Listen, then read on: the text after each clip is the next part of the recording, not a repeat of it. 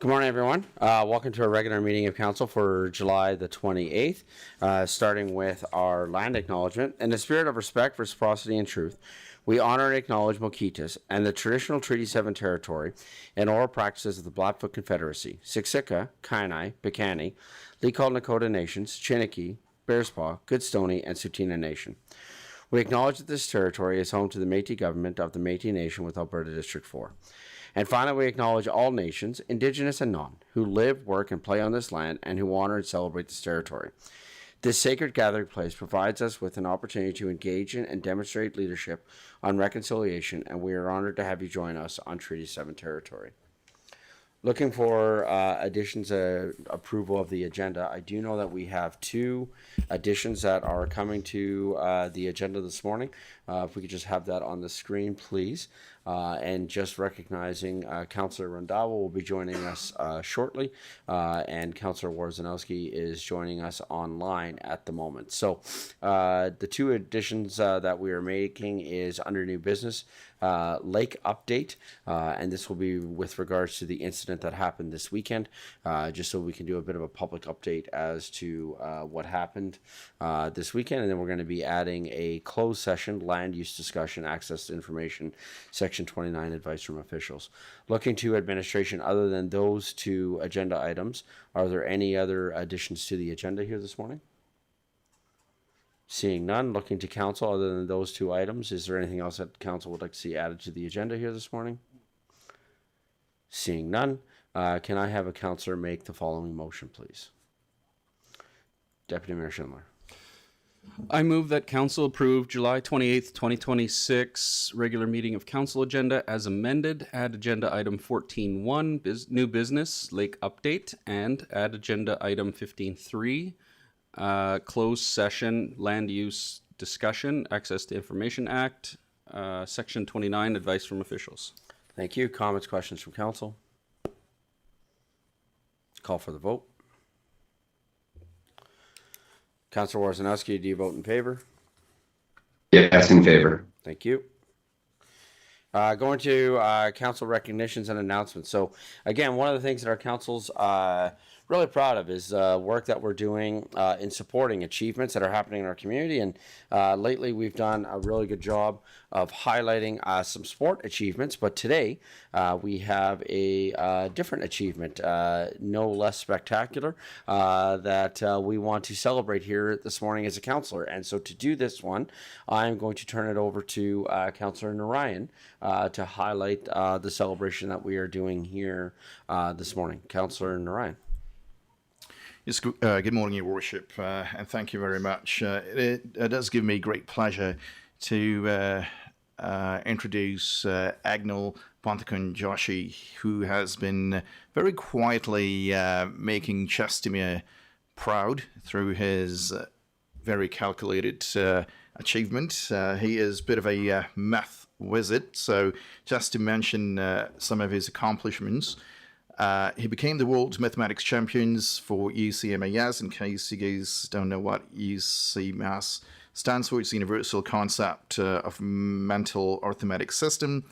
It is a global after-school brain development program for children aged 5 to 16, and he attends the branch here in Chestermere, which is run by Mr. Manish Bhatia. So thank you to Mr. Bhatia for producing such fantastic students. So back to his achievements. He became the mathematics champion in December 2024 in his category, and then in Alberta Mathematics Championship he won again in May of 2025. In May of 2026 he again became Alberta champion and also world champion as, it says national grand champion, as well as in Canada in May of 2026. Great achievement, fantastic work. Thank you for putting Chestermere on the map. We have great athletes, and you've also shown that our community produces great mathematicians as well.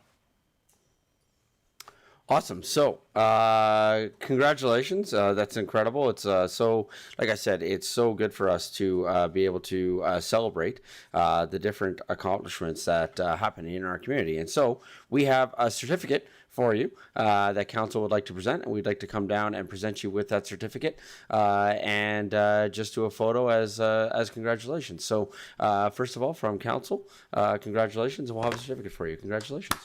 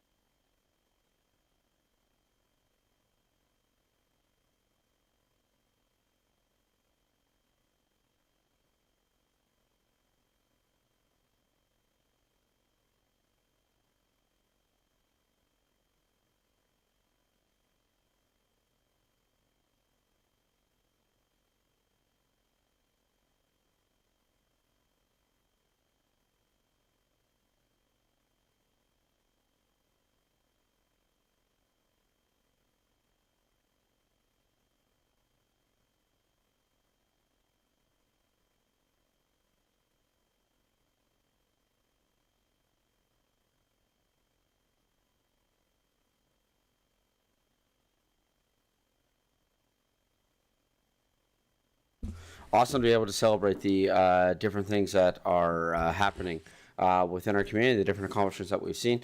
I also had the pleasure last week of being invited out to Mr. Lawrence Mack's birthday. He turned 90 on Friday, and he has been a part of our community for over 50 years. And it was, it's great to celebrate math. I'm a bit of a history nerd, and it was cool to be able to learn about the fact that he had built his house here back in the 70s, and to hear the stories of some of the properties along the lake. So wanted to also again just acknowledge a birthday that we had, a 90-year-old birthday that happened here this week, and be dropping off. We dropped off a little present for him at his birthday party on Saturday. So congratulations on the math accomplishment, the 90-year-old. Again, we want to make sure that we're communicating this. If you are seeing, if there's things that you would like us to be celebrating as a council, whether that's as an organization or individually, please reach out. You can reach out to me directly at sdean@chestermere.ca, or you can reach out to our executive assistant at cpotter@chestermere.ca, and just let us know. And we would love to be able to put together a recognition for you. So congratulations again. Now back to the rest of the fun that is working through our council meeting. And before we move on, what I'm going to do is I'm going to move some things around because we have some guests here this morning. So council, I'm just going to move some things around, and we're going to have a presentation here this morning. This goes back to our golf tournament, and we have the final numbers and another bit of celebration here as we celebrate the fundraising that was done here this morning for the Chestermere Food Bank. So, going to invite Miss Charity Potter up to come and do a presentation. And as another celebration, this is Miss Charity Potter's first time presenting before council. First time presenting before council. I want to let everybody know that I was talked out of a balloon arch behind her or playing kazoos on her way up. I was talked out of this by our CAO. But Ms. Charity Potter. Thank you. Good morning, Mayor and Council. My name is Charity Potter, Executive Assistant to the CEO and Council, and I'm here to present the final amount that we raised at the Mayor and Council Charity Golf Tournament. So it's June 12th, 2026. At Lakeside Golf Club, we hosted the third annual Mayor and Council Charity Golf Tournament. and that was in partnership with the food bank and in support of. So I have some members from the food bank here as well, and I'm happy to announce that this year's tournament raised $83,631.08.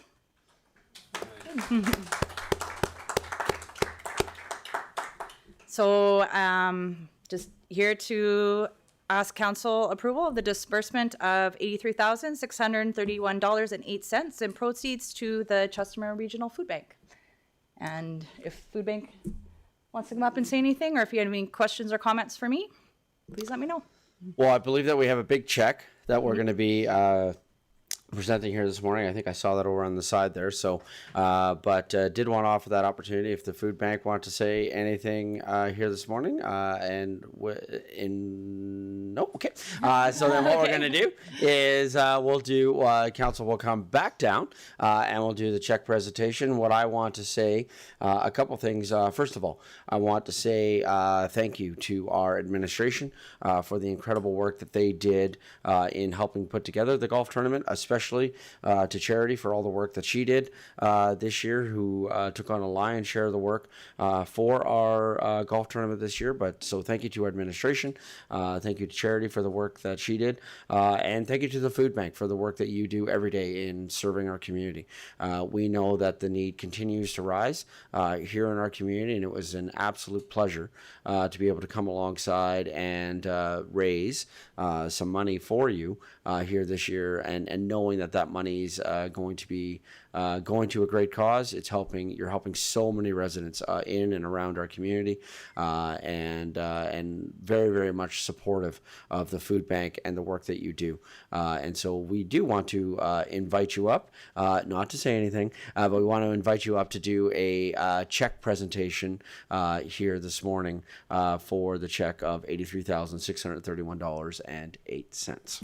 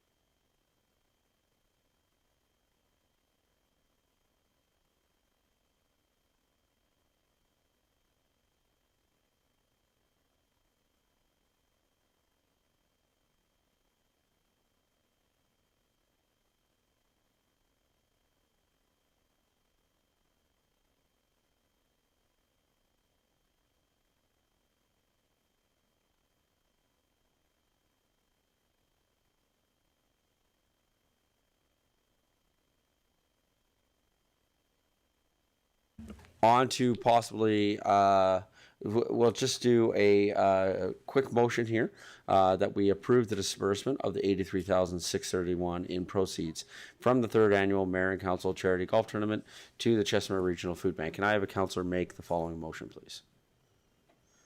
Councillor Sambo. Thank you, Your Worship, and good morning.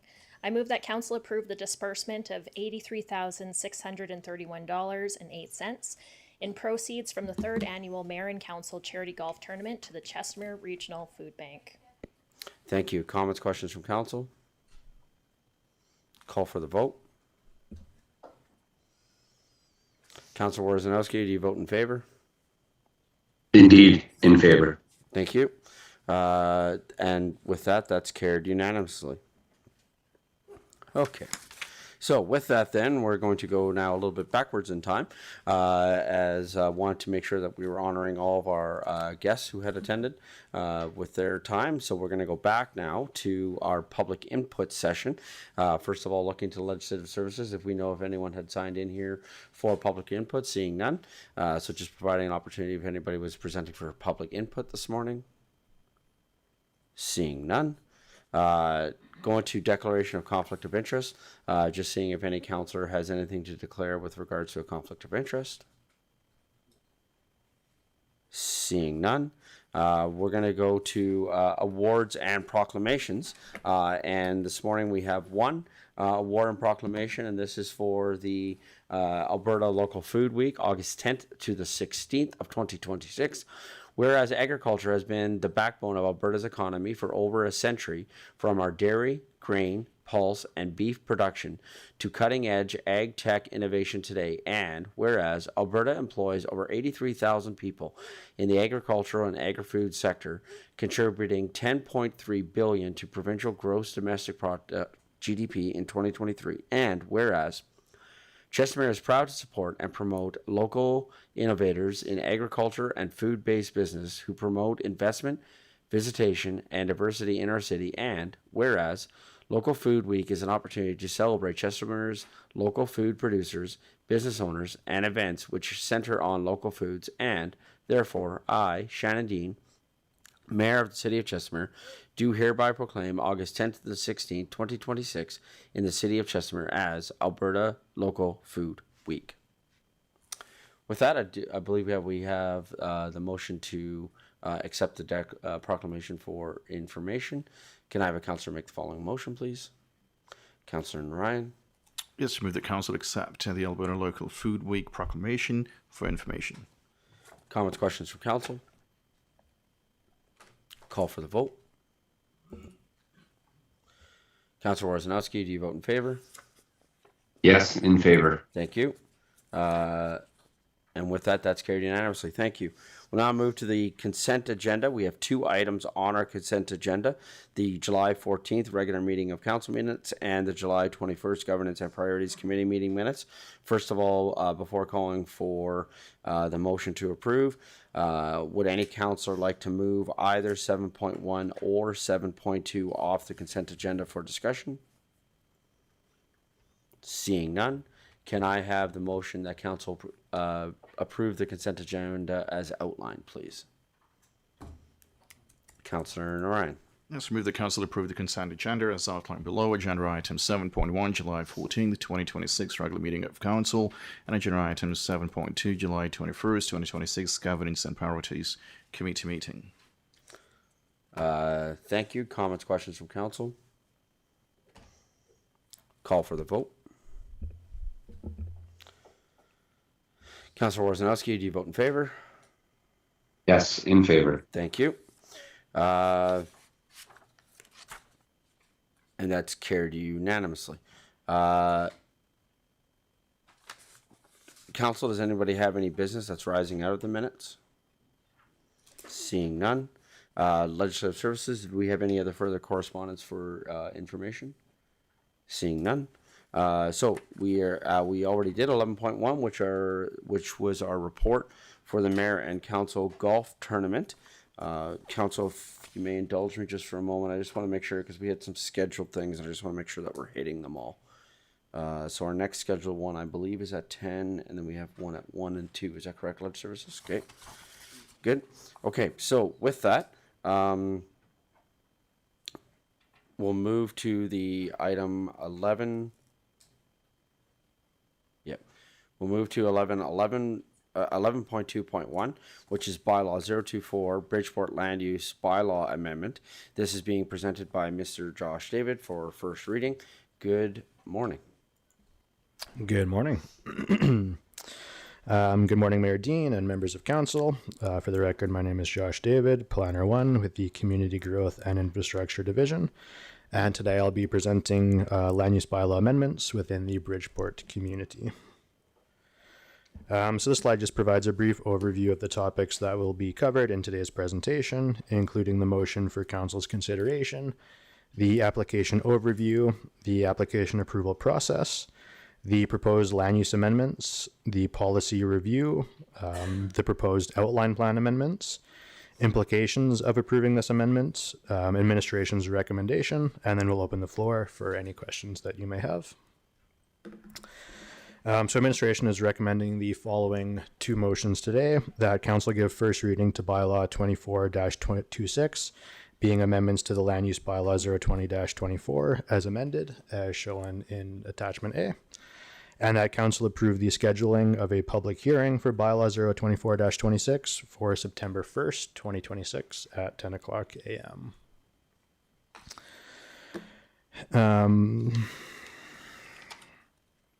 So the city has received an application from B&A Studios on behalf of the landowner Bridgeport Chestermere Development, Inc.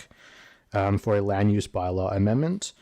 The lands that would be affected are portions of Lot 57, Block 1, Plan 231-2455 within the Bridgeport Outline Plan, which is shown in blue on the screen. So as shown on the screen here, first reading is being brought forward for council's consideration today, and administration is requesting that a public hearing be scheduled for September 1st, 2026. In addition to the land use amendment, the applicant has also submitted a concurrent outline plan amendment included as attachment B. Should council grant first reading to bylaw 024-26, the outline plan amendment will be brought forward for council's consideration in conjunction with second and third readings of the bylaw.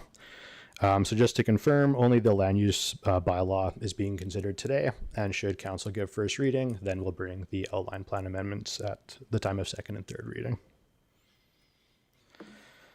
So the proposed land use amendments are shown on screen in the red dashed lines. These amendments include the reduction of R1 dwellings in favor of R1 PFD lots, and the elimination of a direct control site in favor of R1s and R1 PRL dwellings. So just to go over that DCR site shown in gray there. So the direct control residential cottage housing cluster district, DCR2C, was originally intended to support cottage housing clusters consisting of single detached dwellings arranged around a shared green space. However, this housing form represents a specialized development pattern that provides open space with limited public benefit while increasing long-term maintenance, responsibilities, and costs.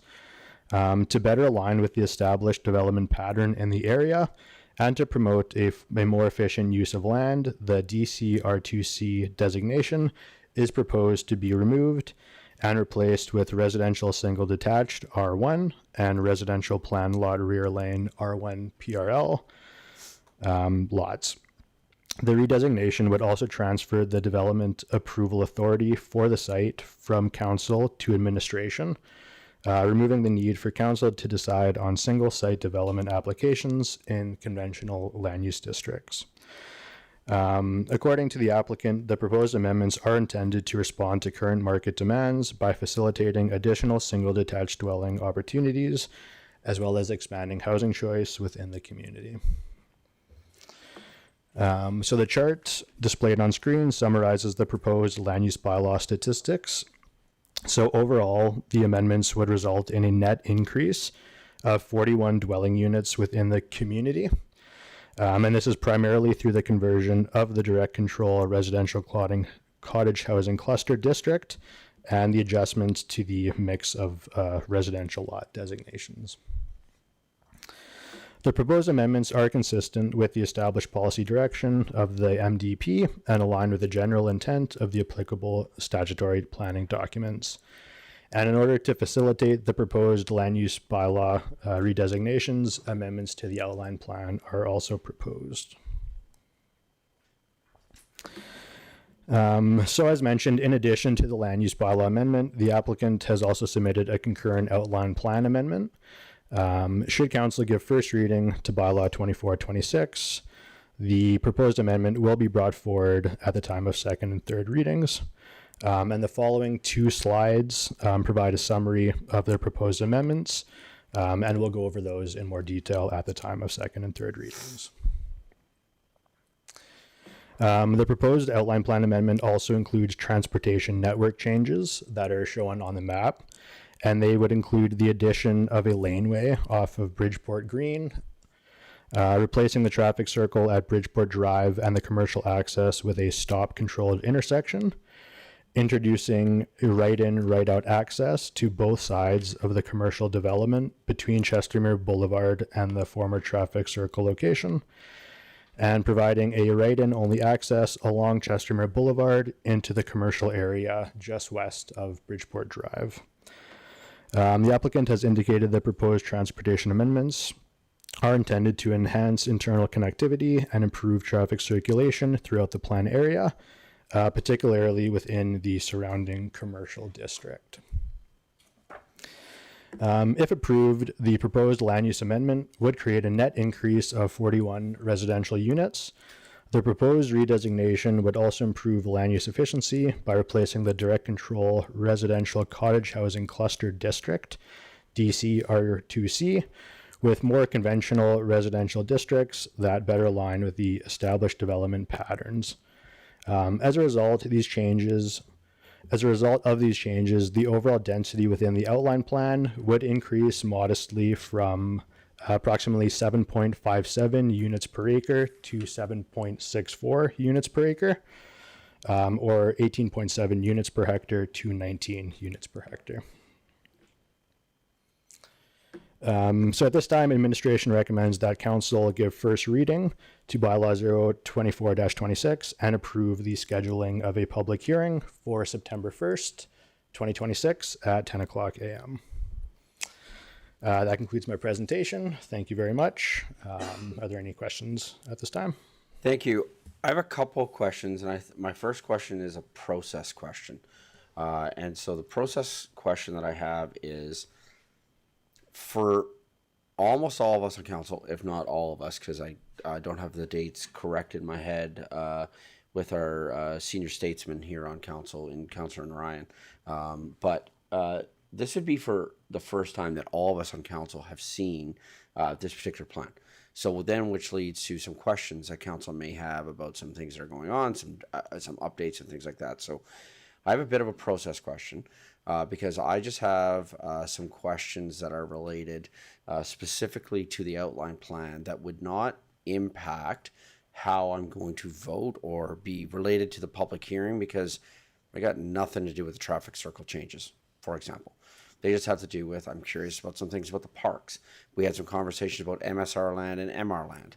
And so I have questions that are related to that. So I guess I would take you off the hot seat, Josh, and I would go to Director Chandiok. And I'm just wondering from a process, and I've never seen you smile so big, Josh. I guess just from a process standpoint, Director Chandiok, if there are questions that council has at the moment that are specifically related to the outline plan but are not necessarily related to the items that are proposed for public hearing, how could council go about those sorts of questions in terms of timing? Would that be appropriate today? Should we still wait? What would be, I would just want to open this up for a conversation between the two of us on that. Director Chandiok. To the chair.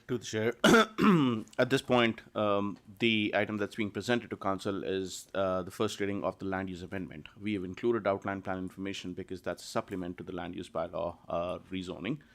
And we are expecting to present it to council at the stage of second hearing. That probably would be the right opportunity for council to ask specific questions on outline plan.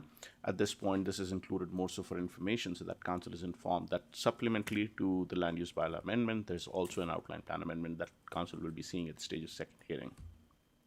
So hold off on my 3 pages of notes until public hearing is what you're saying. Through the chair, our intention of giving you information on outline plan is that you can increase your 3 pages of notes to 6 pages. Okay. And then ask us all the questions at the stage of second reading. Okay. And public hearing. Okay. Would it be appropriate, Director Chandiok, if there are questions, so I'm related to the outline plan, but then directly related to questions that I'm going to want to see answered at the public hearing, would it be appropriate or possible for us just to quickly highlight, here are some things that I would like to see more information coming back on, and accept the fact that you're not going to answer my question right now, but looking specifically, because I just have a couple that I'm totally fine if they don't get answered right now. I just want to get them a little bit on record in terms of, here's some information that I, as an elected official, am going to be looking for when this comes back. Through the chair, that would be appropriate. Okay, thank you. So a couple that I have would be related to the report. It's on page 27 of the agenda, where it just it talks about kind of the rationale that happened that led us there. I would like a little bit more information to come back as to like what led to this rationale. So it was going to be these cottage homes, and it's going to this. I would just like a bit further of a description as to what led to that rationale. I think is going to help with some understanding. I would also like some further clarification on the comments made by City of Calgary with regards to the IDP. We all know that one of the tensions that existed with CMRB was, and one of the things that I'm not speaking on behalf of the City of Chestermere, I'm speaking on behalf of myself in this comment that I'm about to make. One of the tensions that existed within CMRB was, it made no sense to me that I was commenting on or saying something about a development that was happening in another municipality. And so I would just like some clarification as to how this IDP process is different than CMRB, because I personally just feel a tension within that, not negative, just I'm just curious, some clarity around that. And the other one that I would like some clarity around is if we are changing the cover page date, we're changing the cover page date.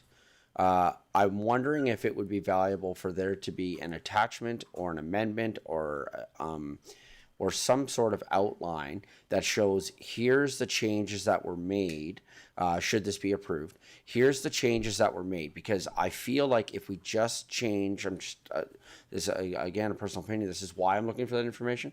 I feel like if we only change the date on the cover page, and then things in the outline plan are not relevant to that date, we all know this is a tension that I have felt every time these come back, then if there are things that are not relevant to that date, I'm curious about that. So all I'm asking for is, could there be something that gets attached in the form? So if we change the date on the cover page, I'm looking for some clarity on, if it's possible, then here are the changes that were made to this date, so that then we just know when I go back and I read, so in 2030, this comes back again for some kind of a change. We know that these changes were here, but this other information was from 2017. So I just want some clarity around that process for public hearing, just because, as we all know, this council is very much a stickler for detail, and that's a detail that I would just like some clarity on. Councillor Narayan. Yes, thank you, Your Worship. Through you and through Mr. Adney to Josh. If you could add one more thing for the second hearing, if it gets there, and that is a bit more visual in terms of where you're removing the roundabout, and I think you said right in, right out stop sign. Yeah, it's kind of difficult to visualize that, so if you can bring that, that'll really help. Thank you. Deputy Mayor Schindler. Hi, yes. Again, along the same lines, the roundabout removal is very interesting to me, because I'd really like to know what the rationale behind that is.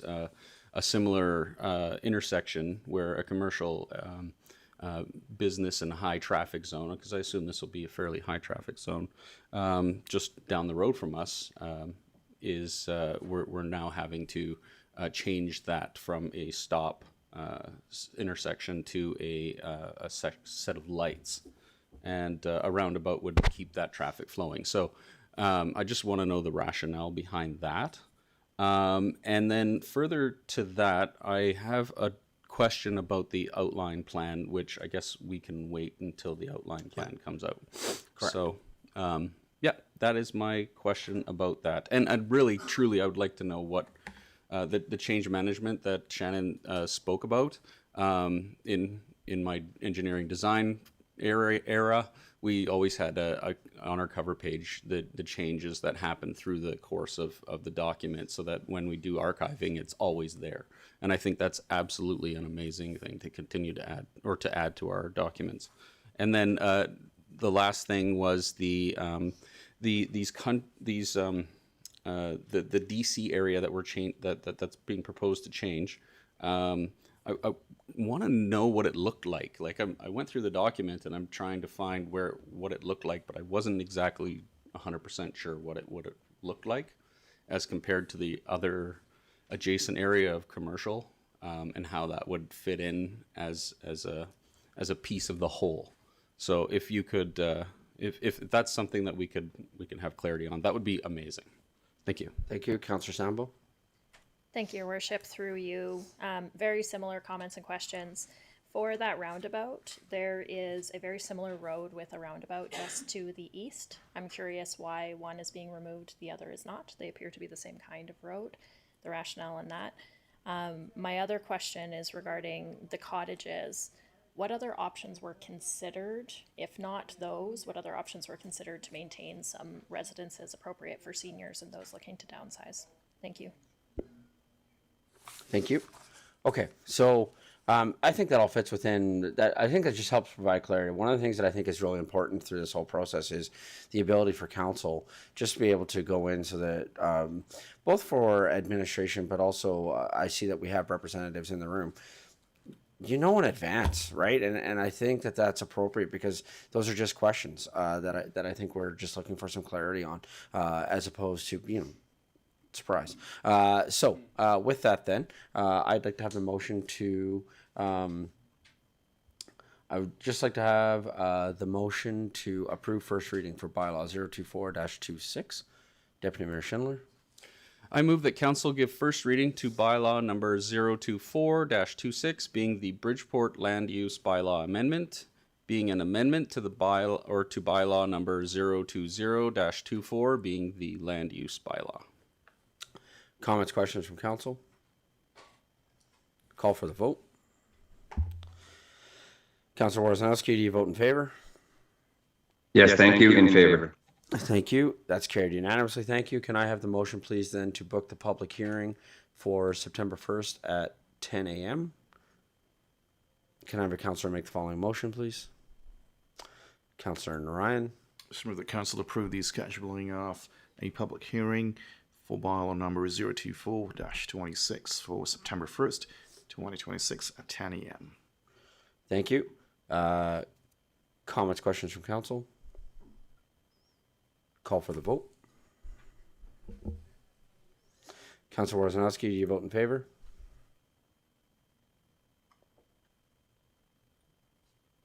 Yes, in favor. Thank you. And that's carried unanimously. Thank you. Thank you.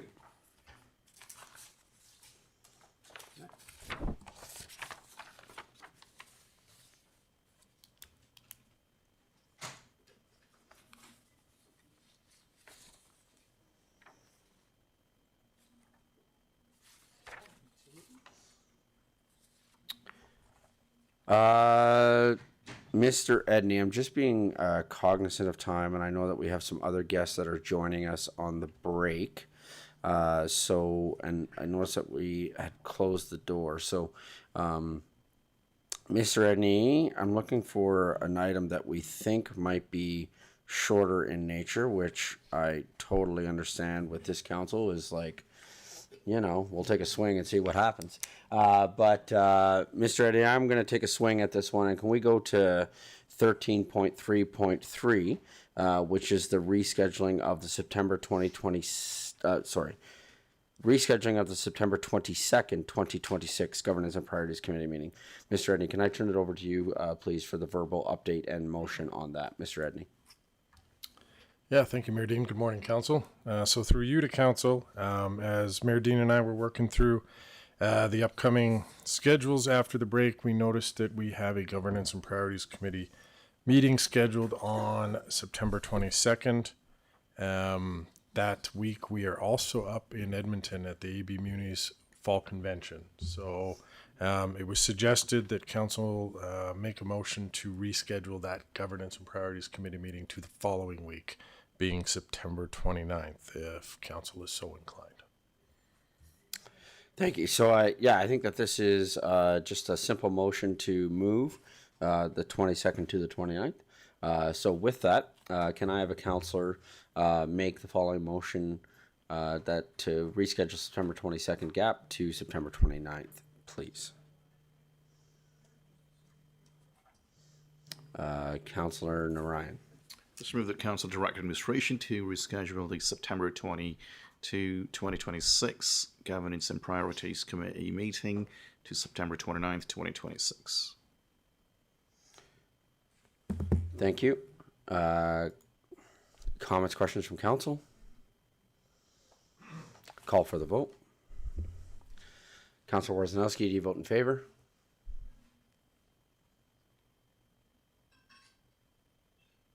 Yes, in favor. Thank you. Thank you. And that's carried unanimously. Thank you. With that, I believe, Mr. Edney, you may have an update for us on the Chief Administrative Officer bylaw. And so, Mr. Edney, I think I'm going to go back now to 13.3.1 and turn it back over to you, Mr. Edney. Again, thank you, Mayor Dean. Through you to council. So as I've been working through this Chief Administrative Officer bylaw, specifically with section 5.5 regarding council inquiries, I'm having some correspondence with municipal affairs on that section right now and what their intent of their changes to the Municipal Government Act have been. No surprise, it's a little ambiguous, as it is in a number of sections. So I think what I'd like to do at this stage, if we could, if council would be inclined, is to table this item and bring it back in September until I can get some further clarity from them on their intentions of that new substantial information parameters in the MGA, and have it rewritten for council to better align with what they're looking for, and bring that back in September. So rather than have a long discussion today with some still ambiguous direction on what is supposed to go in there. Thank you. Just before tabling it, I'm going to turn to Legislative Services. If this is tabled, I know that coming in prepared for this meeting, as council does, they may have some notes that are captured now. Would it be appropriate for council to be able to provide those notes to the CAO via email? Because then all that information is going to become public anyway, because we're bringing it back. And so then the CAO could highlight the information that was sent to him via his presentation that's going to be coming back in September. I'm just wondering about the appropriateness of that. Ledge Services. For the question, Mayor Dean, there is no concern with that. Council can go ahead and send that to CAO Edney. Okay. So with that, then, council, knowing that you can provide some information that you may have had coming into today's meeting to the CAO, Councillor Sambo. Thank you, Your Worship. And comment through you to Mr. Edney. I've already given a lot of my comments, and I think a lot of them were captured in here. I thought this was quite suitable. Under the definition of substantial information, it doesn't say whose judgment that is. So I think there's still a question there that maybe could be answered. Who gets to decide if something is detailed, non-routine, or high impact? Is that the CAO's judgment? Mr. Edney? Thank you, Mayor Dean. Yeah, so to Councillor Sambo's comment, I think that's where I'd lump some of the definition versus what's already written in 5.5 in together as one and give it some more meat regarding time. Time or cost seems to be the driver most municipalities are going for. So the biggest thing in this is there's still uncertainty on the 72 hours for everything. And I think that's something I talked with council about of, I really have to tell you every little thing, like when is that manhole being replaced or when is a particular sidewalk being repainted? And the answer right now is yes, but I don't believe that's the way the legislation is worded. So we're going to clarify that and bring it back to council with some solutions to make your life easier. Thank you. I think it's also appropriate to share that the invitation from Municipal Affairs to municipalities, this comes back from work related to my position with Mid-Sized Cities Mayor's Caucus.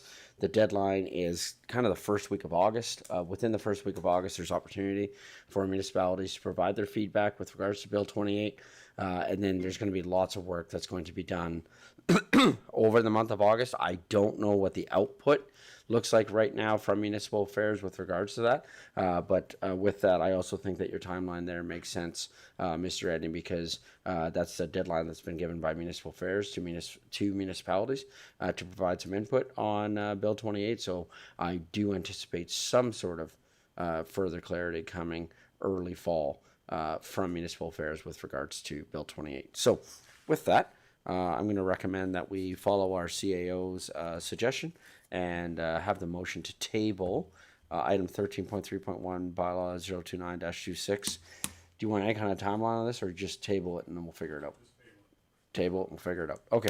Can I have a councillor make the following motion, please? Deputy Mayor Schindler. I move that council table agenda item 13.3.1 being bylaw number 029-26, Chief Administrative Officer bylaw. Thank you. Call for the vote. Councillor Wozinski, do you vote in favor? Yes, I vote in favor. Thank you. And that's carried unanimously. Thank you.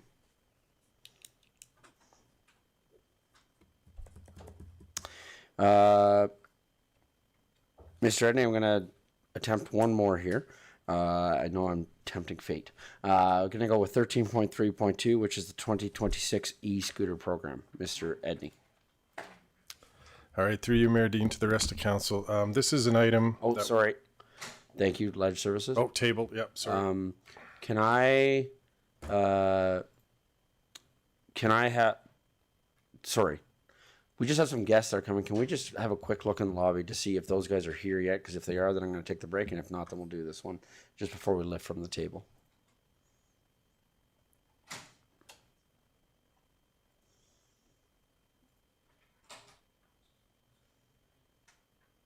Okay. Can I have the motion, please, to lift agenda item 13.3.2 from the table, please? Deputy Mayor Schindler. I move that council lift from the table agenda item 13.3.2 being the 2026 e-scooter program. Thank you. Call for the vote. Councilor Wozinski, do you vote in favor? I do, in favor.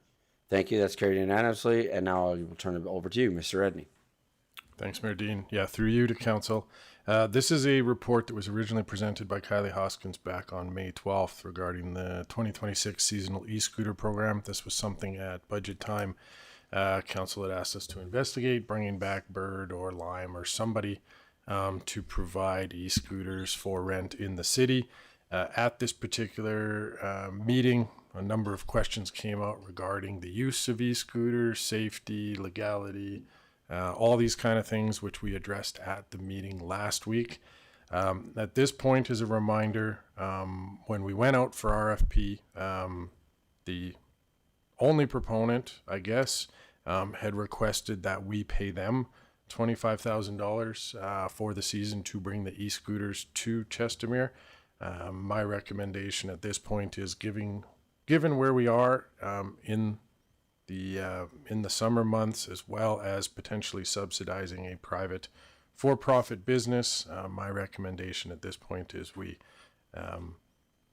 do not make that approval and just put some final clarity around this item so we can remove it off of our agenda. We can look at bringing something back for next year and see if they're still in the same viewpoint and whether that's something we want to discuss at budget time. Thank you. So can I see the recommended motion that we have for this morning, please? There is no recommended motion. Mr. Edney? No, there is really no recommended motion because the original motion at the time was to approve the amendment. So perhaps we could bring that up and then defeat that, or we could just accept this for information and consider that as we are not moving forward with this. So if we accept for information, then we just know that. So accepting for information means we know there's a lot of work that's going on with e-scooters right now. And until we get all of our questions answered, and so I can clarify that the other items that were on our resolution tracker have been completed. We have had the correspondence with AB Munis, with MCMC. The letters have been sent to Minister Dreeshen's office. We have a meeting booked with Minister Dreeshen's office with regards to this matter. That is coming up later in August. So all of those resolutions have been taken care of. And so I guess by accepting information right now, because there's no other motion on the table, we're just saying we're just not moving forward with this particular item, and we still want to be gathering more information. Would that then also provide you with the opportunity then, Mr. Edney, to go back to the business and let them know that council will not be proceeding as such? Mr. Edney.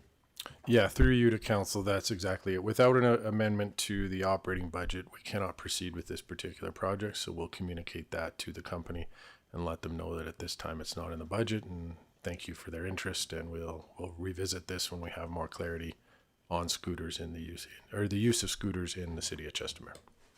Okay, thank you. So what I'm going to do to delicately handle this then is, council, does anybody, having an understanding of now what you're voting for, does anybody have any concerns with the wording of the motion? Councillor Grant.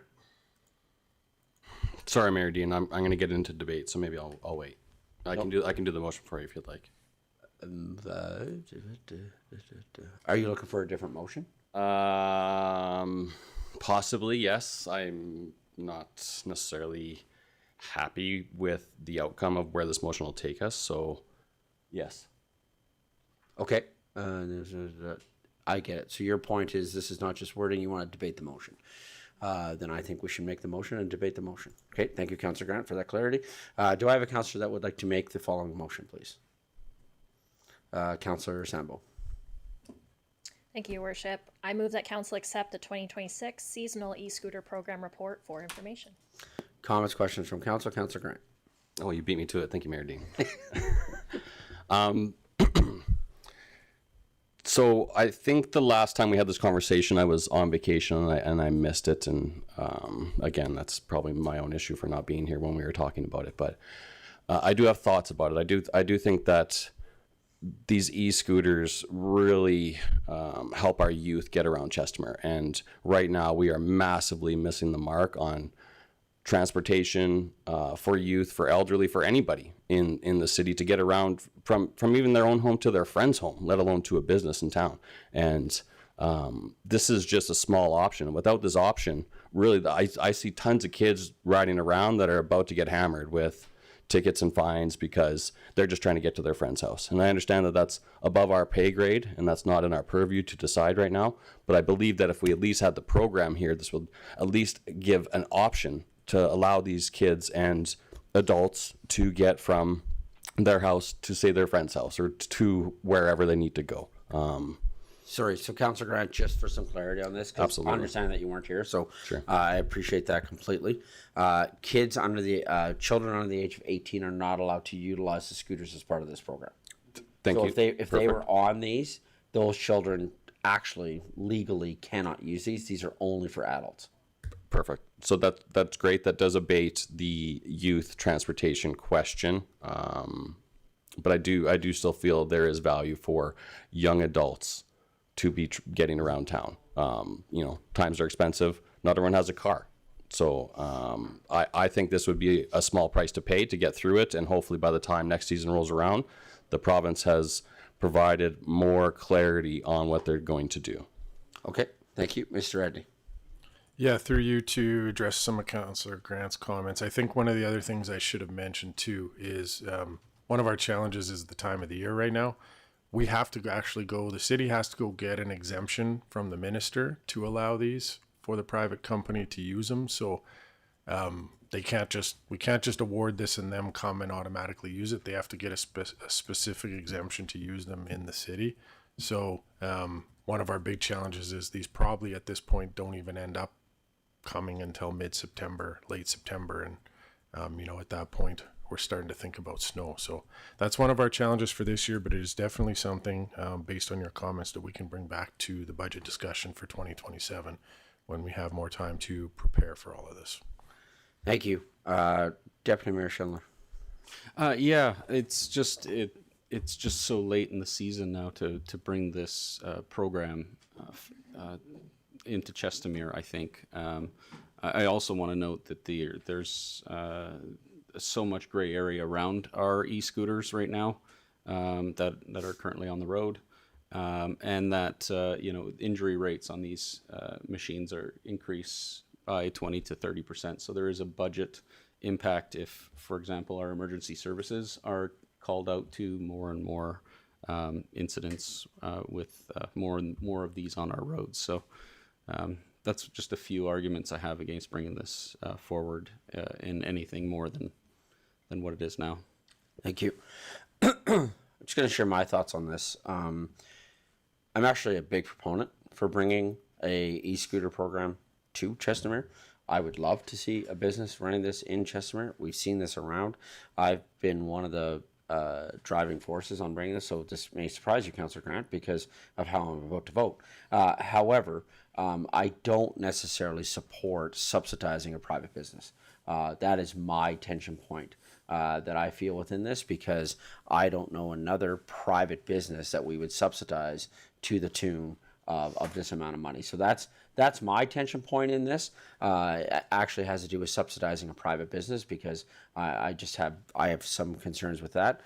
However, I also do want to see us get this figured out, which is why, what I mean this figured out, I mean, I do want to see some clarity from the province with regards to e-scooters, because I would love to see some of these things move forward. So just want to be really transparent as to where I'm sitting on this particular issue. Deputy Mayor. Yeah, just a quick addition to, for next year's look at something sort of a transportation system. E-bikes or just bikes in general tend to be a lot safer. I know a program out of Montreal that you can actually get a trailer if you need to move stuff around, and they park those around the city, so you can rent your e-bike and then rent the trailer and go pick it up and go do your shopping or whatever. And I think that's a really great program. We also have in Chestermere a borrow bike system with the library. You can go to our Chestermere Public Library and borrow a bike if you so choose. So there are other options that are current, and I think that's an exciting system in Montreal. Thanks. Thank you. Ledge Services. Councillor Wojciechowski raised his hand. Thank you. Councillor Wojciechowski. Thank you, Mayor Dean. I agree with your commentary in regards to bringing some level of e-scooters and understanding what the province's intentions are on providing e-scooters that are non-paid. And now, so my point to that is they seem to me as mutually exclusive. So through yourself to Mr. Edney, a question is, the rules seem to be clear on scooters that are offered by a third-party service that is for payment. And I know that you were saying once we understand a little bit more on what the province's intentions are, I think the intentions of the province in that regard are clear. And then to Mayor Dean's comment, understanding the non-paid, kids, teenagers driving their scooters around while the legislation is somewhat unclear or the intentions are unclear, I think we want to keep those two items separate. So a question to you, Mr. Edney, is that an accurate statement? Because you did mention that once we understand a little bit more what the province's intentions are, we can bring this back. I do agree, however, that we shouldn't pay necessarily for a profit-run business for this type of program. Sorry, I just want to clarify too, because apparently I was unclear. I fully understand that they are separate. And that there is clarity that if we get an exemption from the province, that we could potentially offer a paid e-scooter program in the city of Chestermere, similar to what we see in other municipalities, and that we are advocating on the other side. So just want to clarify that, as apparently I was unclear. I fully understand, personally, I fully understand the difference between the two different programs. Mr. Edney. Thanks, Mayor Dean. Yeah, through to Councillor Wojciechowski and the rest of council. I think where my comments were coming from was more along the lines of some of the discussion around, well, if people can't use their private e-scooters, then there may be more desire to bring something like this, and there may be even more desire to pay for something like this for people to use if they can't use their individual scooters. Good point by Mayor Dean. It doesn't help our teenagers trying to get around, as you have to be 18, I think, to rent a bird scooter anyways. So again, it's kind of a confusing mechanism in that point of what the intent would be to potentially subsidize bird if we were looking to do that. So that's where my comments were coming from. Of it might make sense if there is no other option for people, but it isn't really going to solve the problem that we're facing. So Okay. So with that, seeing no other comments, questions from council, so I just want to clarify so that everybody understands what we're doing. If this motion passes, then we will proceed accordingly, where we would not be bringing it for this year. However, I would still like to see us re-explore this again then for next year, given everything that we have said. If this motion is defeated, then we're going to need a new motion to figure out what we're going to do next. Council, is everybody clear on what's happening? Great. With that, I will call for the vote.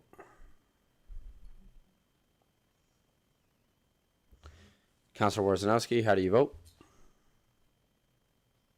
I do vote in favor of accepting for information. Thank you. Thank you. And that's carried unanimously. Thank you. With that, we're going to take a quick break, and we're actually going to come back at 10:25. Thanks, everybody.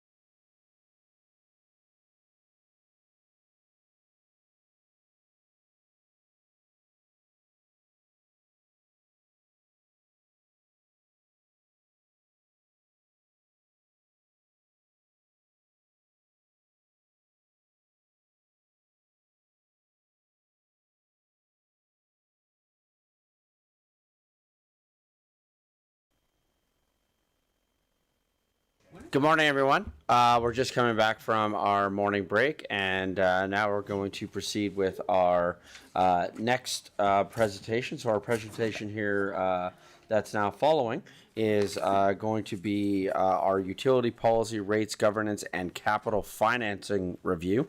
Only a small topic of conversation here this morning on a Tuesday in the middle of the summer. And I'm going to turn it over to our director of the utility, Mr. Grayson Mach, who will do the introduction of our guest presenters today. Good morning. Good morning, Mr. Mayor and City Council. So today, two representatives from Shimco I just learned how to properly pronounce it. I was been pronouncing it incorrectly. So anyway, Shimco is a industry expert in regulated rate utilities within the province of Alberta.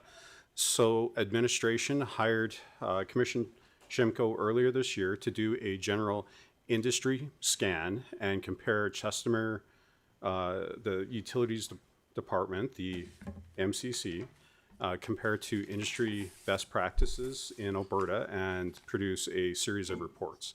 This first report describes various governance and financial policies in comparison to other regulated rate utilities within the province of Alberta, so other municipalities and other private utility industries.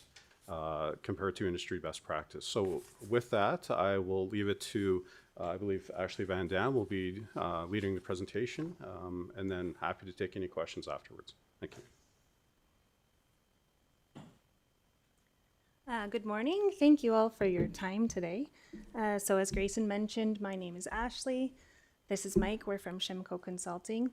We wrote the report on the Chestermere Utilities financial planning and rate review, which some of you may have had a chance to review. And if not, today's presentation covers the same content, although with a slightly more narrow focus. So what we're looking at doing today is just looking at the impact of two different cost recovery approaches on rates and utility finance.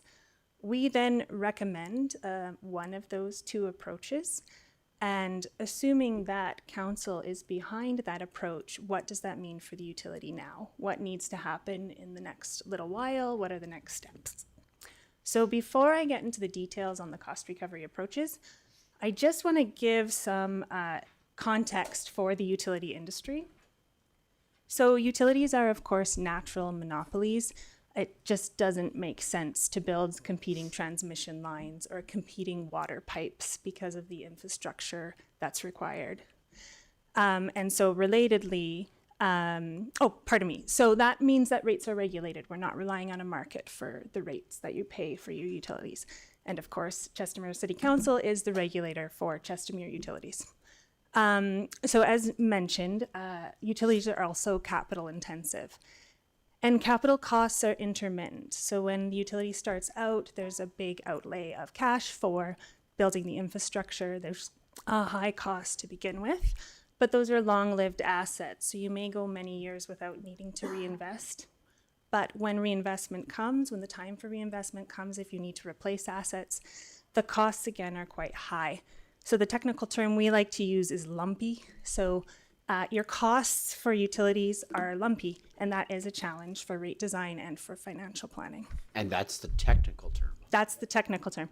We have not been able to come up with something better, so if you have any suggestions after. Okay. Okay, so when we talk about a cost recovery approach, what we really mean is how are utilities recovering the costs they incur to provide service, or how does a utility set rates? A related question is how does a utility finance the investments in infrastructure?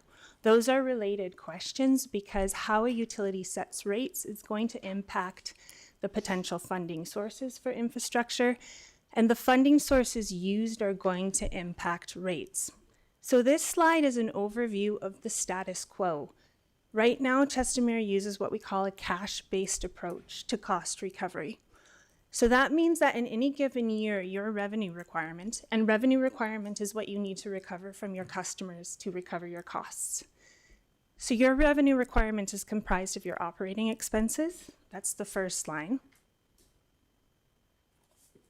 Pardon me. Your capital expenditures, and then minus any miscellaneous revenue, and that's your revenue requirement. That's forecast, that's perspective, and then from that you're creating your rates. So under this scenario, the world we're living in right now, you have a few different potential funding sources. The first is, of course, debt. The second is grants from other levels of government. The third is off-site levies or contributions. And then if you have any reserves which are being funded by interest from the off-site levy fund. And then anything that isn't paid for from those first four items, or first four potential funding sources, has to be recovered from rates. That's your cash flow from rates. So that goes to that second line item on the left-hand side of the slide, the capital expenditures. So the next slide is looking at this same cash-based approach, more specifically the revenue requirement. And this is an illustrative example. These aren't real numbers, but they're close enough to be able to be helpful. And it's under a specific set of parameters that I'm going to explain.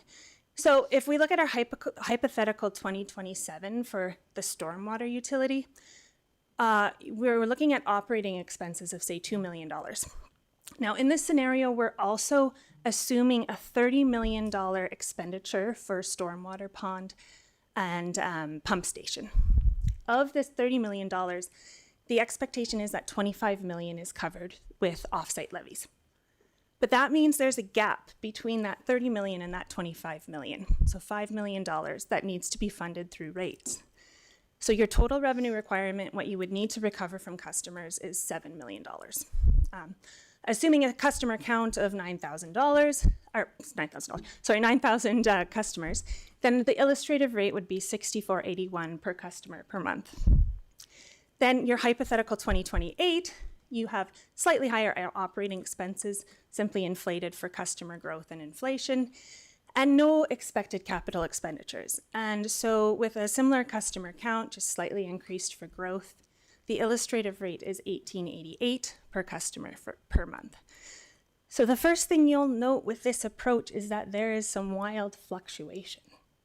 And that's because you're recovering the capital costs in a particular year, in a single year, the year that the costs are incurred.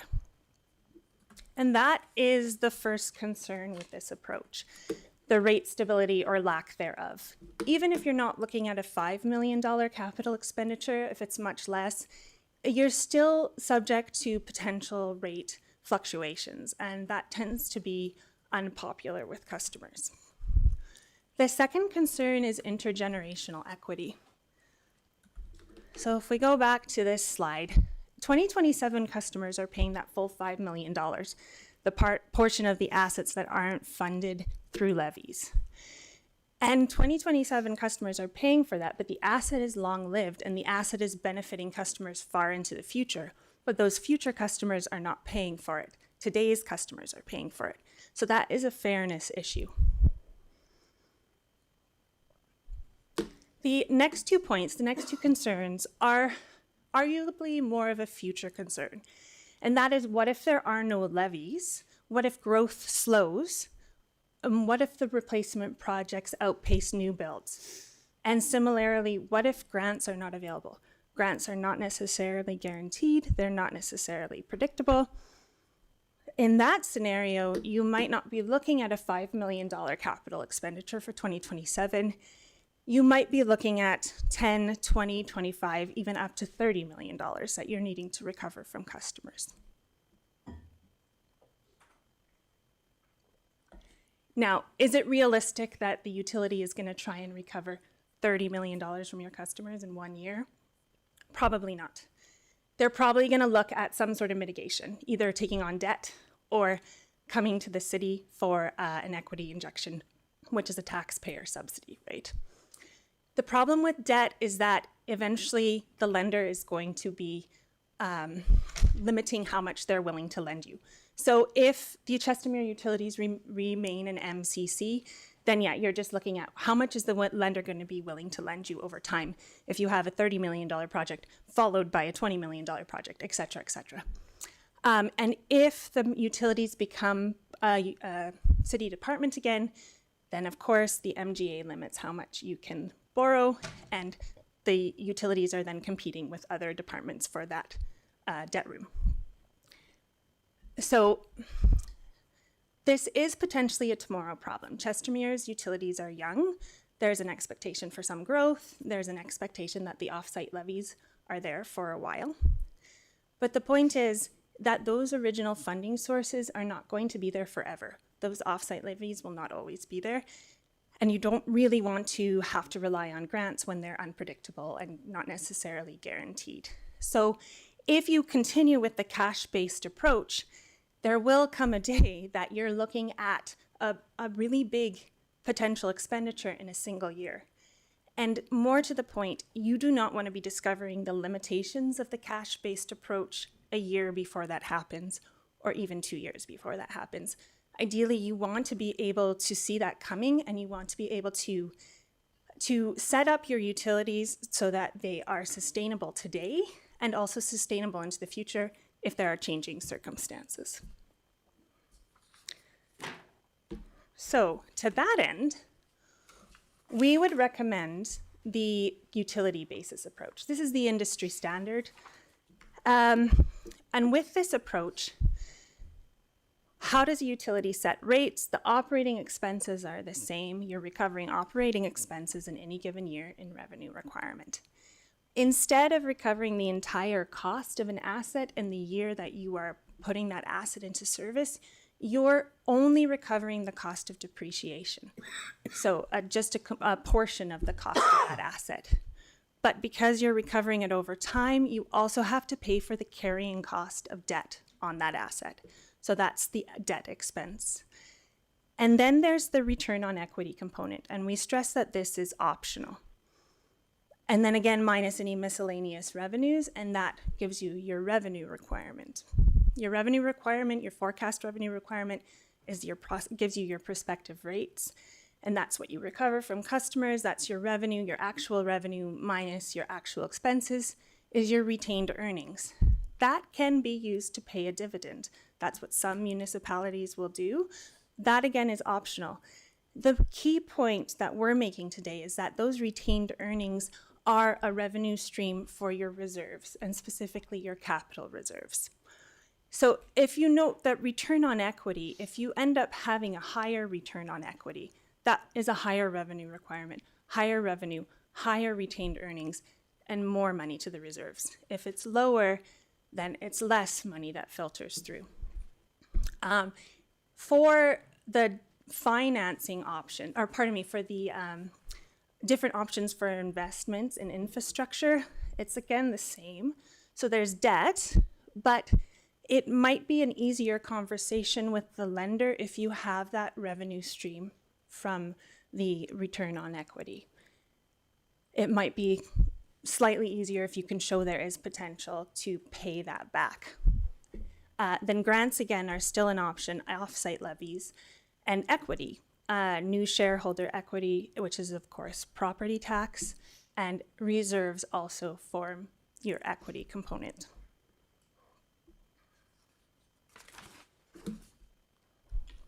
So we're looking at the same parameters with this revenue requirement, but in this case, it's the utility basis revenue requirement. So same scenario, it's 2027, you have $2 million in operating expenses, but instead, you're also needing a $30 million, pardon me, I'm losing was a pond. Yeah, you have your $30 million capital expenditure for a pump station. Thank you, that's what I was trying to remember. But instead of paying for that full $5 million shortfall between the capital expenditure and the offsite levies, you're just paying for the cost of depreciation, or you're recovering the cost of depreciation and rates. You're also recovering a deemed debt expense and the return on equity. So instead of that $64 some odd dollars per month per customer, you're looking at $22.89. Then in 2028, again, same scenario. There's no new capital infrastructure required in 2028. It's just your operating expenses. And then, of course, still the cost of that asset that was put in service in 2027. So here you're looking at $23 per customer per month. So it's not as low as the 1888, but it's also not fluctuating to 64 in another year. So the main difference here, of course, is that deemed debt expense and the return on equity. So take a moment to talk a little bit more about that. This is what is your cost of capital. It's the deemed cost of financing the utilities investment in infrastructure. It includes your debt expense and the deemed return on equity. And that deemed is very important. We'll get to that on the next slide. So, this is important to note that the cost of capital is charged and earned on the utilities investment. So that is rate base. Rate base is what the utility has invested in. It doesn't include no cost capital. So that's important because it doesn't include assets that are paid for through grants or assets that are paid for through levies. So when we talk about deemed cost of capital, we want to get across that council has the power to set this return where they deem appropriate. So this example is showing what the return would be and what the cost of debt would be if you're using the AUC approved cost of capital parameters. So this is what the AUC has decided is reasonable for a utility to earn in return for providing utility service. This doesn't mean this is what the utilities books actually looks like. The AUC is not getting involved in how the utilities actually run their businesses. They're deciding what is fair.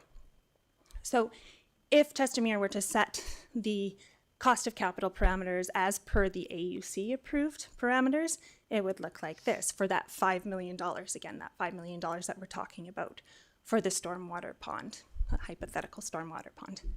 In this case, you deem 3.15 million as debt, 1.85 million as equity, 4.5% is your debt rate, and then 9.02% is the deemed return on equity. And that would give you a $308,000 cost of capital that is included in your revenue requirement. But as mentioned, council has the power and the ability to set that return on equity differently. So what we're trying to get across today is that setting your return on equity for a level that is sustainable is a prudent position to take. This does not have to represent profit. It does not have to mean a dividend for the city. This is your revenue stream for reinvestment in future infrastructure. So 7.4% is randomly chosen. You could set it at a rate that you'd get input from the utility as what is an appropriate amount for a revenue stream for reinvestment. But this is just to show that if you're lowering it a bit, then you're looking at a $278,000 cost of capital that's added to revenue requirement.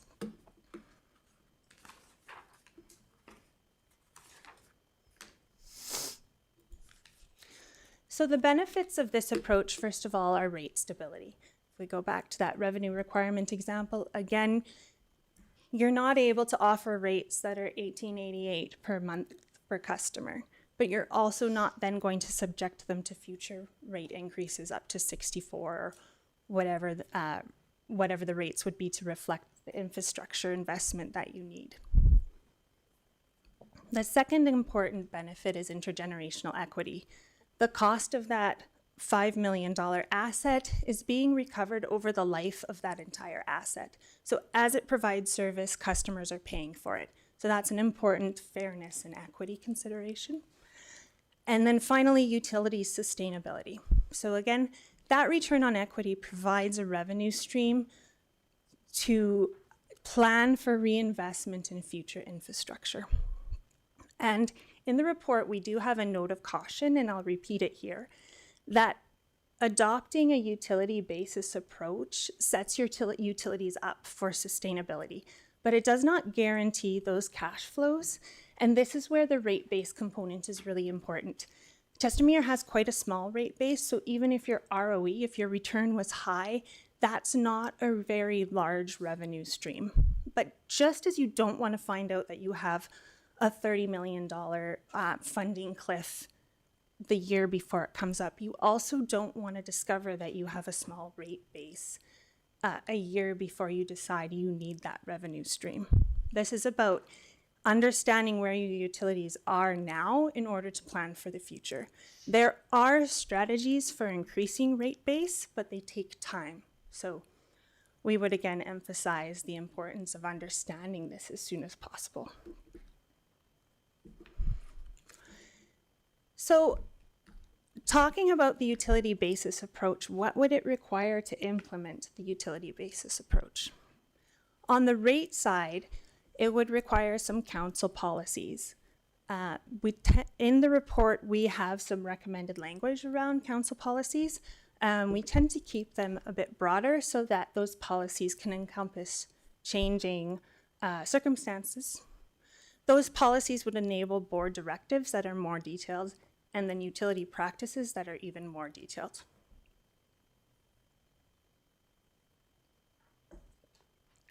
So I'm not going to go into too much detail about those, but we can always go over some of those in the questions if that's of interest. On the funding source side, the funding sources are the same. So grants, offsite levies, equity, and debt. But the point here is that only some of those enable this, enable you to grow your rate base, which is going to be a critical consideration for ensuring that revenue stream for future reinvestment and therefore a self-supporting and a sustainable utility. So grants and offsite levies, I crossed them off quite. But again, that's just because those are no cost capital. They do not contribute to rate base. Equity would contribute to rate base, and that would be city reserves or property tax, an equity injection from the city, or utility reserves. Now, the point of this exercise is to facilitate and enable a self-supporting, sustainable utility. So we don't want to look to property tax for the equity injection. And maybe we're being pessimistic, but we don't believe there are city reserves or utility reserves that are available for infrastructure right now. So that leaves debt.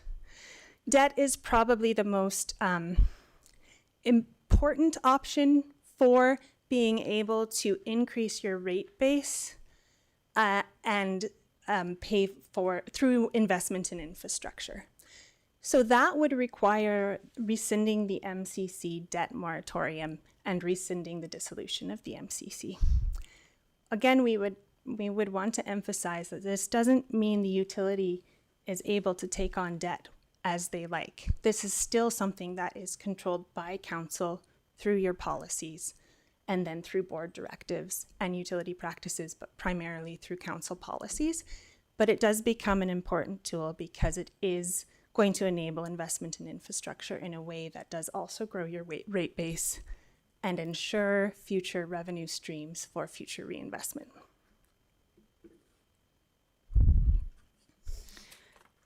So the next steps would be, first and foremost, a consensus on the utility basis approach. This is kind of in conjunction with the third point, which is developing and implementing council policies on the utility basis approach. But in order for us to move forward on some of the financial planning, modeling, and rate design, then simply an understanding of where council wants to go, whether that is adopting the utility basis approach or continuing with the cash-based approach, does help us to build those models, which then help us to give you information that you need for adopting the policies. So that's the first point. Next would be rescinding the debt moratorium and the MCC dissolution, so that there is that flexibility for paying for infrastructure that comes up. And then finally, building the financial planning models and the rate models. And that's where we take information about projected capital expenditures that you need. What is your rate base currently? What kind of revenue stream do you get for a certain ROE and our return on equity rate? How long would that take to accumulate in order to pay for some of the infrastructure? I think the point I wanted to make on the earlier slide, that as you're looking at the next few years and you're looking at how to fund some of the infrastructure needs, it is of course going to be probably going to be a combination of some of those or some of those funding source options, whether that's debt, levies, grants, But that debt component is a important part of that component, again, in order to help you build your rate base. How am I doing for time? A little bit ahead of time, but I'll take it. So that's the end of my presentation. And yeah, we look forward to questions that you have and hope we can help you understand our recommendations as best as possible. Thank you. Great, thank you. Opening up here for questions to council. Just before that, I just want to say thank you for this document. There was a lot of rich information in here. It's one of those documents where I'm going to want to read it a few different times to really digest how much information was provided. So thank you for the work that was done on this. Councillor Narayan. Thank you, Your Worship. Through you and through Mr. Adney to Ashley, great presentation, very informative indeed. This seems, going from the cash base to utility base seems quite natural, almost makes me wonder why we haven't been doing that before. And maybe that's where my question is. Why would a municipality, opt for the cash basis approach as opposed to utility? I think it depends on what the main drivers are. The utility basis approach, just like if you think back to that example, it's that I think utilities will want to live in that world where it's $18.88 per customer per month. And so as long as you can see that on your horizon, that might be what you try to do. Because as soon as you add the utility basis approach, you are charging for the carrying cost of debt for assets, right? So that does increase your rates. And if you are charging a return on equity, that does increase your rates. So if you're looking to keep rates as low as possible and you're not taking a 25-year perspective, there might be, the cash-based approach seems reasonable. Councillor Narayan. So, and for the the utility-based approach, to move forward, I would have to have the policy to remove the moratorium on debt. I think so, because the utility basis approach, as I mentioned, it doesn't guarantee your cash flows. So you could put this approach in, and you could maybe make it work if debt were unlimited, and so then you would just be recovering the cost of debt. But yes, when you're thinking about trying to build that rate base, that debt is a really important component in order to invest in the utility rate base. Again, if you preferred to do equity, like if you were wanting to increase property taxes and then the city as the shareholder invests in the utility, that's another option. But generally debt is cheaper, and so it just provides that flexibility to grow your rate base and again enable sustainability in the long term. Thank you. Mr. Edney. Yeah, thanks, Mayor Dean. Just to kind of add on to the comments around Councillor Narayan's questions, I think Ashley did a really good job politically correctly of identifying the cash base of, my observation is we've been very good at thinking about next year, but not the year after. So if all you're thinking about is next year, the cash-based model makes a lot of sense because it keeps rates lower. If you start thinking about replacement capital and how are you going to fund that in 5 or 10 or 15 years, then the cash-based model doesn't look so good when that 15th year shows up on you and you have $68 or $100 a month for utility bills. So I think that's why Chestermere's been in that range, and we've been fortunate with a younger utility. We haven't had a lot of replacement capital that needs to be spent so far. It's mostly new capital being constructed, but that is going to change as time goes on. The second point to the debt that I want to mention just here and now, and we'll talk a lot more about this in the fall, is in the slides, for example, the $30 million project assumes 25 is coming from the offsite levy. One of our challenges is the 25 in the offsite levy only has $7 million in the offsite levy. So we have to borrow against the offsite levy as well.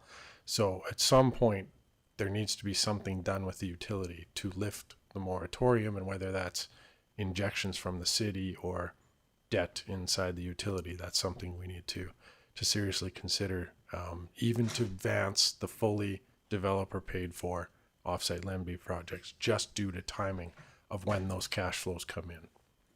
Thank you, Councillor Sambo. Thank you, Your Worship, and through you to Mr. Edney and on to Ms. Van Dam. Thank you for the presentation. I read every word of this report and was totally nerding out over it. Just so you know, if you present something to this council, we're definitely going to read it.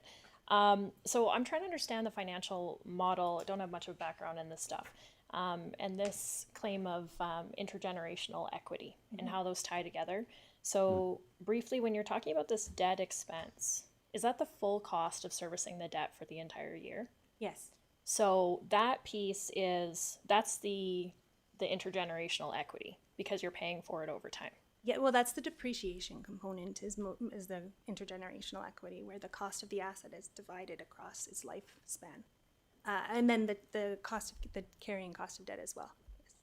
So tell me more about that, because what I'm kind of understanding there is that it's being paid for twice in order to retain some extra money to pay for future capital expenses. And you mean paid for twice because it's being you're paying for it. I think that's why we have that slide, the two sides. So how are you recovering the costs and how are you financing the assets? So yes, it is being paid for initially. Like when you're purchasing an asset, you have to pay for it outright, of course. So that is on the books. That's the financial side. But in terms of recovering the cost of that asset from customers, you're recovering it from them over time. So yes, you could save your customers money in terms of the carrying cost of debt if they're paying for it outright. But that is the intergenerational equity component, because it's 2027 customers then who, although they're not paying for the cost of financing that asset, they're paying for that entire asset at once. I don't know if that clarifies it for you. Let me ask an even less financy question. Sure. So that $135,000 in that slide, which is the deemed debt expense, is that interest? Yes. Okay, got it. That makes sense. So it's the depreciation that is being carried over time. So that's how it's paid throughout the life. The people who are using it are paying for what's being used up, theoretically, of that asset. Yes. Okay, that makes sense to me. Sort of related to that, if we were to switch to this model, and maybe this is a question for staff as well, but if we were to switch to this model, what rate do you start with? We have existing infrastructure. So do you factor in that infrastructure when setting a rate now? Do we factor in the 25 years of rate that we haven't collected for that infrastructure and start collecting that now on a shorter timeline about what's, how much is left on this? How do we factor in what we already have and work that into this model? So yeah, it would, we haven't made the financial models yet, so I'm not totally clear on what infrastructure exists and what has been paid off. But that is the part where it's a rate base question and versus the no cost capital. So let's say I'm a private owner who wants to buy your utility, and I'm going to start charging a return on, I'm going to come in and charge your customers a return. I'm going to look at your books, and I can only charge a return on the existing rate base. And that is your original cost of the asset minus your depreciation. So if those assets are 10 years old, I'm not collecting return, I'm not earning a return on the full cost of that asset. That asset has been depreciated partially. So you're only earning a return on the investment portion, the portion that still hasn't been paid for by customers yet. So that's how you would kind of look backwards. We'd look at your rate base. What is your initial investment? So you'd start with what are all your assets, and then you'd take out anything that's been contributed. So you're paid for by levies, paid for by grants, that comes out. Then you take out accumulated depreciation. So anything that has been paid by customers up until now, and that comes out. What's left is your rate base, and that's what you're charging the return on. Mr. Edney? Yeah, thank you, Mayor Dean. This is actually a question for the presenter, but more, I think, from my perspective for council's help. The way I think of the return on equity as that's essentially what we need to save to replace that asset when it starts to fail or hits its end of life at some point. And this is doing it now over the next 20 years instead of 20 years from now having to do it, because it won't be an offsite levy project. There might be a grant, but that's the scenario where you end up with a huge rate spike. Is we have a $15 million lift station that needs to be replaced, and we didn't put $15 million away to do it. And that return on equity is part of that savings for it. Is that the right way to think of that? I think so. And even more broadly, even if you're not saving $15 million, but you're saving $5 million, that is again an easier conversation if you're borrowing the remaining $10 million than if you're coming in and you have zero and you have no return. Thank you. I got a couple lights there. I just want to clarify. Councillor Grant, is your comment right now related to this topic or kind of a new direction? Ish. It's about financing, yeah. Okay, and then Councillor Sambo, is yours directly related to this conversation or something new? All right, Councillor Grant. Thank you, Mayor Dean. Through the chair to Mr. Edney, our presenter. I'm wondering how franchise fees were taken into account in this model. They weren't, because you're not charging a franchise fee right now. Yeah. Councillor Wastewater. Sorry, Councillor Grant. Yes, on the wastewater. On the wastewater, thank you. Perhaps I could add, Yeah. if you don't mind me. No, please. Chipping in on that I one. was about to Yeah, point anyway. Yeah. We try to think of that as almost a different problem to be solved. When a utility charges a franchise, or sorry, when a city charges a franchise fee, that's generally meant to represent, or that's for the right to operate in the city, right? And so you can rationalize that by a number of respects. There's all these indirect impacts of the utility being in the city. Sometimes the roads have to get broken up, and we have to bring in the roads department and repair the roads, and that affects the long-term life of the curb and all that kind of thing, right? So it's a different funding source for a different issue. It's meant to more of an exchange of, for the exclusive right to operate in the city, this utility will pay a franchise fee. So you would probably do that for ATCO Gas, for instance. You would charge a franchise fee. Whether or not you own the utility, or it's independent of whether or not you own the utility, as the point I'm trying to make. So what we're talking about in this thing is really about the utility finances. A separate issue, a separate revenue stream. I can see how you're wearing both hats here, right? You're looking after the shareholder, and franchise fee is another issue, another option, but for a slightly different issue. Councillor Grant. Thank you. That's fantastic, and I appreciate your answer. My follow-up question would be, are there other municipalities within Alberta that do charge franchise fees for wastewater and water? Yes, City of Red Deer is an example. They have not passed a bylaw, like a franchise bylaw. They do not have a franchise agreement with their own municipal department because it's all in-house. But if you do look at the rate bylaw, there is a municipal consent and access fee. It's phrased a little bit differently than franchise fee to be more descriptive of what it's really for. And it's really that money is going to city council or to the city.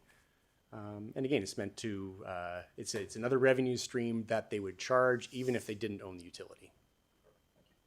Councillor, sorry. My apologies, Mr. Mayor. If I can just add, so the existing franchise agreement between the City of Chestermere and the utility does have the ability for City Council to charge franchise fees within it. So it does state that the City of Chestermere can charge up to 10% in franchise fees today.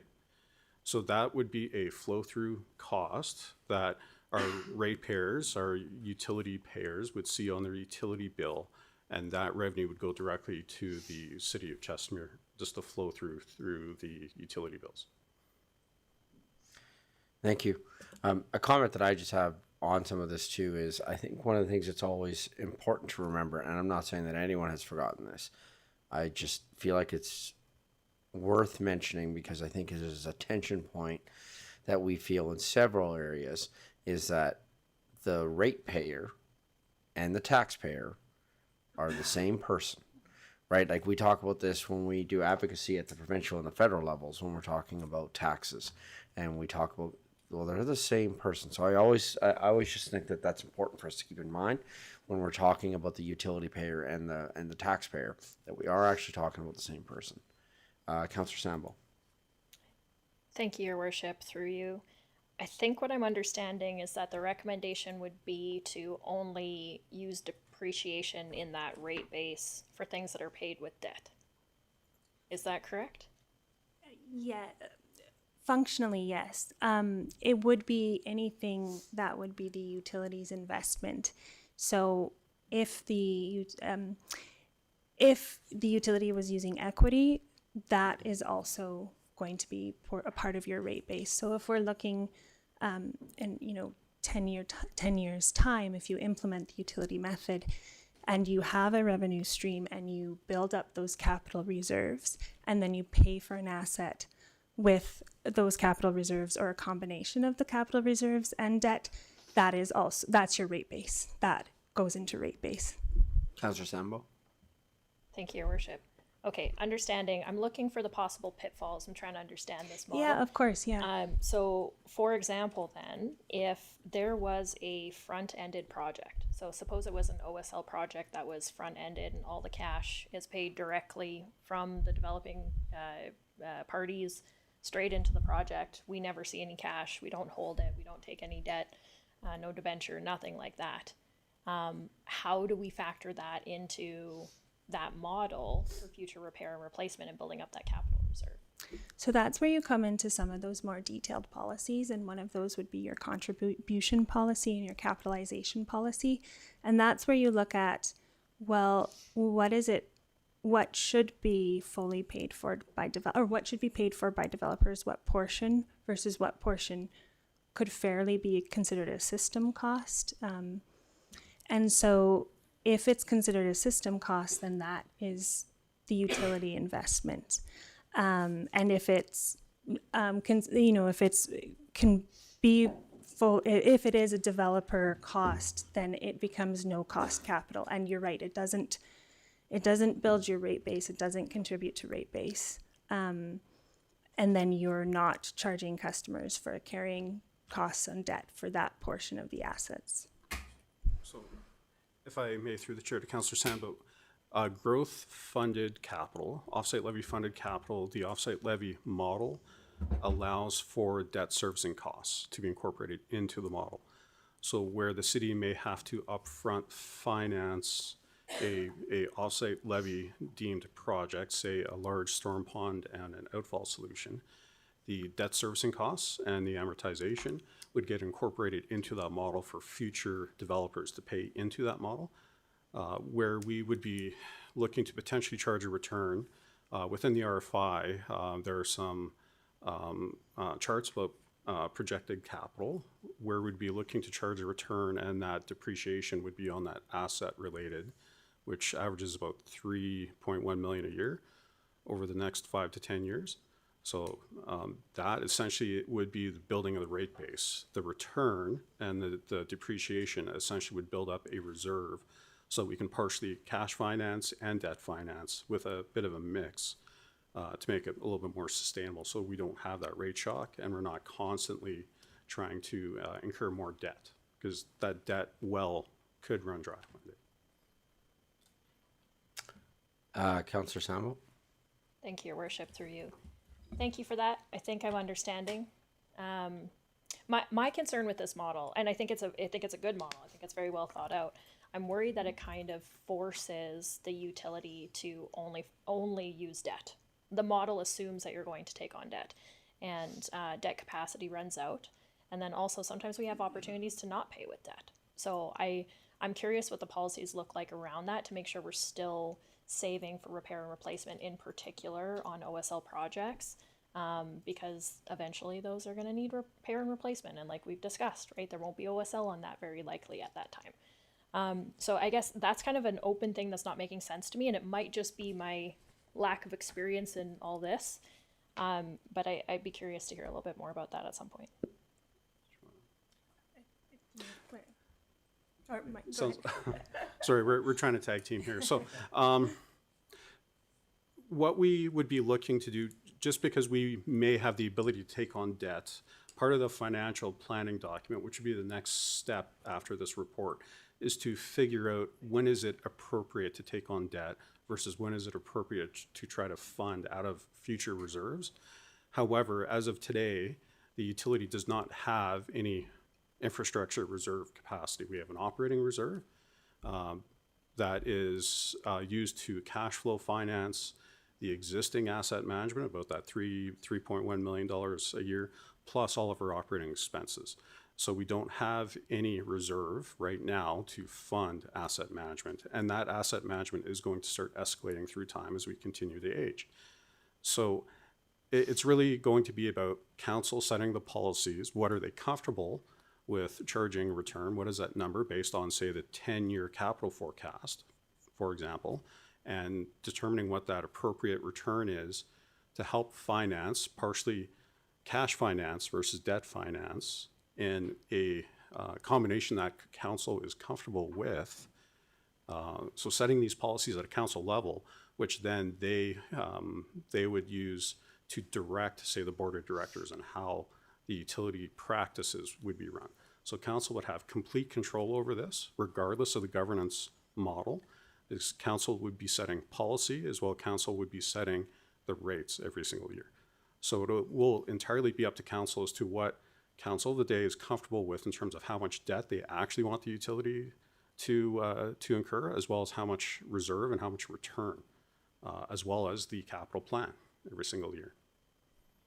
Can I just add to that? I just would also then just reiterate that one slide that has the left-hand side and the right-hand side, because how you're recovering costs is not necessarily exactly reflective of how you're funding those infrastructure projects. So council again approves rates that they deem to be fair based on a debt equity ratio and a return on equity that they deem to be fair. So that doesn't obligate you to take on more debt, or it doesn't obligate you to finance your utility infrastructure in a way that's reflective of the rates, right? Like this is the same way that the AUC does it. They're not looking at the books of the utilities, they're just deciding what is going to lead to fair and reasonable rates. So hopefully that makes clear that, yeah, that this isn't obligating you to take on debt. It's just if you rescind the debt moratorium, that does offer some more flexibility for building your rate base going forward. Great, thank you. I have a few comments, questions. First of all, to administration, this sounds like the beginning that we're starting to build a plan. So it sounds to me like this is kind of an initial first step to building out a more wholesome plan, if you will, when it comes to our utility. Would that be a fair reflection of what we're looking at here today?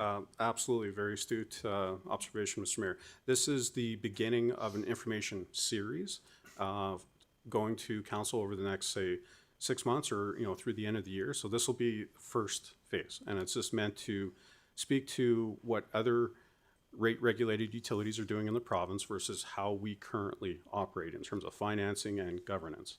There will be future reports for council's consideration, and that'll start to build the foundational framework for how the city operates its utilities over the next generation or 2 generations, looking at that generational perspective. We're not building for 5 years, we're building for 50 years, for 75 years to match the life expectancy of many of our assets. Great, thank you. The other question that comes from the public comes to why are OSLs not collected faster? So the comment in here is that they're collected over a 25-year period. So on this side of the bench, we know the answer to that, but once in a while it's good to ask a question to administration just to have answered for the public. So can you just speak about that timeline as to why OSLs are collected in the manner in which they are collected? Certainly. So I can certainly attempt to answer, and perhaps Director Chandiok can speak to this too. So the utility cannot actually recover offsite levies. The offsite levies can only be recovered from the city. However, it looks at, again, the generational equity and also the typical finance duration for a project. So the 25-year, trying to spread costs over 25 years to balance these big lumpy costs. So for instance, in the RFI, it has some, the 10-year projected for some of these offsite levies for water, sewer, storm, or offsite projects. And the public and council would notice that storm over the next 10 years has in the region of 95 million of projected construction projects required to service the growth, the projected growth in the community. Charging rates to collect that 95 million in a short period of time would be so insurmountable and uneconomic for our development community, would essentially stall economic growth. Thank you. Director Chandiok. Through the chair, thank you for the opportunity. This is more of a information sharing for me, I guess. So I'll give you a little bit of an idea of how OSLs work, not just for council's information, but also for public information. Typically, when a project is identified, it's identified for a catchment area. This XYZ lift station is going to serve, 2 square kilometers supposedly of area, and these 2 square kilometers of area, as and when that gets, so the cost of the lift station gets distributed over that 2 square kilometers of area. Any development that happens in that 2 square kilometers of area will pay towards that lift station. Now, the development happens when it is economically viable for developers. We don't control that. As and when a developer comes on board to develop a portion of that 2 square kilometer of an area, we collect offsite levies. Now, collecting offsite levies does not necessarily mean the project is going to get constructed. It only means that we are starting to collect money for a project that we will construct when it is suitable to do so. If we have a population of, say, 200 people in that 2 square kilometers of an area, and the lift station needs a population of 2,000 people to be able to run functionally properly, we will have to wait until we get a population number of 2,000 people in that area for us to construct the lift station and for it to operate functionally. And so us constructing a lift station for 200 people wouldn't necessarily be viable.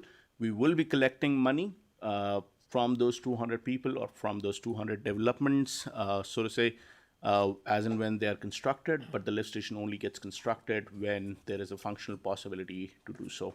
So again, as much as we want to collect the offsite levies at the first go, a lot of it is controlled by development. As and when development happens, offsite levies come in. Thank you. Yeah, sorry, Mr. Edney. No, thanks, Mayor Dean. I was just going to add to Director Chandiok's comments there. It goes back to that generational equity that's been talked about quite a bit. If you charged up front for it, those 100 homeowners might be the ones bearing the entire brunt of that lift station, whereas there's 1,000 homeowners that are going to benefit from it. So the model tries to reflect some of that equity and spread it out amongst all of those people that will benefit from that particular project.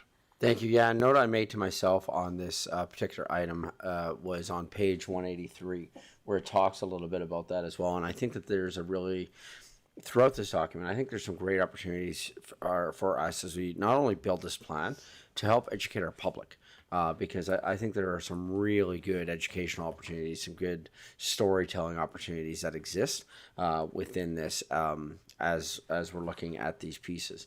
Mr. Edney. Sorry, thanks, Mayor Dean. Through you to council, and this is really for the public. Back to the comment of everybody's the same ratepayer. When the developer pays the offsite levy, they pass it on to the person who buys the house. So all of this money at the end of the day comes from the residents. While we call it a developer project, yes, they're doing it, but if that's $20,000 per house, it increases the cost. So again, this is a way to try to balance that across everywhere so that those $600,000 houses don't turn into 1.2 million because the offsite levy was collected right at that time. So part of that, trying to distribute around where the income comes from. Yeah, again, thank you for highlighting that, because again, I think that there are some really good educational opportunities that exist within this. The other thing, as we're building this plan, I would love for us to be able to, and I'm not sure how we're going to facilitate this, but this governance structure. I'm fascinated by this idea of taking it away from just being all of council and having counselors and other professionals and other people involved at a board level. I think that I wonder if that's something that our community would have an appetite for. That when I read this as part of that report, that made a lot of sense to me to bring that away and some of those recommendations coming back. So I guess to administration, my question would be, what does that look like in terms of the build out of that and how we're going, as we build this plan, how does that fit into this conversation, Mr. Edney? Yeah, through you, Mayor Dean, to council. So this is something that Director Mach and I are working on in conjunction with this. We have had the legal team look at this and prepare an opinion report on, again, what's the best structure, what's the best governance structure, what are council's options for governance structures. I have that report. That's something we will be bringing, as Director Mach mentioned, in the fall time here, in conjunction with some more follow-up reports on this. One of the key pieces, and I'd hoped actually to have that discussion today originally, one of the challenges, we want to understand that debt capacity in the utility company. So right now we're working with the lender to understand what our borrowing ability is, because that may affect some of those discussions around governance going forward. But hopefully by the end of the year, we've had all of these discussions and council can make an informed decision on what the best approach for the utility is. And so, I'll turn over to you in 1 second here, Mr. Mach. Would we see that if there was a change to a different type of board of directors, would we even see that board of directors possibly meeting more often and having more frequent conversations about the utility, Mr. Mach? Absolutely, Mr. Mayor. So that would be entirely within the control of council and how they set policy. So city council will be able to set the makeup of the board and the methodology in which the board gets recruited. City council can also set the frequency with which the board reports to city council on the status of the business, as an example. So I just want to reinforce again that city council ultimately, as the sole owner of any MCC, has complete control. The board essentially will execute on the policies that city council would set. But even as an MCC, the board of directors really do report to their shareholder, which would be city council and the city of Chestermere as a whole. Great, thank you. Page 205 of our agenda package, page 19 of the report, says under point 59, look at you go, Josh. For Chestermere, determine the exact wording of council policies. The precise directives from the board of directors and specific practices of the utility will be an iterative process involving discussion between the utility and the various city departments, as well as between the utility and council. Is that part of that timeline then that you were talking? What's the timeline for that? Does that fit within that next 6 to 8 months? What's the timeline for that? That's it, in the comment that's in page 59, and then attached to that on page, it says on the next steps as part of the presentation. So if this report is for information, then what is the timeline for the next step? So you mentioned it a little bit, but there was just some really specific items that then were in the report. So I'm just wondering about if perhaps this is just going to be repetitive, but I just want to capture some of that timeline piece. Certainly, through the chair to Mr. Mayor and the council, the original intention was to bring some of the debt capacity information to this meeting. However, CEO Edney and I continue to work with our lender to get that. So the intention is to come back early in the fall, perhaps as early as September, with additional information regarding legal opinion as well as debt capacity, and continue on this journey over, say, the next 6 months as part of the iterative budget process to get to a conclusion point or a decision point for city council where council will have enough information where they can make a decision on how they would like the utility to operate, the governance structure of the utility. And from there through the 2027 year is where we would be setting all these new policies for city council approval, which would then form the basis for all the practices that the utility, assuming it stays as an MCC, would be following going forward. So this is an iterative process, but City Council will start to see more and more reports coming through, say, the next 6 months, so a higher frequency, looking to inform and provide decision points for City Council. Thank you. With that, you didn't say this is what I heard. And I want to reiterate a concern that I heard come from Councillor Sambo, because I share the same concern. My concern is, it sounds like, you didn't say this is what I heard, that we're traveling down one path of solely focusing on taking on more debt. And that is a concern that I have, where I hope that when this comes back to council over the next 6 to 8 months, that there are other assumptions that are also built into the model, because I am certainly concerned. I guess the one concern that I had within the presentation and the report is the idea of zero sum on grant dollars. Because the concern I would have with that is, I think as a council, we've been very clear with our direction to administration. I think administration has been very clear back, going, we are pursuing every opportunity for grants. And so, yes, you can't bank on them, but if I was a member of the public, I may share in the concern that, well, if you put in a zero sum for grants, does that then diminish the effort that you're going to put in on going after grants? So that is not a criticism. It is something that I'm just concerned about when I see a zero sum for grants as part of that model that I just want to highlight. So I have 2 mics going, so can I go to Mr. Mach first and then Mr. Eddy? Okay, Mr. Mach. So if I may, this report and any policies and practices that might come from this report does not 100% assume debt financing is the only revenue. It is trying to be conservative that what if growth doesn't happen, what if we aren't able to secure grants. Okay.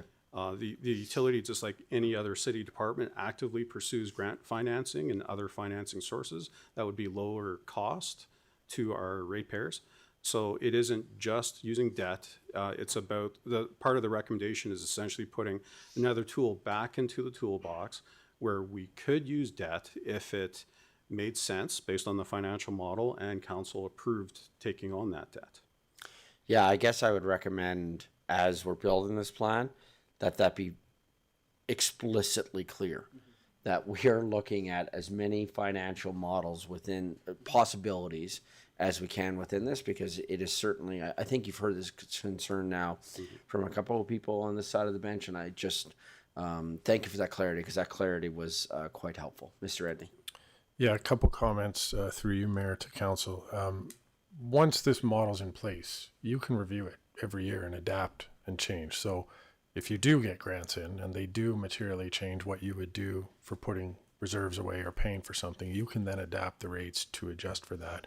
I think the challenge and the reality, and I'll be a little more blunt, is where we sit today in the utility is we can't take on debt and we aren't putting money away for the future. So we need to start looking at doing both. So again, I understand there's a huge concern from the public about using debt. But if we don't change our approach of keeping rates at the bare minimum, we're not putting money away to fund those. And we're going to end up in a Calgary situation where all of a sudden we have $30 million that we don't know how to pay for. So this model captures both of those and will allow us to set away some money. As the presenter mentioned, not all of the money, because you'll hope that you get some grants and stuff in, but at least it reduces that hit on debt when something does come up.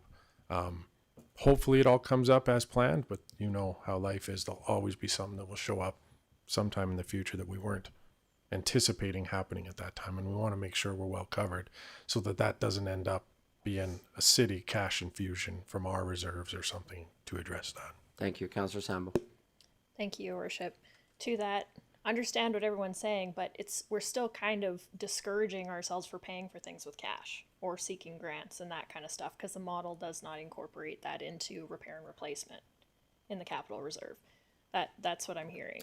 So I'll just, or I'm hearing something completely wrong, but I'll make the statement. I think we should probably at some point either have a workshop or something where we can give some perspectives, because believe it or not, my priority is not keeping rates low, which I know is shocking. It's making sure that we continue to have water, right? So I want to make sure that we have enough of a capital reserve to repair and replace our infrastructure that will start to age. Yeah, if I may, and even too in the interest of time, I think what we're trying to communicate from council is this isn't what you said. This is what's been heard. As a reflective point, as you go back and build a plan, please consider that, right? So this is not a criticism, I don't think. I think we're all saying the same thing, right? This isn't necessarily what you said. This is what we heard. And I think the concern at the elected level of, if this is what we're hearing outside of this building, is that what they're hearing as well? And let's just make sure that as we move forward, that we address that concern. Deputy Mayor. Yeah, no, I really want to echo that. The utility needs to be set up to be sustainable. And I really like that when we started talking about the generational sustainability of this utility and how we can keep it going. This is a lot of technical stuff that maybe the average person may not understand, but that's what I'm reading in this. Again, correct me if I'm wrong. The go forward, I'm certainly excited to see what we're doing. Thanks. Okay, thank you. So, sorry, Councillor Grant. Sorry, Mayor Dean, I just wanted to ask this just because it's kind of adjacent to what we're talking about, and we've been talking about OSLs and utilities, and we're specifically talking about stormwater right now, but we have other infrastructure costs as well. So I just wanted to clarify something you mentioned, Mr. Mach, and it was about a system cost versus an OSL cost. And we haven't really seen any information that relates to like the system and what's a system cost and what's going to be part of the community and an OSL cost. So my question is how is that determined? Is that through a negotiation process with the city and the builder, or is that black and white and it is what it is? Thank you through the chair, Councillor Grant. So essentially the OSL costs are infrastructure costs directly related to growth. So it's a cost that the city would not have to incur if it weren't for that growth in that area. So it's the benefiting area, as Director Chandiak had mentioned. I believe there's something like 27 benefiting areas in the OSL model. So the system cost or the asset management cost is for existing infrastructure that needs to be maintained or upgraded due to natural system growth. It's not as per a specific subdivision or a specific new part of the city. It's to maintain the system as a whole, continuing to operate as it ages and breaks down, or new standards, new environmental regulations, those types of costs. That's the system cost. Councillor Grant. Thank you for that. And I guess to be specific, so say that a new community came online and a water main needed to be increased in size. Is that all OSL eligible work? Through the chair, not necessarily. So if it's we gray. had to upsize a water main to accommodate a new subdivision, for instance, a portion of that upsizing would get allocated to the demand that is being incurred by that subdivision, not necessarily the whole cost. Councillor Grant. Thank you. I just wanted to explain why I was asking this question, and for the public's information and really some of my own information as well, is that the OSL model and all these costs largely drive our expenditures and our capital expenditures here, which have a direct effect on what we charge residents for a tax base. So I'm trying to make sure that our whole process from tip to tail is I don't want to say proper, but that it is not being manipulated, and that it is transparent and open and fair. I think is my biggest thing, is that we're getting fair costs, and that there's not unseen costs that we're paying for that maybe we shouldn't. So I think that sounds pretty great what you said. Thank you. And Councillor Grant, can I add a word? Responsible. right? I would be a word that I would add if I don't want to put words in your mouth, but I think responsible is something I hear in that as well. Okay, with that, I believe that we have the motion to accept for information. So can I have the motion to accept the presentation for information, please? Can I have a councillor make the following motion, please? Councillor Grant. Thank you, Mayor Dean. I move the council accept the report on utility governance, policy, and rate recommendations, including best practices for future capital financing methodologies for information. Comments, questions from council? Call for the vote. Councillor Warzanowski, do you vote in favor? Yes, in favor. Thank you, and that's carried unanimously. Thank you very much. Thank you for the presentation. We appreciate it. Council, we're going to try and power through here because Chief Zebedee is on a bit of a timeline here, and he's here to present information on from our situation that we had this weekend.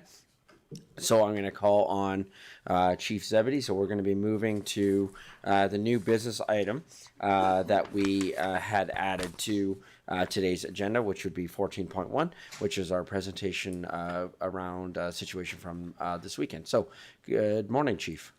Good morning, Mayor and Council.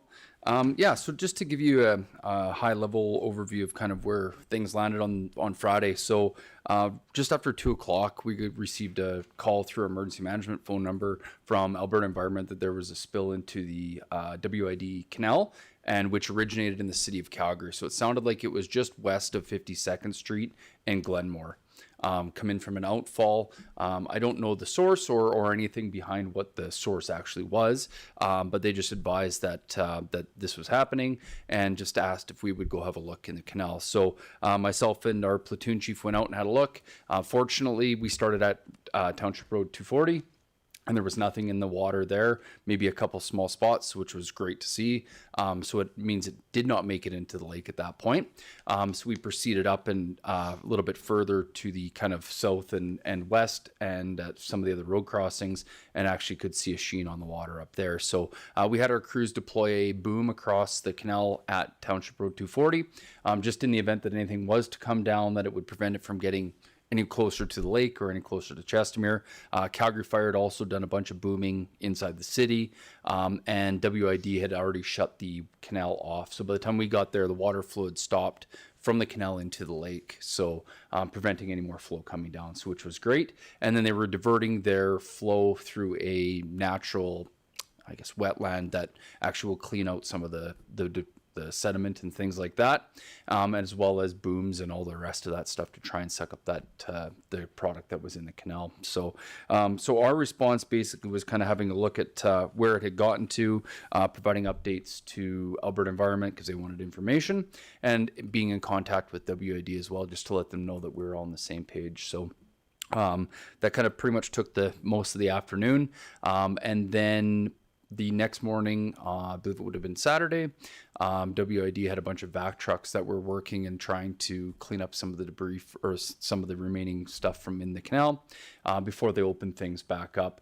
Probably around 11 o'clock or so, we pulled our booms from the canal after talking to WID, as they were happy that they had contained everything and there was going to be no further impact.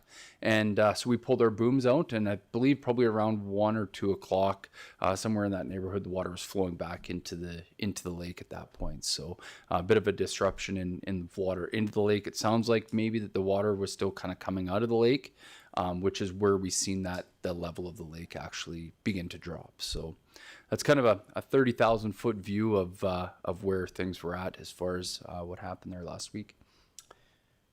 Thank you. Question that I have, and we'll open up for other question from councillors as well. What's the go forward from this? Because I think that I will share my own frustration, is just communication. Yep. And so so this has happened. So, sorry, let's just do rapid fire right now. So currently right now, there is no danger to the lake of any contamination currently, correct? Nope, everything is good. Nothing made it into the lake. It was stopped well before, and it was all cleaned prior to them opening the canal back up. So including over the weekend, there was no health concerns for residents, for people, for pets related to the spill that happened. There was no health concerns that we are aware of for pets and or humans with relation to the lake. Absolutely. Fantastic. Okay. So subsequent though, I think one of the things that I was certainly hearing from residents, and I know other members of council were, with just regards to information. So I'm wondering if you could just walk us through what maybe the after incident follow-up is going to look like, perhaps from not only your department, but with the city of Chestermere as well. So if you could maybe answer from your perspective, and then perhaps CAO has some insights as well. For sure. Any of these incidents that do occur are certainly a great opportunity for learning. So every incident we have, even though if it goes completely smooth, there's always really good things that come out of it for system improvements, all sorts of things. So we're taking this one as certainly an opportunity for to understand WID and how their system works. Again, this isn't something that happens weekly, monthly, thank goodness. Carrie has already made contact with WID, so they will be getting us their most up-to-date and latest and greatest plan, as well as some further contacts into WID.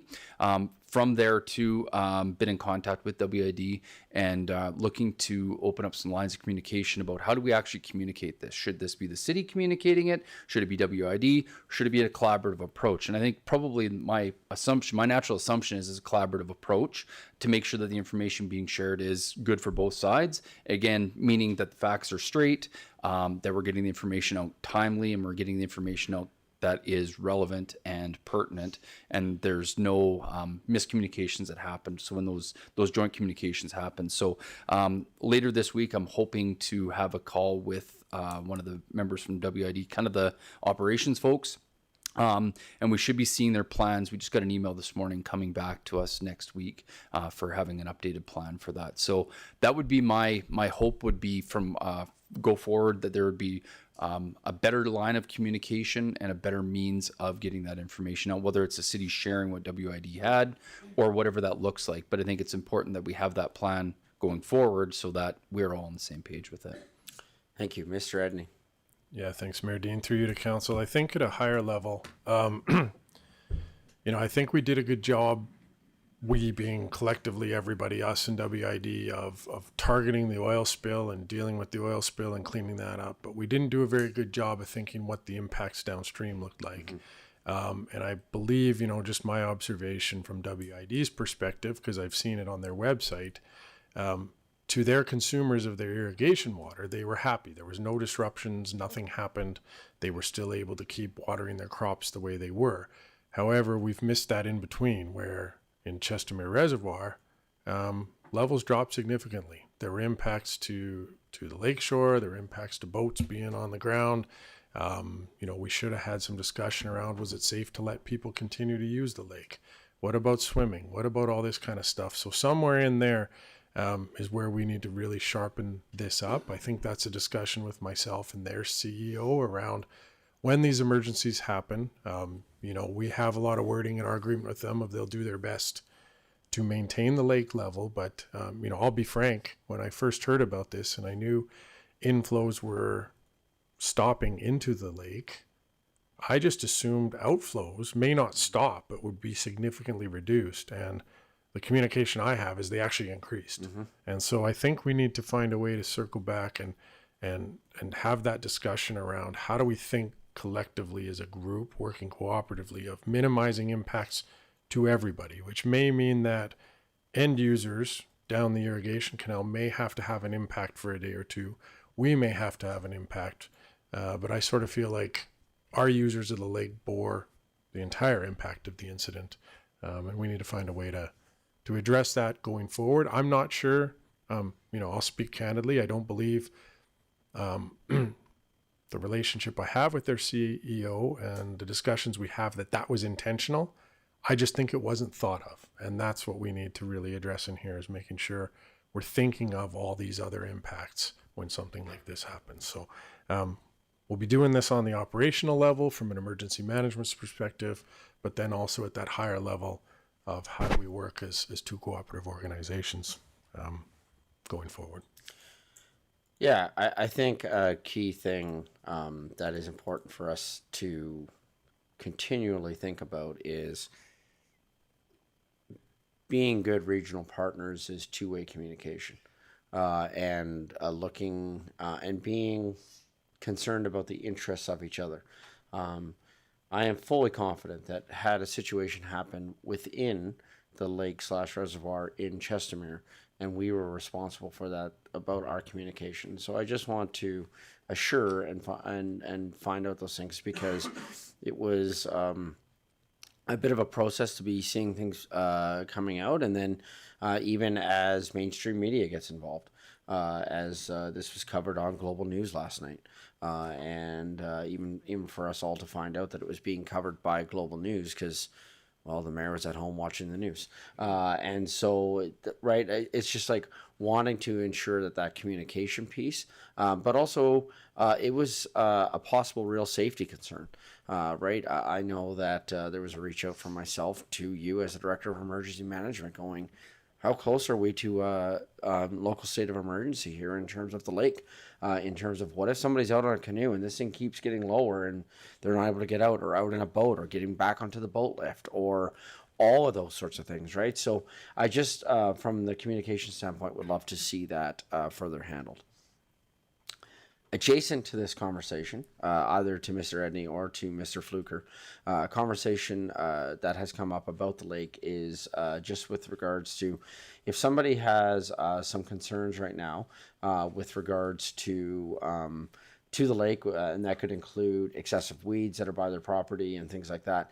What is the best way to let the city know about concerns that they may have? I believe that there's a link, or there's an email that they can utilize to report that, so we're able to respond. So I'm wondering, either to Mr. Eddy or to Mr. Fluker, if residents have concerns related to that, how would they go about doing that? Mr. Fluker.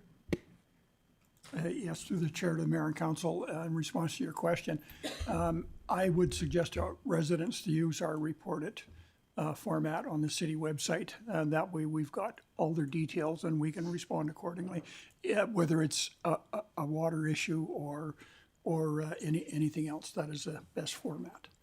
Great, thank you. So even in an incident like this, I think it's one of the things that I would love to see us looking at is, I'm wondering if it's possible, just on the heels of this, for us to put out, Mr. Edney, for us to put out a communications with regards to, if you have concerns with things that you are seeing on the lake, please utilize report it. Perhaps I'm mistaken. I thought there was a specific link related to weed concerns, but perhaps I have that wrong. I was wondering if we could get a communication out in short order on our social media platforms with relation to this, because this was quite the topic of conversation, obviously. And now, again, with Global News having covered this last night, that's the only one that I know of. I'm not sure if another mainstream media, well, actually, I also saw it on Strathmore Now, I know, covered it. And so now that it is also on mainstream media, I'm wondering if we could put a follow-up notice, and even maybe a proactive, if you have concerns, here's how to go about that. Mr. Edney, I'm wondering if that is a communication that we could put out as the city of Chestermere in short order, say within the next 24 hours. Mr. Edney.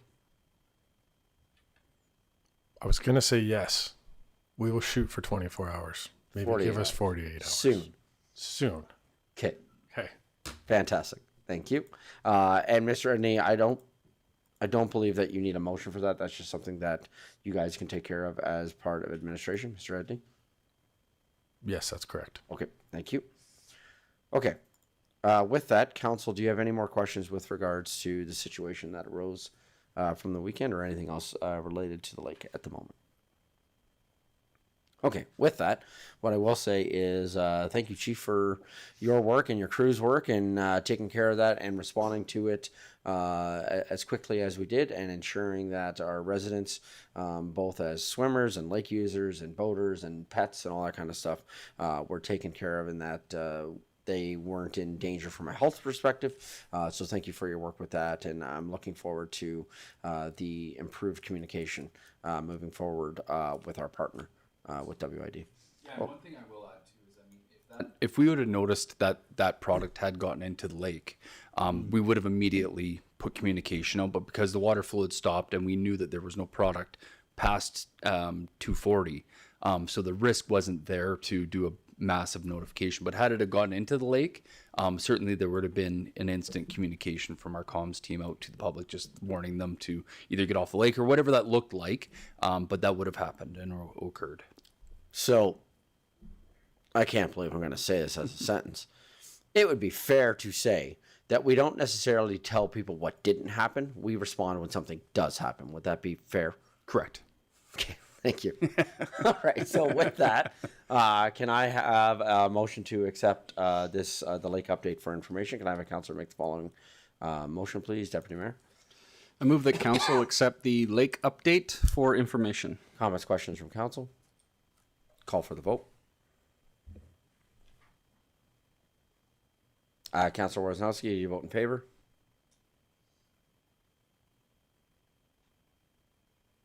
Councillor Woznowski, do you vote in favor?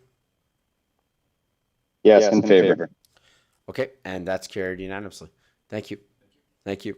With that, we will take a break and we will come back at 1 o'clock for our public hearing.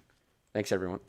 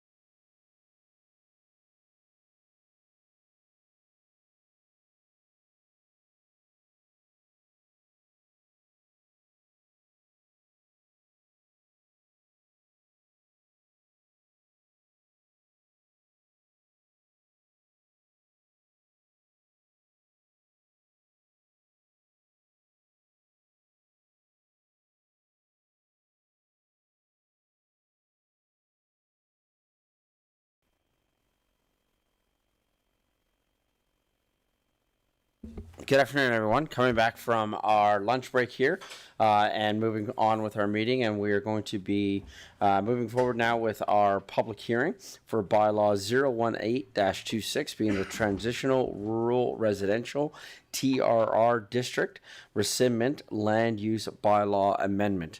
I'm going to be calling now for the motion to open the public hearing. Can I have the motion, please, to open the public hearing? Can I have a councillor make the motion, please, to open the public hearing? Councillor Narayan.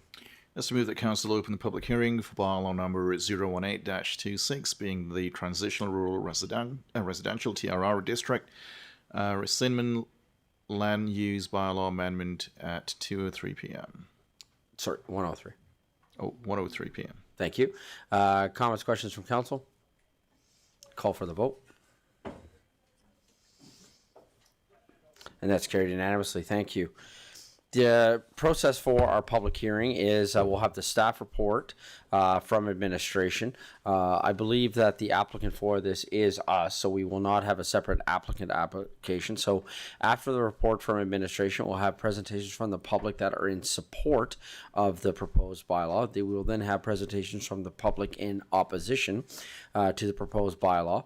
We'll have a rebuttal presentation from the applicant, which will be limited to the comments received or heard in opposition. Any kind of final questions of administration from council, and then once the public hearing is closed, council begins the deliberation process. Council may choose to make a final decision at the same meeting or defer the decision to a future meeting of council. Any individual or group that wishes to present at the public hearing may register on the designated sign-in sheet that is at the back of the room, either in support or in opposition of the proposed bylaw.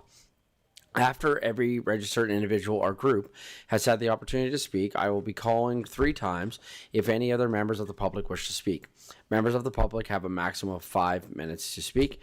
The public hearing is being recorded and live stream and will be available for view on our website. You can also call in to participate in our public hearing for whether you would like to speak in favor or against. The phone number for that is 403-207-7050, extension 7106. Again, that's 403-207-7050, extension 7106. I'm now going to be calling for the staff report from administration with regards to bylaw 018-26. And I think that this is being presented by Director Chaniok, and he will be highlighting who else from his team will be presenting. So, good afternoon, Director Chaniok. Good afternoon, Your Worship and members of council. For the record, my name is Sat Chandiok, Director of Community Growth and Infrastructure for our City of Chestermere. And with me is Colin Kelly, Planner 1 in our team.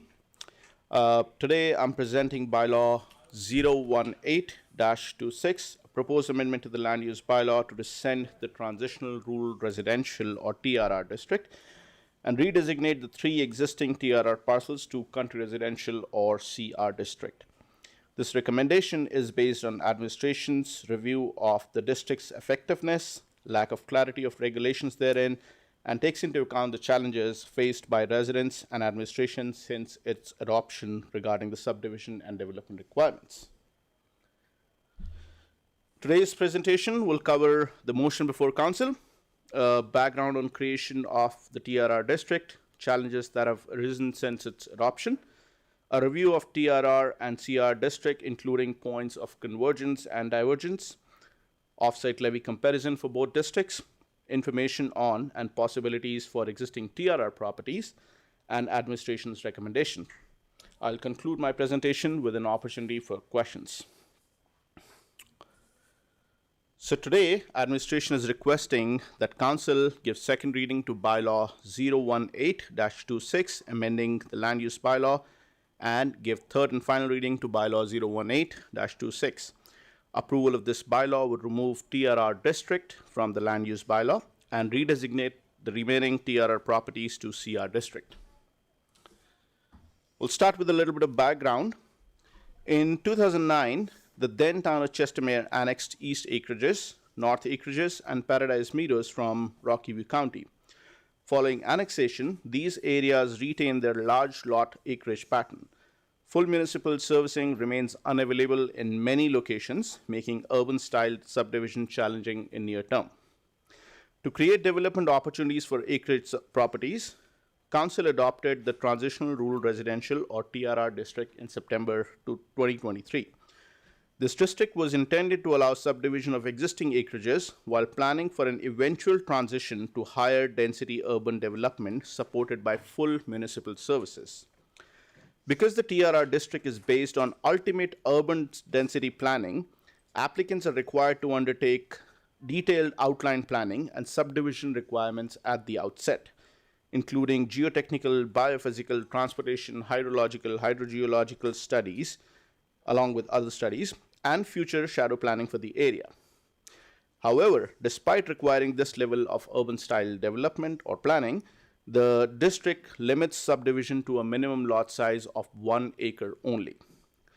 In February of 2026, after identifying challenges with the TRR district, administration brought forward a new country residential or CR district as an alternative to TRR. The CR district still allows residents to subdivide their properties, but without requiring planning for ultimate urban density. It includes less stringent application requirements, it has lower offset levy obligations, and still achieves the minimum lot size of 1 acre. Council approved the CR district as a less cumbersome, more affordable framework with lower offset levies to encourage appropriate development in acreage communities.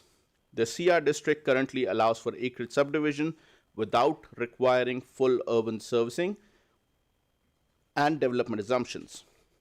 Given that the CR district now provides more efficient and practical alternative, administration is proposing to rescind TRR district. We'll talk a little bit about challenges that we face with TRR. Since the adoption of TRR district, administration has received feedback from acreage owners and applicants regarding two primary concerns. First, the requirement to pay all offset levies, including water, sanitary, storm, at the stage of subdivision, which creates significant financial barriers. Second, applicants are required to prepare shadow plans demonstrating how their lands could ultimately transition into urban density development, even when their ultimate goal is to keep lots to 1 to 2 acres. Residents have indicated that they have no intention of pursuing future urban development. Residents have indicated that they have no intention of pursuing future urban development and view these studies and plans as unnecessary expense. As a result, uptake of TRR district has been extremely limited, with only one successful redistricting application since its creation almost 3 years ago. Administration believes that the CR district achieves the same broad goal of facilitating acreage subdivision while reducing unnecessary technical and financial requirements. When the TRR district was introduced, it reflected the regional growth planning philosophy and context that existed at the time. While the Calgary Metropolitan Regional Board has since been dissolved, the underlying TRR framework remains in place. With that said, the district was specifically designed as a transitional land use category intended to bridge rural residential development and future urban growth. A key principle of this district is the expectation that development would ultimately transition to higher densities and be planned with consideration for and supported by municipal water, sanitary, and storm infrastructure. However, given the significant capital investment required to extend and construct municipal services for small lot developments, such a transition is unlikely to be economically viable. As a result, the district's long-term transition objectives may be difficult to achieve under current marketing and servicing requirements. We'll talk a little bit about CR and what it does. With these considerations in mind and in response to concern raised by acreage owners, the country residential district was developed. The CR district allows property owners to subdivide and develop their lands in a rural residential format without the expectation of planning for eventual urban densities. It establishes a practical middle ground between traditional rural acreage developments and fully serviced urban neighborhoods. The district supports 1 to 2 acre residential parcels, permits the use of independent servicing systems and removes many of the planning and infrastructure requirements associated with future urban transition. As a result, it provides a more streamlined, flexible, and cost-effective approach to acreage subdivision. More importantly, the CR district does not preclude future development. Should landowners wish to pursue higher density development at a later stage, they would follow the same planning and approval process that would apply to lands designated as TRR. This would include applying to redesignate the property to an appropriate urban district and demonstrating that the necessary servicing, including water, sanitary, storm, and other infrastructure, can be met to support urban densities. As such, while the CR district removes the obligation to plan for future urbanization upfront, it does not eliminate the opportunity for future development should market and servicing conditions allow for it. This slide summarizes the key differences between TRR and CR district. While both districts permit subdivision to approximately 1 acre parcels, their underlying purpose and intent and long-term planning objectives differ significantly. The TRR district is intended to facilitate a transition towards future urban development and as a result requires consideration of municipal servicing, urban infrastructure, and potential for high density development over time. In contrast, the CR is designed to support country residential living without the expectation of future transition. It recognizes that some landowners wish to maintain a rural residential lifestyle without undertaking planning and financial commitments associated with future subdivision. From a development requirement perspective, TRR requires shadow planning, a full payment of off-site levies, and the CR district may allow for deferral of water, sanitary, and stormwater levies. May not require shadow planning, and depending on the scale and nature of development, may also not require outline plans. Similarly, because the CR district does not contemplate full urban build-out, the scope and complexity of supporting technical studies may be reduced compared to those required under the TRR district. Ultimately, both districts result in the creation of residential parcels with a minimum size of approximately 1 acre. This slide lists the permitted and discretionary uses in TRR and CR districts. As you can see, both districts support the intended function of residential development, with uses such as single detached dwellings, accessory buildings, parks, home-based businesses, and secondary suites available within each district.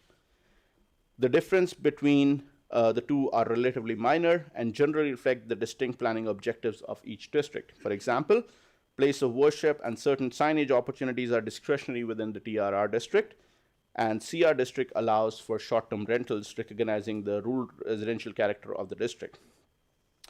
An important point to note is that any transition from lands currently zoned TRR to country residential will not result in significant reduction of development opportunities for existing properties. The CR district continues to accommodate almost all of the residential and accessory uses that are appropriate and expected within acreage development setting. From a land use perspective, property owners retain substantial flexibility in how they use and enjoy their lands, while benefiting from a regulatory framework that is more closely aligned with country residential development.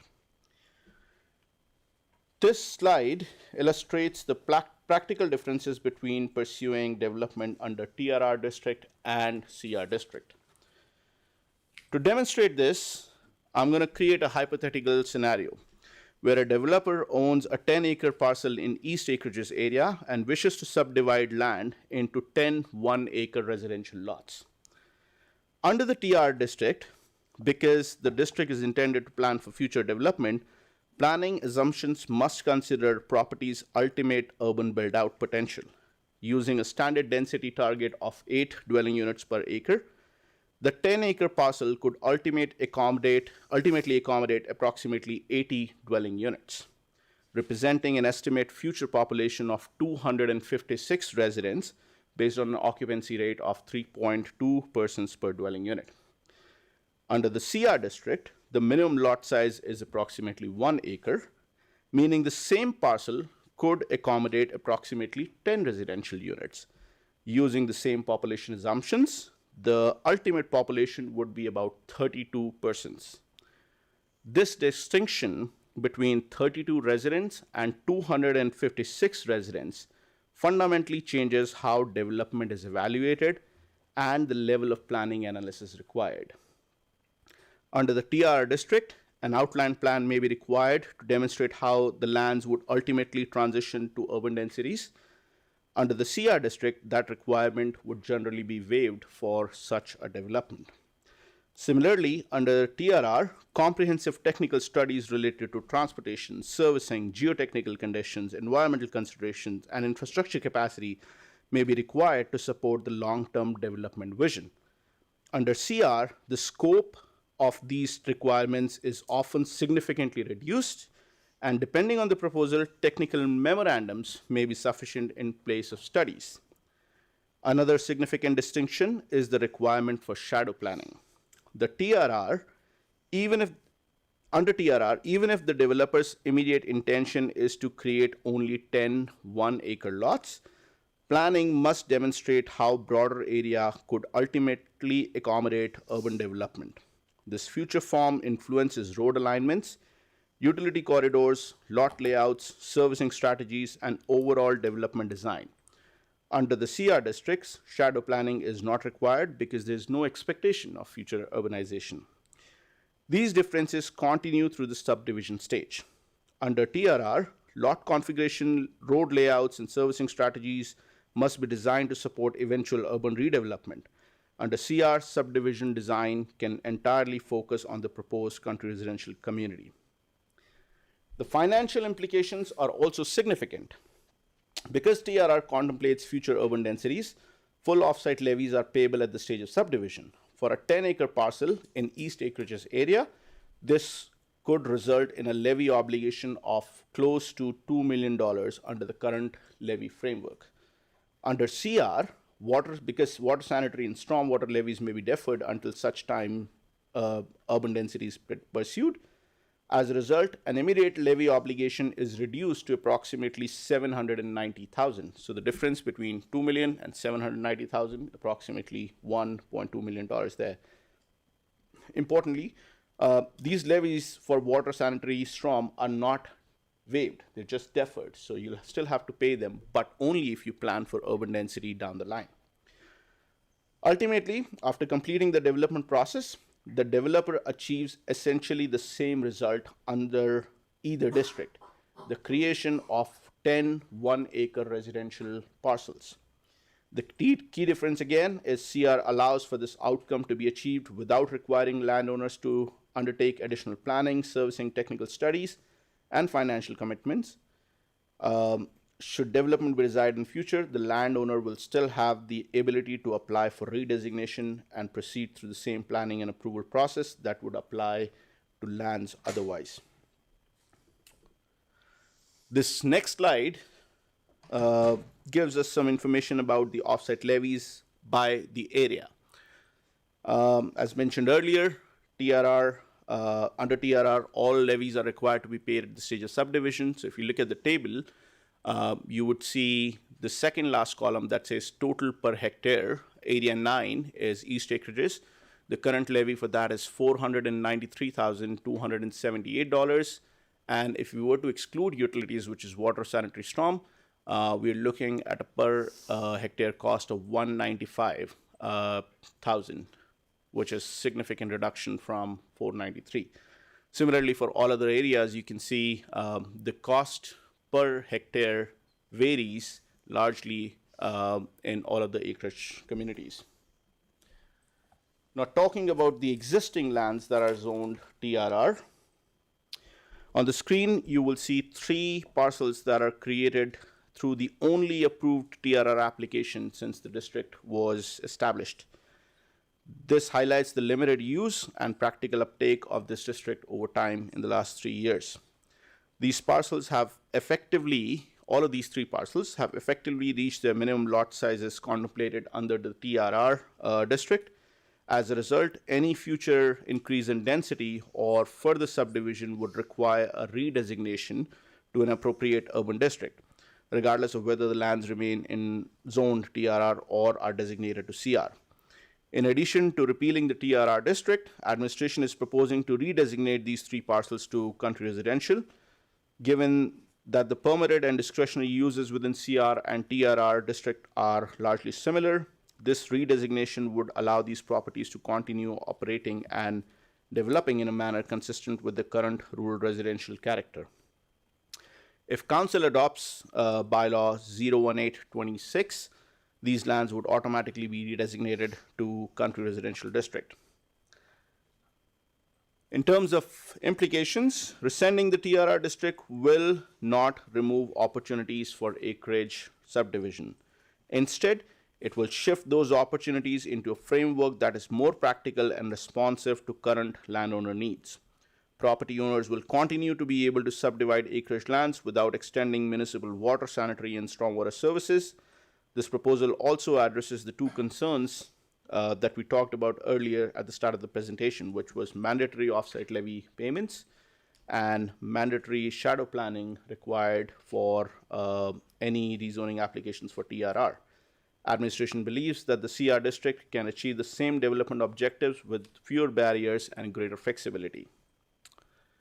For public hearing, following the first reading on June 23rd, the proposed bylaw was advertised in accordance with Municipal Government Act and the city's digital advertising bylaw. Notice was published on city's website, shared through communication channels, and emailed to adjacent landowners. As of July 17th, administration had received 2 submissions in opposition, and any additional written submissions received prior to today's public hearing will be provided to council in accordance with council's procedures. Based on the limited use of TRR district and the availability of country residential district as a more practical alternative, administration is recommending approval of bylaw 018-26. The proposed amendment removes a district that has proven difficult to implement while maintaining development opportunities for acreage owners through the CR district. With this, I conclude my presentation. Mayor and members of council, thank you very much for the opportunity to present, and I'm happy to take any questions. Great, thank you. Council, are there any initial questions that we have for administration before hearing from members of the public? Councillor Narayan. Thank you, Your Worship. Through you and through Mr. Edney to Mr. Chandrak. Would it be practical to have both the TRR and the CR? Are you asking me if it's practical to have both? Should council choose? Yes, it is practical to have both. It creates a little bit of confusion because now TRR, again, the challenges that we face with TRR is the district itself is ambiguous. It was created with the intent of creating future densities, but because there is no guarantee that someone will subdivide their land after initial 1 acre subdivision, having it and projecting it as a district that supports future urban densification is a problem, is a misrepresentation, I'd say, for the most part. There's no guarantee that after lands are subdivided under TRR district that council will rezone any of those lands to allow future subdivision of those lands. But the district, again, allows you to plan for future subdivision, future urban densities when there are no guarantees. So from a practical standpoint, I believe going step by step is a much simpler, streamlined process that most municipalities tend to take rather than creating a two-way process where there's no guarantee of the second step. Thank you. As a follow-up to that question, though, would the risk not, if both districts were, let's try English now, if both districts were to remain, so if we were to have TRR stay alongside CRR, is not the risk that you just outlined borne by the applicant? And then, along with that, aren't they just agreeing to pay more offsite levies for something that may not ever happen? And so I guess what I'm getting at is if you left it and they made a decision to, I want to pay offsite levies, I want to pay more in offsite levies, recognizing that I may never get the thing that I want to get, is that not their risk, not ours? To the chair, you're correct. The risk lies with the applicant, and therefore it is important to understand the distinction between both of these districts. One allows you to achieve the same result much more economically by way of spending less on studies, by adhering to less technical requirements, and by paying less offsite levies. The second one requires you to pay everything up front with the idea that you are eventually going to subdivide in future. What that does create again is ultimately you're achieving the same level of or same number of parcels at the end of the day. And unless there is an actual intent to draw services out to any of the acreage areas, my recommendation to council would be to not pursue TRR district. Having TRR district does not necessarily create a magic wand to create urban densities. You can still achieve, if the intention actually is to develop to full urban style development, there are districts that are actually designed for that. R1, R1 PFD, urban districts, residential estate districts, if you want to plan lots that are bigger than R1.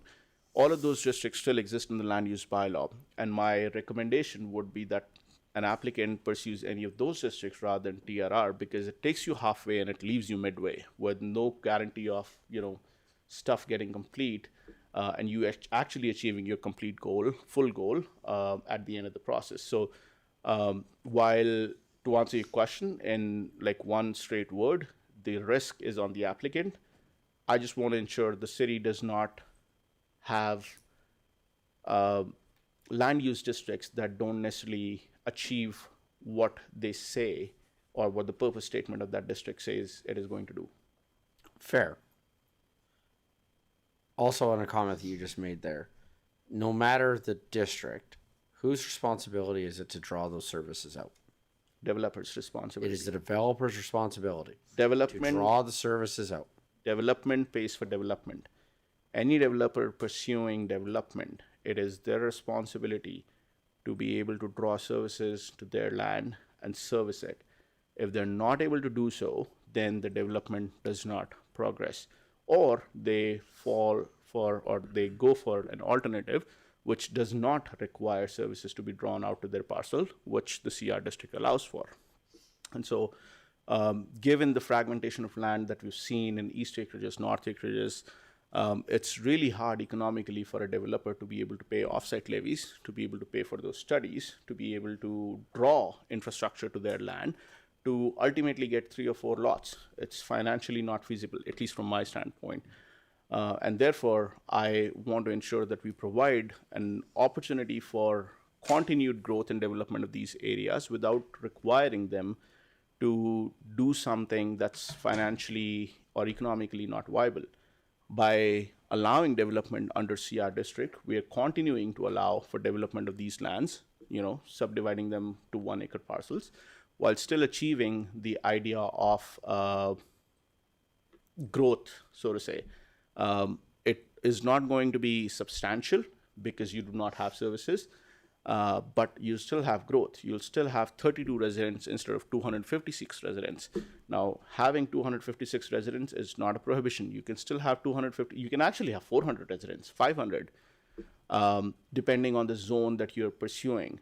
So from my standpoint, again, it's all about providing clarity, keeping development economically viable, and ensuring that we are promoting responsible development through the rules and regulations that we have in the bylaws.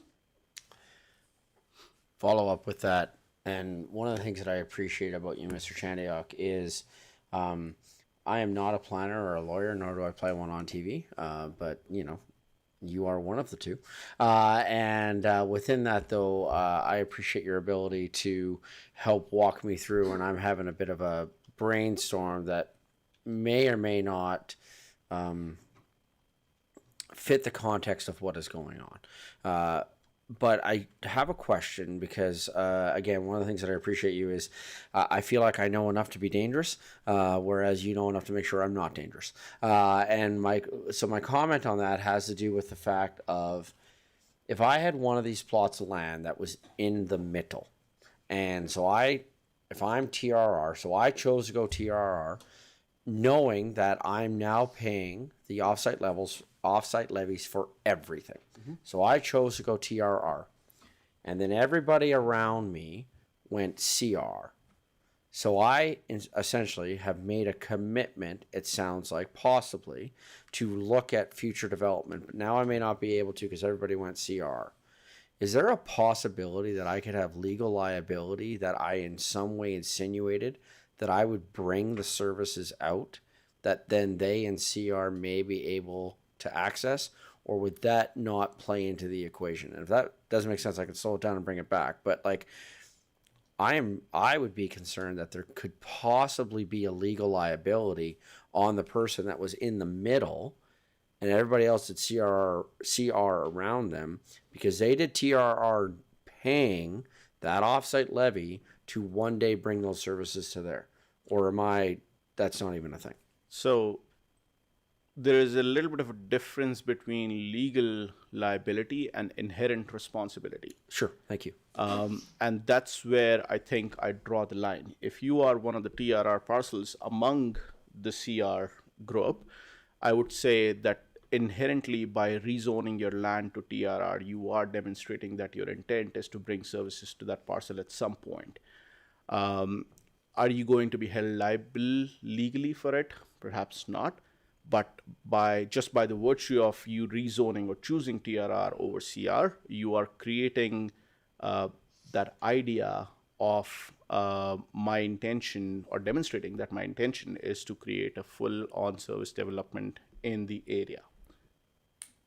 So inherent responsibility, legal liability, inherent responsibility. Essentially, then the rest would be for a judge to figure out. Correct. At that point, it'll be in the court of law. Thank you. Deputy Mayor Schindler. Yeah, and goodness, along those lines, through the chair to administration, to Mr. Chandy Hook,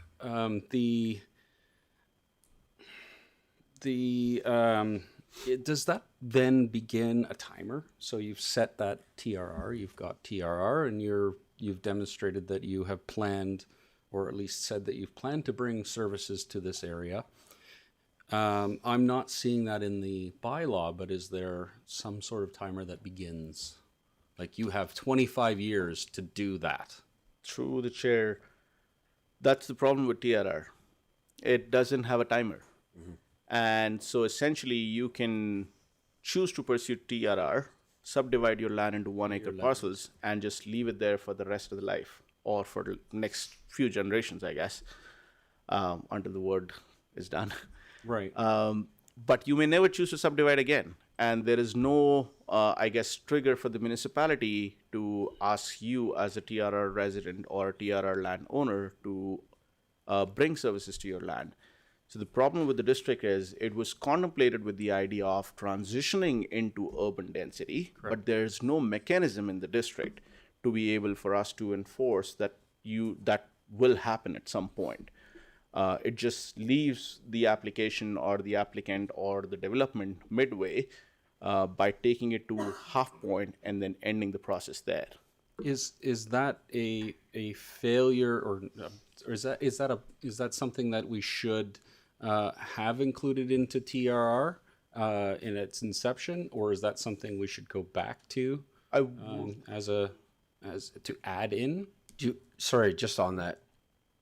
Because we're debating on the rescindment or thereof, I think we should decide that first before we look at something that would be added to a bylaw that we're currently debating whether or not it gets rescinded. Well, we haven't brought the rescindment up yet. Yes, we have, because we did first reading and now we're in public hearing. Right, okay. That's what the public hearing's for. So okay, that's the only caution that I have to live services. I'm not sure if you would agree on that, because the question has to do with, like, well, should we change that to do that? I think we need to put to bed the matter of Fair. are we even going to have this Absolutely. bylaw? Thank you for correcting me. I'll just switch gears and I have one quick question about the width, the lot width. Say, for example, there is a lot width in CR. Does that mean that or there's a lot that doesn't meet those criterias would to be CR or to make that designation? Does that is there some sensitivity to that? So I'll explain how the lot width setbacks works. In CR, we did a lot of research before proposing some lot widths for CR. And so in the CR district, you'll see that there are certain lot widths that you need to have to be able to subdivide your land depending on which road you're facing. If you're facing a local road, then you will have a smaller lot width because you can have more punchers on a local road, more disruptions on a local road, more driveways on a local road. Versus if you're on a collector, where speeds are generally a little bit higher than local road, we have included a provision that would allow you to have larger or bigger lots, 2-acre lots with a certain amount of frontage. And that's purposely done because we don't necessarily want to puncture a collector road every few meters. And so in order to ensure that traffic flows smoothly, we've intentionally created development patterns that wouldn't necessarily stop the flow of traffic. Now, with CR, because it's purposely designed, the development, if that happens, if people choose to continue to develop in CR, they'll have to follow that analogy. We currently have only 3 TRR lots. I think 2 of them do not meet the lot width concept from CR, but having said that, it does not prohibit them from developing. They will not be able to subdivide further, which they'll not be able to do anyway because they've reached the minimum lot size limit in TRR, which is 1 acre or something. So these lots are already like in the range of 1 to 1.2, 1.5, somewhere around that acre range. And they won't be able to subdivide any further in the TRR category. Now, having a smaller lot width, again, makes them legally non-compliant because we are proposing a zoning change. That does not mean they are not going to have development opportunities. If you change them to CR, the city will still continue to approve uses that are permitted within the CR district on any of those lots. Okay, thank you. Council, any other questions before hearing from members of our public? And then just a reminder, administration will have opportunity to come back for further questions that can be asked during the public hearing, as well as should we proceed with second or third reading today. Any other questions at this time from council? Seeing none, before I transition, any final comment then from administration before I move? My only final comment, and I'd probably like to come back after hearing comments from members of the public, but my only closing comment would be we have functionally created something that works to replace something that has created difficulties and challenges in the past. And so we're sort of trying to, I don't want to use the term rectify the mistake, but we're trying to be more efficient with our processes and ensure that we allow for responsible development through processes that are economically viable and efficient, and hence the submission to council to rescind TRR and rezone the existing TRR parcels to CR. That'd be my submission. Thank you. Great, thank you. Okay, with that then, I'm now going to be moving forward with the people who wish to speak in support of bylaw 01826. So I'm first going to look to legislative services. Did we have anyone sign in on the sign-in sheets to speak in support of bylaw 018-26? Seeing none, I'm going to call for a first time for anyone that would like to speak in favor. Sorry, just before calling for that first time, if you would like to call in to speak in favor of bylaw 018-26, the phone number for that is 403-207-7050, extension 7106. Again, that's 403-207-7050, extension 7106. At this time, we are looking for people who wish to speak in favor of bylaw 018-26. So I'm going to call now a first time for anyone that would like to speak in favor of bylaw 018-26.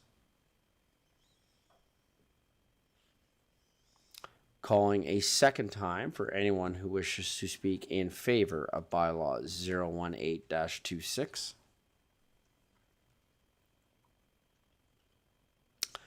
Calling a third time for anyone who wishes to speak in favor of bylaw 018-26. Turning to legislative services, have we had any phone calls that have come in to speak in favor of bylaw 018-26? Seeing none. Did we have any written submissions that came in after the deadline for people who wish to speak in favor of bylaw 018-26? Seeing none, thank you. So I'm now going to move to the those who wish to speak in opposition of bylaw 018-26. And so if you would like to phone in, to speak in opposition to bylaw 018-26, the phone number is 403-207-7050, extension 7106. Again, if you would like to phone in to speak in opposition of bylaw 018-26, the phone number is 403-207-7050, extension 7106. I'm now going to be going to the sign-in sheet. I have one name on the sign-in sheet for someone who wishes to speak in opposition of bylaw 018-26, and that is Mr. Gary Ott. People who are speaking in opposition have up to 5 minutes to speak in opposition. So, good afternoon, Mr. Ott. Honorable Mayor and Honorable. Sorry, can I get you to take like 2 steps to your left? Thank you, sir. Yeah, my name's Gary Ott. I'm Lake Erie Estates, and I'd like to speak in opposition to the bill number that's on the chart here. And I have a couple of items here, and I'll just pass them out. I'll ask for a presentation, but I couldn't put it on, apparently. So if you share this, and this is to do with Lake Erie Estates, which we are a part of East Acreages. Lake Erie Estates presently has water servicing, and we are within 800, I would say less than that, about 300 yards from sewer services at Kinnenberg. So one of the reasons why we would like to maintain the TRR is because it gives an opportunity for the city to maximize its revenues both in the levies and also in the tax base. Based on the attachment to that, you'll see that there's 5 applicants that made application back in September, well, in early part of 2024. And the reason why we pulled the application, because they said we had to come up with off-site levies right up front in order to subdivide or our application to be submitted or accepted. At that time, we were just going down to the 1 acre. The details on that 1 acre, or those 2 1 acre parcels is shadowed in there, what they call the shadow plan. So our objective was to subdivide down to the 1 acre. Once we got water or sewer servicing, then we could develop down into smaller lot sizes. So if you take that 42 acre parcel, which is part of Lake East Acreages, it extends out across the road 240A, 241A, I guess it is. And it's a little finger that goes in there. There's 18 lot owners. And we're right adjacent to Kinnenberg.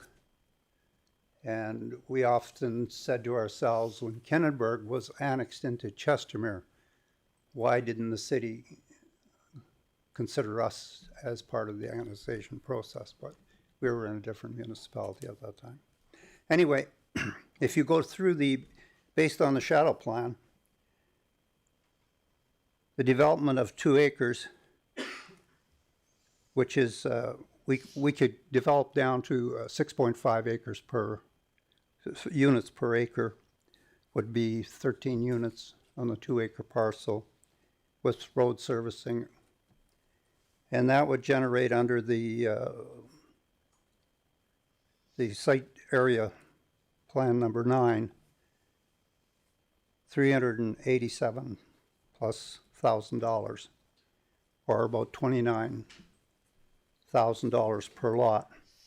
Excluding the existing homeowners, I took 2 lots out. So now from 13 lots, we're down to 11.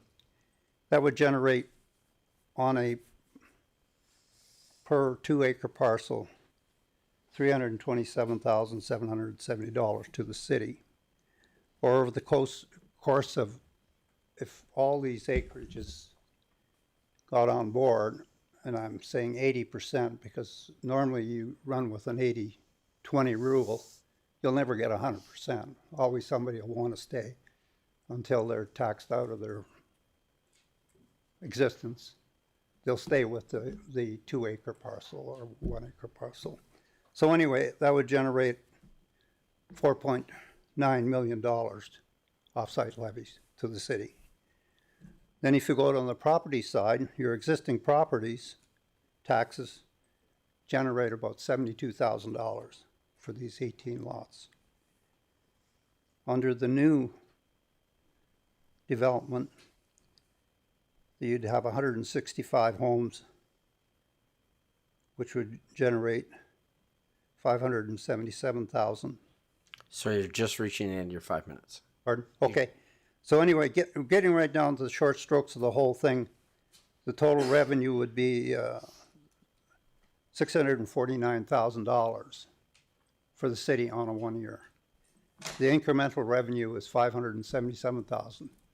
So therefore, the city would be losing out on a potential revenue base if we went outside of the TRR and went into the CR thing, because they would only be able to develop down to 2 1-acre parcels, possibly generating only 72 times 2, $140-some thousand. Okay, thank you. That is the reason why I'm against going away from the TRR. I want to stay with the TRR. Yep. That's my objective. Okay, thank you. Legislative Services, feel free to yell at me, throw things at me. But I do not think that anything in our procedural bylaw precludes the idea of having a bit of a back and forth after presentations. And there's nothing in our public hearing that stops that. It's actually a common practice that we see. So, Mr. Rod, I invite you that if you want to stay at the mic for a moment, because there's a couple of things that I want to address right away. Because the reason I'm doing this for the sake of council and for public is there are things that I think we can address right away. And there are what I believe are some misconceptions about this. So, Mr. Chaniak, can I turn to you, and thank you for going back to the mic over there so that just to make this a bit forward. So, Mr. Ott, I invite you to either sit or come back to the mic if you like, because I'm going to provide the opportunity for a little bit of back and forth here on some of the things that have been said.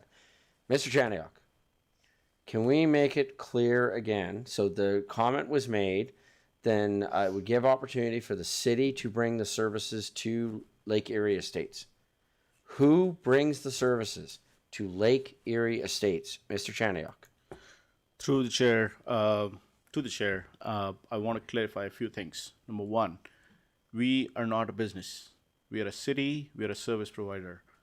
Our priority is not revenue generation or profit making. We are here to serve residents, and that's our mandate. I know there are conversations surrounding revenue generation, how city can profit by allowing additional subdivision, so to say. That is not our priority. Our priority is responsible development and safe development. That's what our priority is as a city. Number two, everything that Mr. Ott said can still be achieved without TRR. I'm not sure where the concept of TRR comes into play when deciding the re-subdivision of properties. Allow me to share some information with council and with residents. There are 3 kinds of developments that I've seen in my career. Number one is the greenfield development, where there's a greenfield and you're trying to plan for that development. That is what's happening in areas like Waterford, Dawson, where there was just a greenfield. You go in, you do all your stuff, and you plan for services from the get-go. That is one kind of development. Number two is a development which is typically unserviced, which is where you'd see a lot of Rocky View developments, where they're planned intentionally to be operating without the need of any services. So water gets hauled in, sewer gets stored in a tank or gets hauled out, or you'll have a septic field, and storm gets taken care of by the site of by the size of the site itself. So that's an unserviced development. There's a service development like Waterford Dawson. And then the third type of development is which was originally planned for an unserviced type of development that we are now trying to retrofit to service development. That's what's happening in Lake Area Estates. The original development was planned without servicing. The intent of the development was you have big enough lots where you take care of storm systems on site, you take care of sanitary systems on site, and water gets hauled in. That was how that development was developed or planned for. Now we're trying to retrofit it by creating an expectation that city will provide water or sanitary services to that area. Lake Area Estates, and I've had this conversation with Mr. Ott as well during the open house. I did propose to Mr. Ott, if the residents of Lake Area Estates wanted to have sewer services there, and they come forward together with a proposal to the city to say, Mr. City, we are planning on extending the sanitary lines to Lake Area Estates, we as a city will consider that proposal. But the cost needs to be borne by Lake Area Estates, at which point it will be a service development, and then the residents of Lake Area Estates can choose to subdivide their property or rezone their property to a different zone. It does not have to be TRR. It can be R1, it can be R1 Estates, it can be any of the other zonings. Once again, it is not about revenue generation, it's not about profit making. It's about responsible and safe development with the idea of developer pays for development. We are open to Lake Area Estates having services, but the residents pay for it. We don't install services for a development that was not planned for it. Because, again, to be clear, I know that we're saying in this case it should be residents because essentially the residents become the developer. Correct. But in a more typical process, it's a developer that is installing those services. And so then it is the developer that is paying. That goes back to the whole conversation we were having this morning, even with regards to the utility and the OSLs. It is the developer who ends up putting those services in. It is not a cost borne by the city. Through the chair, you're absolutely correct. Either services are installed by the developer pre-subdivision, and then the developer sells the lots as subdivided lots, or residents can come together as a group to say, this is our land, we want to install services, and we are willing to pay for it. And we will work with the residents to make that happen. Thank you. Mr. Edney. Yeah, thank you, Mayor Dean. I just want to add on again, same thing that I talked about in the utility. Ultimately, the residents pay for it whether the developer pays or not, right? All of us who lived in a developed suburb, we paid extra when we bought our house to pay for the water and the sewer to come out there. It wasn't funded by the city. The developer paid for it, but that cost got passed along. This is the same principle. It's not the taxpayers that pay for it. It's the residents who use it in their house that pay for it. Right. Thank you. Okay, Mr. Yeah. I want to go. Going back to the original development of the water into Lake Erie Estates, it was water and sewer would be installed in Lake Erie Estates under the annexation agreement. However, the city did not have adequate staffing in engineering to engineer the sewer component. We were in, Kinderberg was in phase 7 of development, which we could have easily joined in with Kinderberg on a sewer installation. However, the city told us they couldn't enter into the Kinderberg subdivision concept at that time. And yet the city forced a main back from where it meets East Lakeview Drive, meets East Chestnut Boulevard, back into Kinderberg before there was any houses built into Kinderberg to service a lift station that they had at that location, right where the city mailboxes are. So anyway, that concept does not hold water, that the city couldn't enter that process because they physically did against Kinderberg either whatever bribe they did to do it, they did it, and yet they told us we couldn't become part of the sewer installation in Kinniburg. Mr. I want to jump on it too. Mr. Chaniak. So anyway, that's some history. And anyway, going back to your comment that you're only here for developers, that raises ire with me because you're here to service existing people that live in the city of Chestermere. Thank you. And I was here long before Chestermere was even a town. I moved here in '76 and built on that property under Rocky View. There wasn't even a gas station in this town. So, Mr. Ott, we're going to need to stay on topic, so I'm going to give Mr. Chaniak a chance here. Yeah. I am going to allow some allowance for outside of what we do within our public hearing, but I am going to chair the meeting, so to speak. Mr. Chaniak. First and foremost, Your Worship, I'd appreciate some decency in commenting from all the residents surrounding the wards that they use. Agreed. With that said, the original question, I want to address the concern that Mr. Ott has surrounding annexation agreement.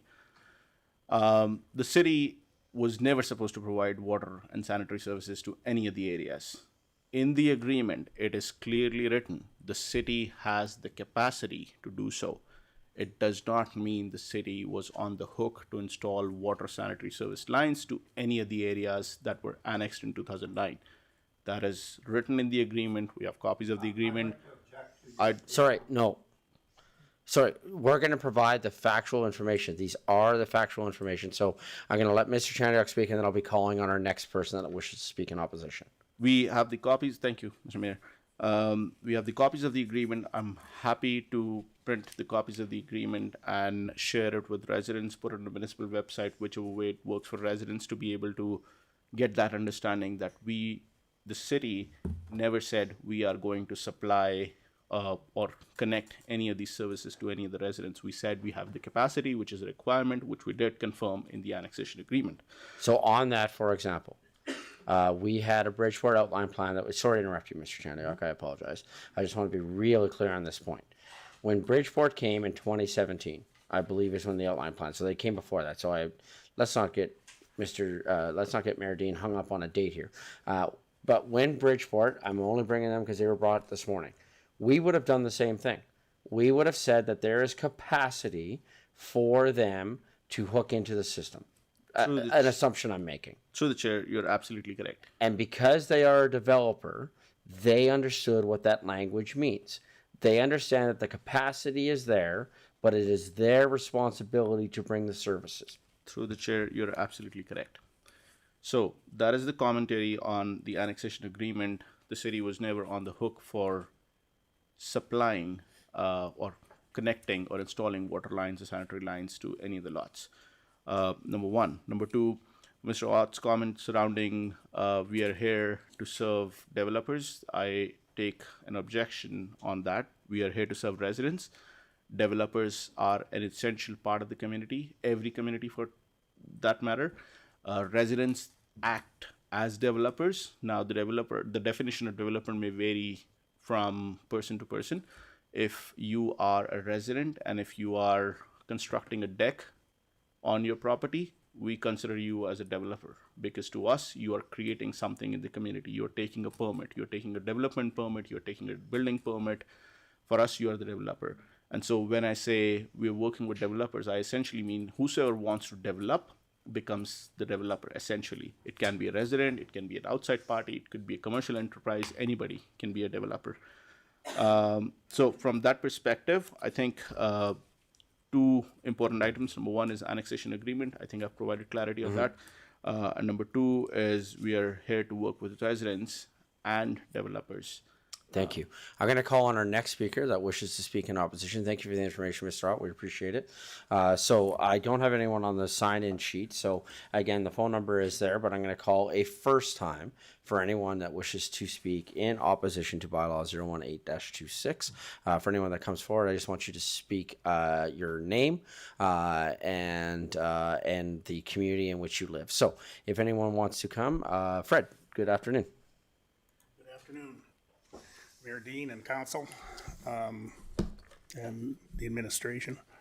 I find it rather interesting that we're here 17 years after the annexation come in to try to figure out how we're going to develop and how we have the tools to develop the two identified acreage areas that remain, which is the north acreage, the east acreage. Not $1 of capital expenditures has been put into these since the annexation happened. I've been here from the start with Mr. Ott. I understand Mr. Ott's frustration. And I dropped off 2 packages today. I live on Paradise Place. I've lived there since 2004. I represent the owners of the property because when we went through, we are the only TRR property in Chestermere. It took us 11 years to get these 3 1-acre parcels, okay? It took us 8 years to actually get the TRR land use classification. I want to speak positively about the TRR. It is a function that is the best planning tool that a planning department could have, or a planner. I'm long in the tooth when it comes to subdivision and planning. And I dropped off a package this morning to run you quickly through the TRR process, how it works, where the OSL levies should kick in, and they should be paid. Everything that Mr. Chaniak or Chaniak has put into the CR should be in the TR. And for the last 7 years, we've been standing in front of you saying that this is what we need to tweak, and we need a committee to do it. There's no reason why you can't have both. Give the option to somebody that if they want to go to 1-acre parcels and stay there, they can do it. But you should still have the option to be able to go down to what we started. My outline plan has been in front of Chestermere since 2012. In 2015, I tried to subdivide down to the TRR level that we just got. Took 11 years. Okay, so let's go. Secondly, we started a petition, the group of us that are always here, we started a petition yesterday at 2 o'clock that opposes this bylaw. And I want to speak very adamantly. I do not agree with anything to rescind the TRR and or grandfather our properties back to CR. We also have Dr. Benjamin, who has a 2-acre parcel across the street, and I'm kind of guiding him through the process. He has an application in right now to move his 2-acre parcel to TRR to join the package that we started 11 years ago and is in front of you today that we have proven works. As a matter of fact, I think the province should actually adopt the TRR as for acreage areas that are annexed in to municipalities like this. There's a couple other things I'd like to correct. There are 7 ways that you can fund servicing, which that's kind of what we're looking for. And it can be done through special projects, can be done through add-on OSLs and everything. So let's go to my my package that I dropped off this morning. And I think you got a copy of the petition and all the people that have signed it. We now have 65 people that have signed that petition. And there isn't one person except for city employees and council here that are in favor of rescinding TRR. So in the package that I dropped you off this morning, there is the first page is the top half of section 22 of the OSL levy structure. And the section 22 can be split into 2 sections, a north section and a south section. Servicing is available at Aspenmere Drive, which we've talked about bringing under the power lines and adding a new intersection that actually benefits existing residents of So we're Chesterfield. just reaching the end of the 5 minutes. Yeah, but does not help us. But we bring the services in under special projects, run it up Paradise, water and sanitary, makes our land all subdividable. So when you look at it, what we have is we've got 22 homeowners in the north quadrant of the north acreages. If you go to the next drawing. So we're just at the end here. I'm just need you to wrap up. We're at the end of the 5 minutes. Okay, well, you can run through the drawings. The drawings speak for themselves. It starts from our 2-acre parcel, goes to the 3-acre parcel. We now have an application in to go to 1/4-acre parcel where some of the OSLs come into effect and they can be paid because they can be part of the 4-lot process. Then we move on to the next step, which is a 12-acre parcel on our land, and it fits into a 146 R1E zoning factor, to which there's only 4 landowners that are in control of that property, and all are in agreement to move forward with development and these servicings. Okay, thank you. Councillor Sambo. Thank you, Your Worship. If I could ask a question through you to the resident, if that'd be all right with you? Absolutely. Thank you for your submission, sir. I heard you say that everything that's in the CR is what should have been in the TRR. So briefly, I was wondering if you could describe how you think the CR would not serve what you're trying to accomplish, if you feel that it has what you've been asking for. The CR is restrictive in the 1-acre parcel. And in the TR, you can go down gradually through transition. I think the thing that I'm finding here, I'm watching Mr. Edney shake his head, is we dealt with, when we came in for TRR, we dealt with the OSLs were deferred by caveat. And we're prepared to pay them. We've just got to get the vehicles there. Why would I be paying thousands of dollars for water and sanitary when they're not around? Mr. Ed. So anyways, I still want to answer your question. Right now, under the CR, they're looking for the 4 outside of water and sanitary. They're looking for the 4 off-site levies to be paid. That would be paid at, like on our subdivision. Now, the subdivision that I have in to go to 1/4-acre parcel, because we can handle our stormwater and pump in, pump out, it's not going to affect anybody, and is easily transitioned into existing city services when they do arrive. It should be kicked in at the 1/4-acre parcel. That's where you get your, like on my property, it works out as I think it's $18,000 per 1/4 acre, or $72,000 per acre. Okay. And Mr. Chibin, he's correct in saying that as a developer trying to create 3 1-acre lots, nobody's got $70,000 to throw in to build one house and pay these services that are not there. Okay. So anyways, the rest, the water and sewer and sanitary, will come once we go down to the R1E stage, which is all shown in my drawing package. And it's proven, and it's all there, and we're trying to push this through to include a park pond and the servicing, and it can be all done somehow through an off-site levy fund, a special projects fund, and it's up to you people to do it. Thank you. Okay, Mr. Edney.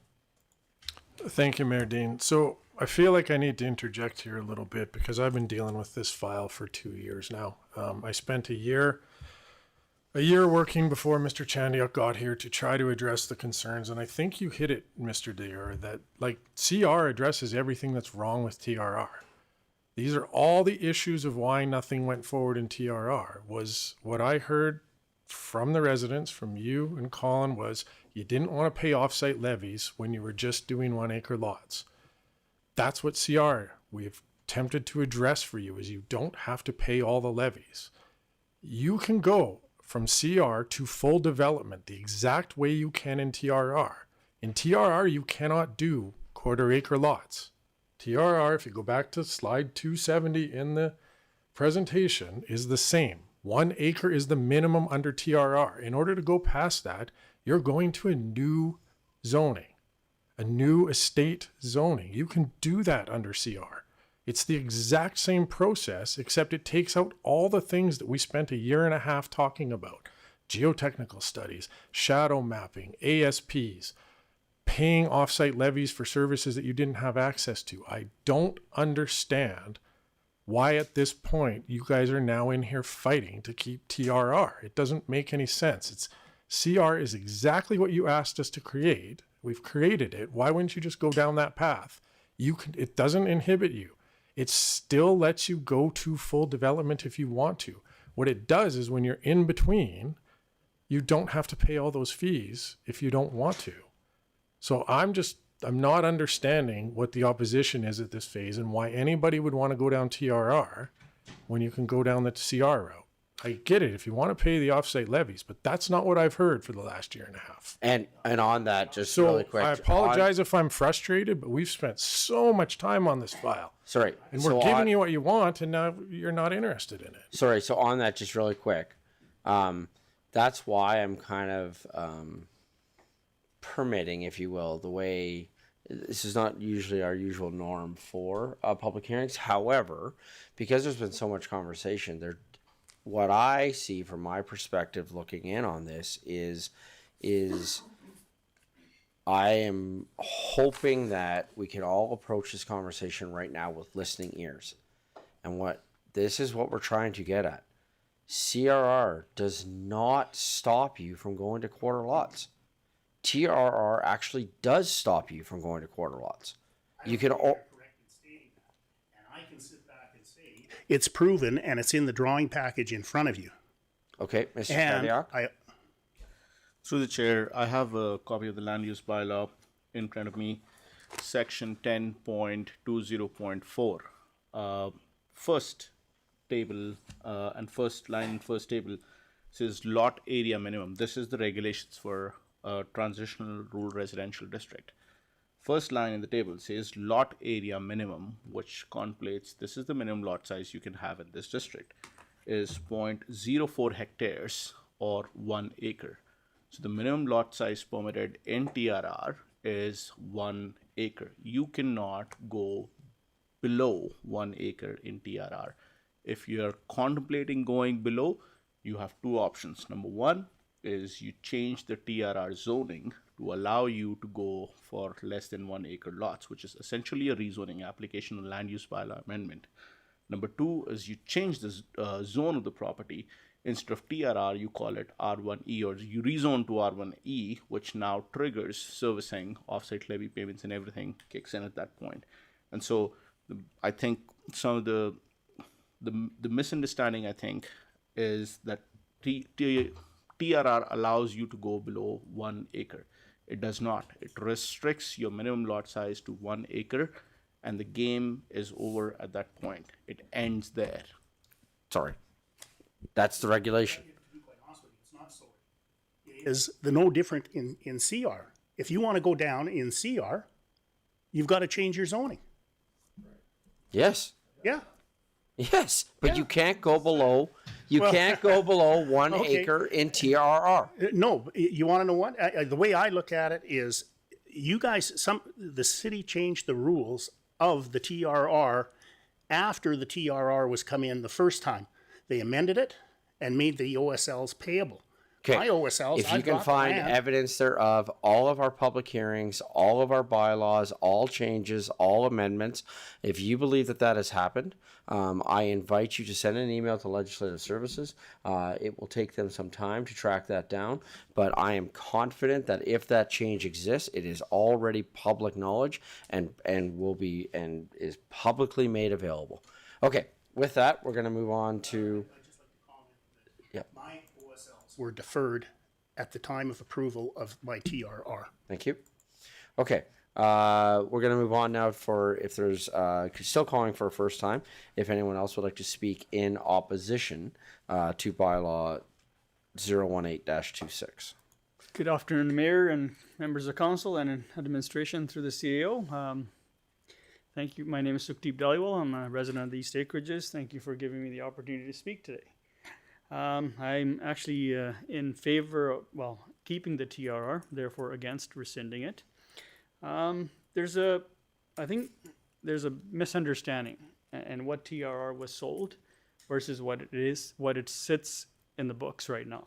So, as Fred said, he's got a point where CR does address the things which it states in there, and the offsiders which are applicable right up front, where TRR doesn't. But I think what the plan originally, the way the TRR was intended, was that it would be like a kind of like a zoning in transition from the current states the acreages are to a point of roughly, I would say, estate lots where it would require servicing. And the way the mechanism would be, for example, if originally they said, the planning department from the city has stated that the reason they kept it at 1 acre, they stated 1 acre in there, was because at 1 acre you don't need any studies, and they said there's enough land in there for the stormwater to absorb. And the services would be pump in, pump out, or existing septics, well, if they exist. That was the intention. But if you can't, the TRR transition purpose was, if you as a developer can prove to the city that at half acre or even a quarter acre of that lot, you can retain your stormwater and you can have a pump in, pump out, or sewer services, then that would be permitted. But it doesn't exist apparently from the way it's been talked about here by administration. It doesn't exist in the documentation. But maybe we need to describe it in there, that first stage, minimum 1 acre, okay? And the second stage, you got to prove that you can go down into whatever further with either with services or without services, okay? Like Fred said, if I can prove my stormwater, if I can prove I can do a pump in, pump out and a water well, truck in water, then that's what's missing probably from the TRR, and the fact that the levies that are due. So in the MGA, it states the offsite levies are due at subdivision or development, or the word or. So why don't we state in there that we can say the levies in the TRR districts or CR are due at the development stage, where they can be administered via caveat, just like they are in the CR. Okay. Actually, as a matter of fact, my first CR application is coming in front of you because I'll be the first candidate for going to CR, because that was the reason. That's the zoning that I'm going for. But part of it was I could have gone for TR, but because I knew the rescinding motion had come up, I just didn't want to waste my resources in that regard.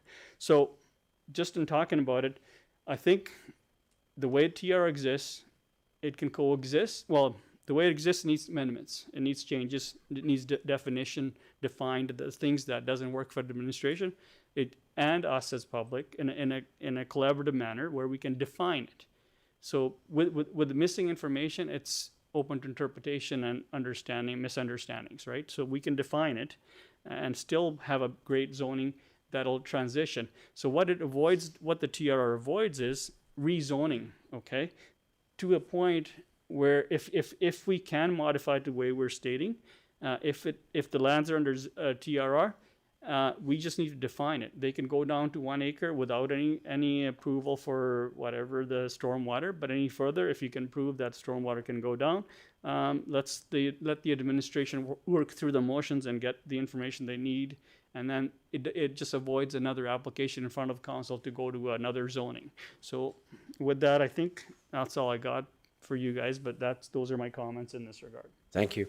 One of the things that I've certainly learned in this job, I'm going to go to Mr. Chandiok here in a minute, but this is something that I've learned in this job and something that I actually pointed out. And something that I can certainly appreciate, because I did not understand this when I was on that side of the bench. Can I also add one more comment? Sure. You had about 30 seconds, sure. Okay, and as far as the offsite levies, we do have mechanisms in our existing bylaws where the CEO has the authority to defer those levies to a next stage, which might be the mechanism that that should be done, and we can define it in the TRR.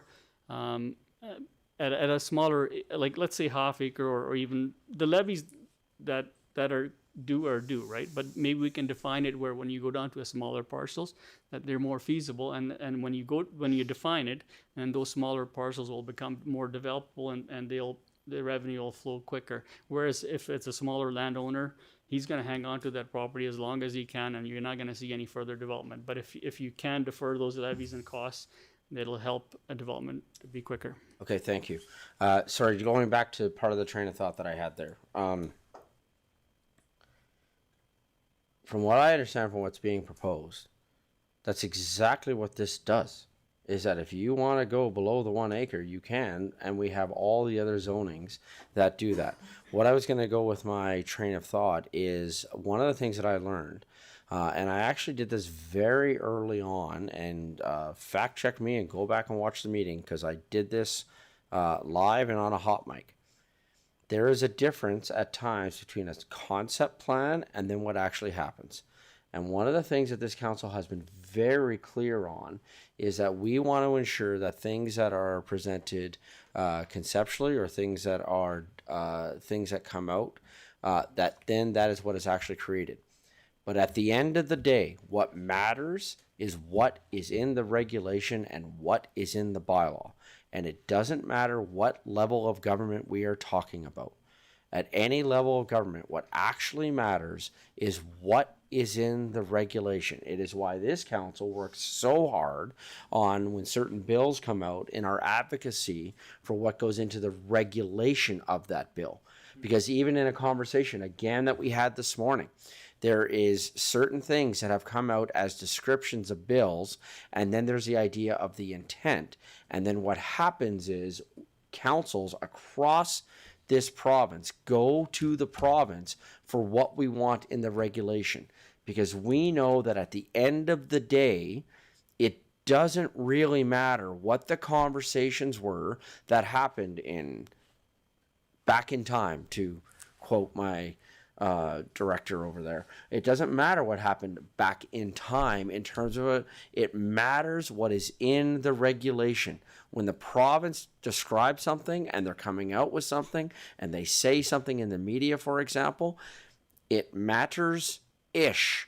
What matters is what is in the regulation, because it is what is in the regulation that dictates the work that we can and cannot do.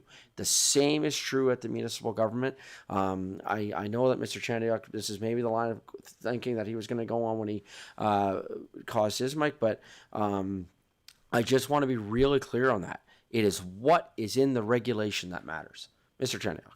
So the chair, thank you for clarifying that. I think I was gonna point that out myself. We're just going by what's written in the bylaw. We are not creating stuff by our understanding. These are the discussions. The information that I'm presenting to council is based off of my conversations with staff. Is based essentially off of what's written in the land use bylaw and the municipal development plan. So any information that I'm presenting is factual and is written in the document. That said, I think you've nailed that point.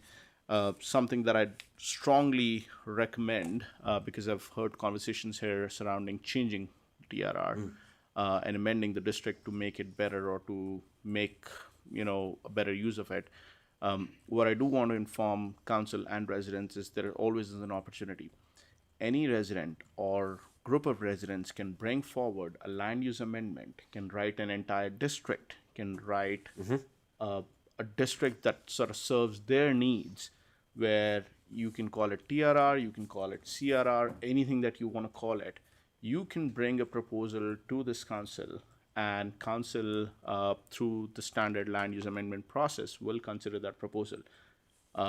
My recommendation to, or I guess advice to members of public who are actually interested in changing the regulations would be to sit down together, work through what the needs are, and what set of regulations suits their needs, craft a land use bylaw district, bring it to administration, and we'd be more than happy to bring it to this council for consideration with our recommendation. That is always an opportunity. That is always a possibility, and most of the land use bylaw changes happen through that mechanism. If a developer is trying to create a different product, and this is not to residents, commercial enterprises, when they're trying to create a different product that the market has not seen, they write a brand new land use amendment or a brand new district that serves their need. And we, as part of that land use amendment process, bring it to council. Council looks at it, says yes or no, and then it becomes law or it gets defeated. The same opportunity exists with residents as well. They can always work on something, bring us a proposal, we'll work with them, and we'll present it to council with our recommendation.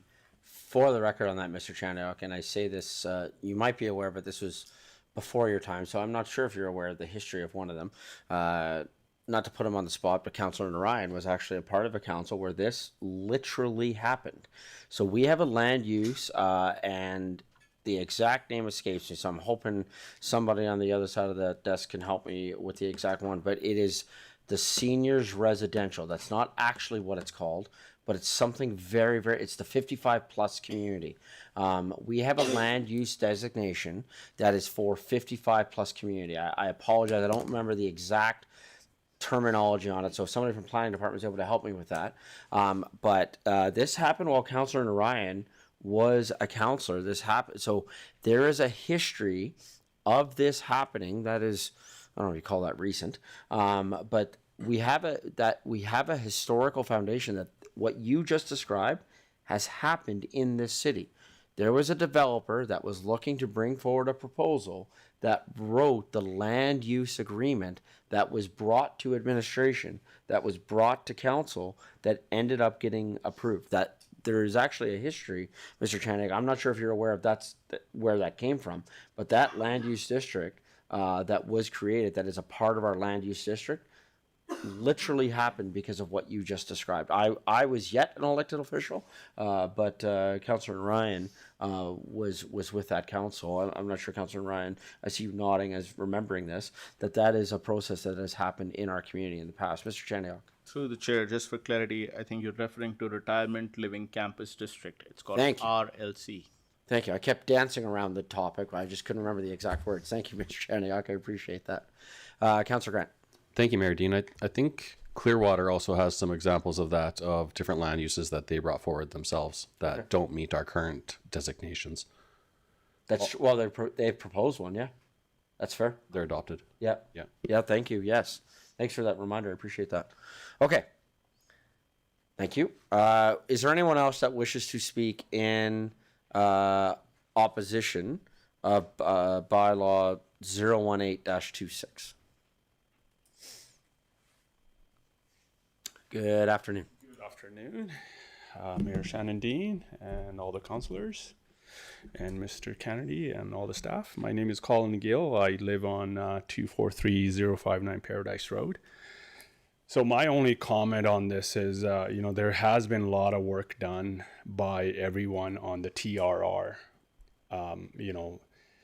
There are, my own believing is that there are concerns that people are opposing to. That could be either misunderstanding, but I don't think there is.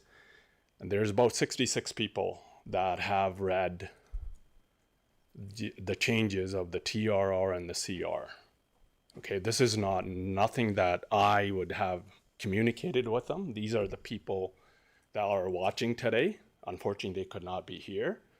They have personally called me, but these people have read through the city, through whatever you have presented or communicated, have made their own decision to say no to the CR. So my only question to you guys or side is, yes, you have just recently said you can come up with your own way of doing these things.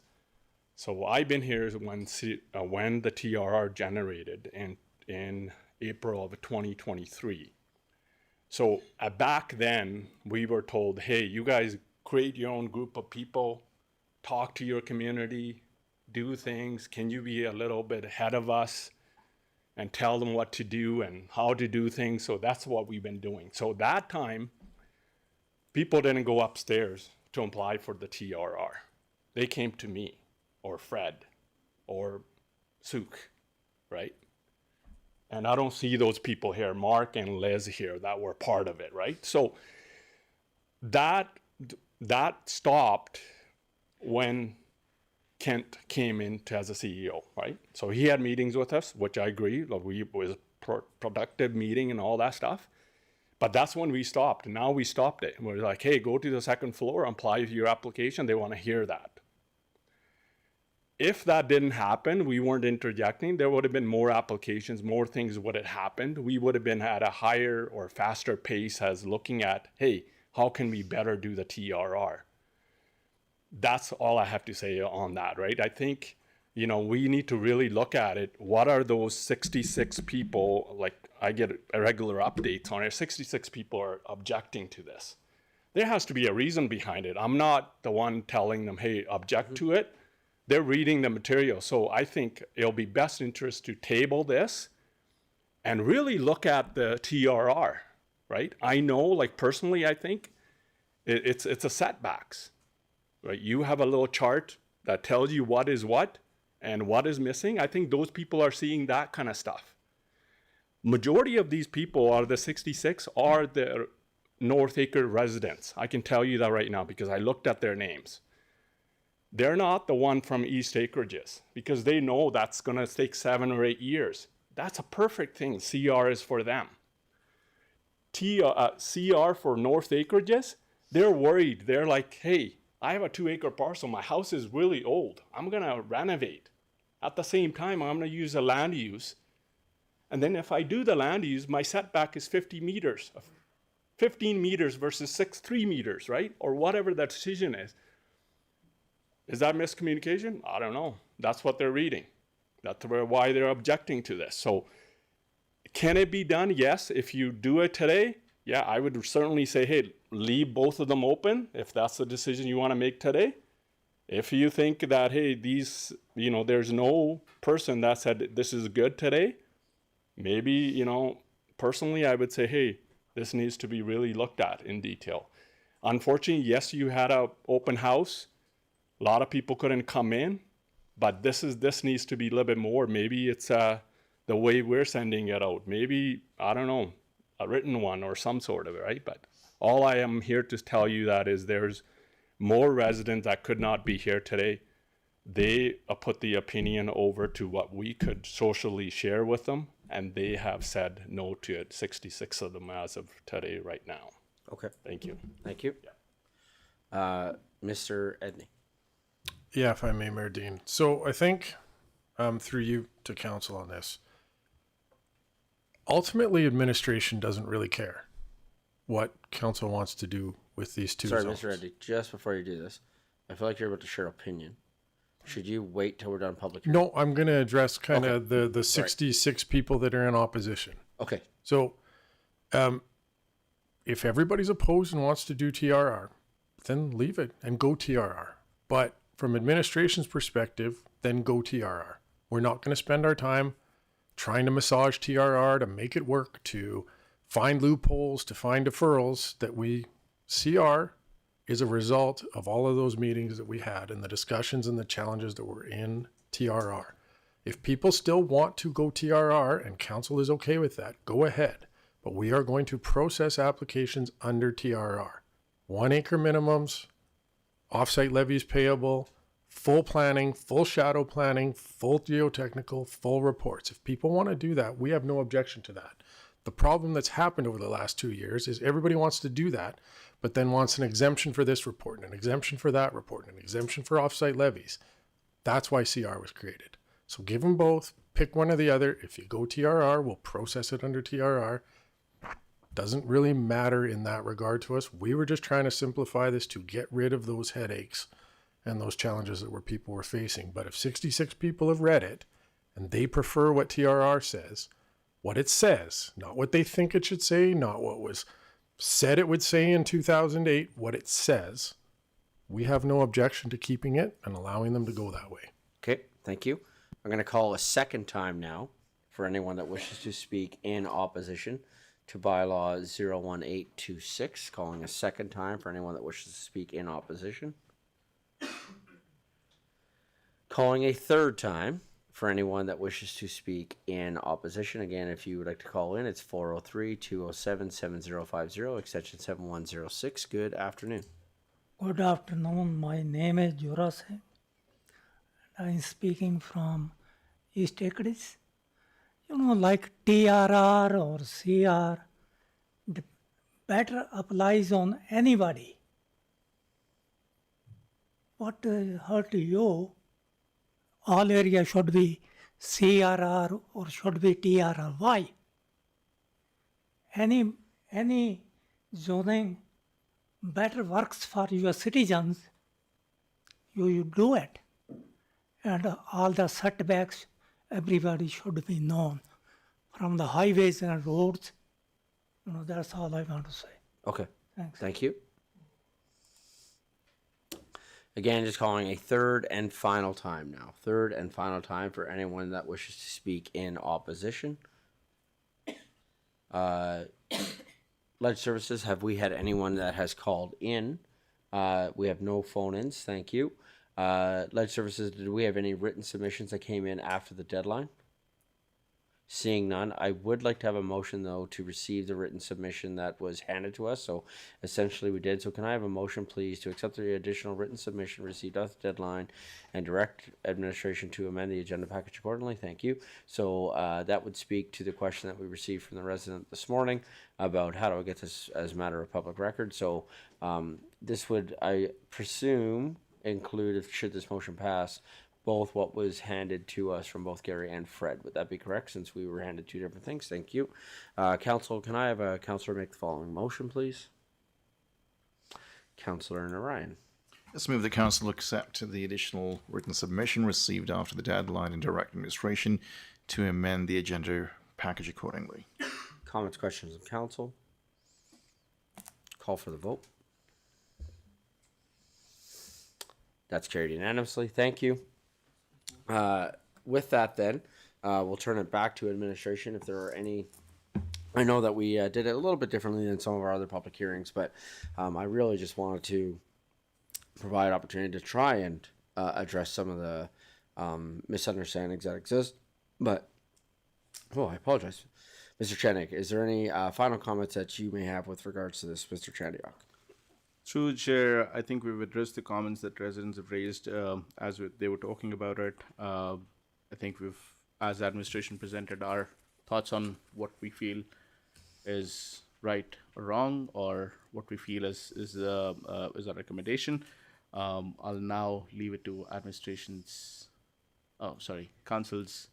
I'll now leave it in council's hands.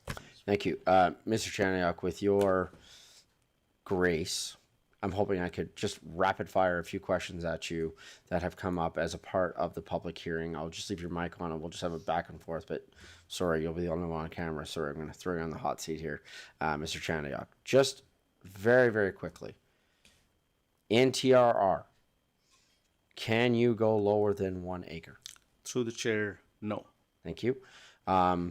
Through either TRR or CR, then, can you go less than 1 acre if you choose to rezone to something else? Through the chair, at 1 acre, that's the minimum lot size in both zonings, TRR and CR. If you want to go less than 1 acre, you have to rezone. Thank you.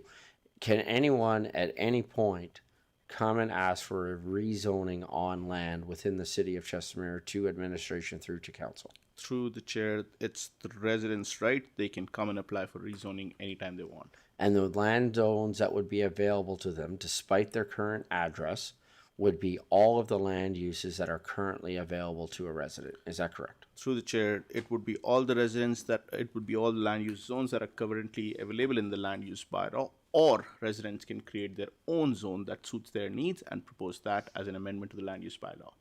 But that would then need to be approved by council before you could have that one. The change, so council can approve the land use amendment and apply the same zone to a property in the same public hearing, in the same process. Thank you. And if you choose to go TRR, you are paying all off-site levies at the time of subdivision. Through the chair, you're correct. Thank you. If you go CR, you are paying less of the off-site levies at the time of subdivision. Through the chair, we have the ability to defer water, sanitary, and storm charges, which essentially could mean you might end up paying less. Thank you. And despite any annexation, any development that happens within the city of Chestermere, a provision thereof of the applications that happen, there is there capacity for water, sewer, but all that means is that it can happen. The city does not pay for those services no matter who the developer is. Through the chair, you're absolutely correct. Development pays for development. We do not install, we're not a development authority, we are a municipality. We do not install local sanitary storm water lines. It's the responsibility of the developer. Thank you.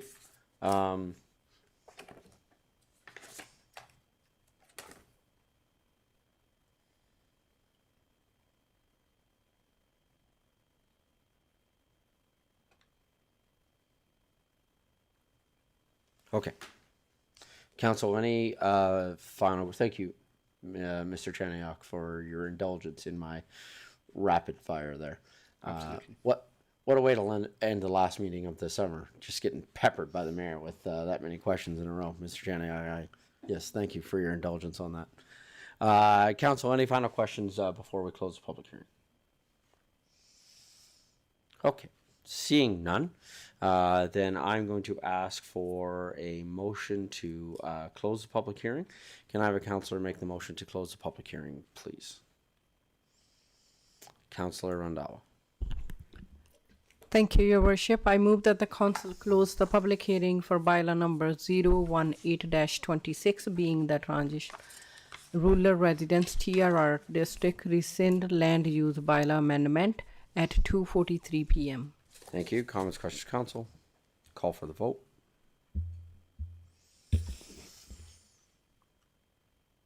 And that's carried unanimously. Thank you. With that, I'm going to suggest we take a quick break for 10 minutes, and we will come back at 2:55. Thanks, everyone.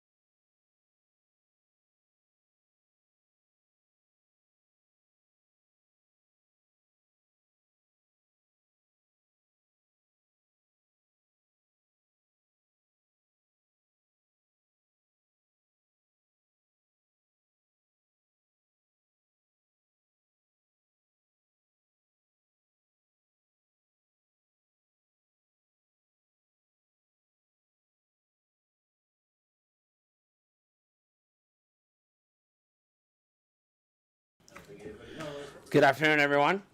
Just coming back from our break here, and we're just going to finish up on this item before moving on to our next item. So this is in relation to Transitional Rural Residential TRR District Rescindment Land Use Bylaw Amendment. So now we would be looking at second reading. So on here I have this being, again, as presented by Mr. Such Chaniuk.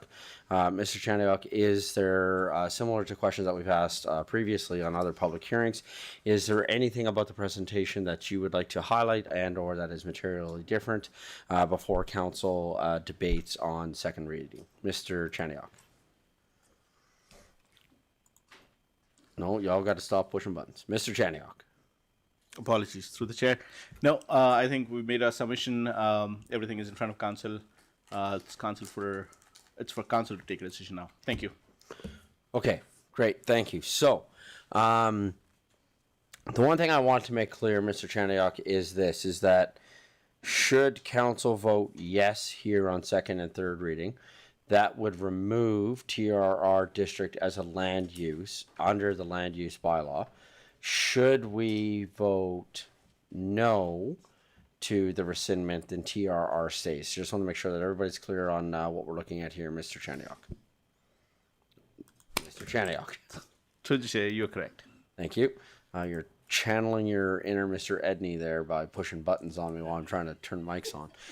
Okay, so with that then, before calling for the motion and opening it up for debate here, I want to just check with council. Council, do you have any final clarifying questions that you have of administration before we move with the motion?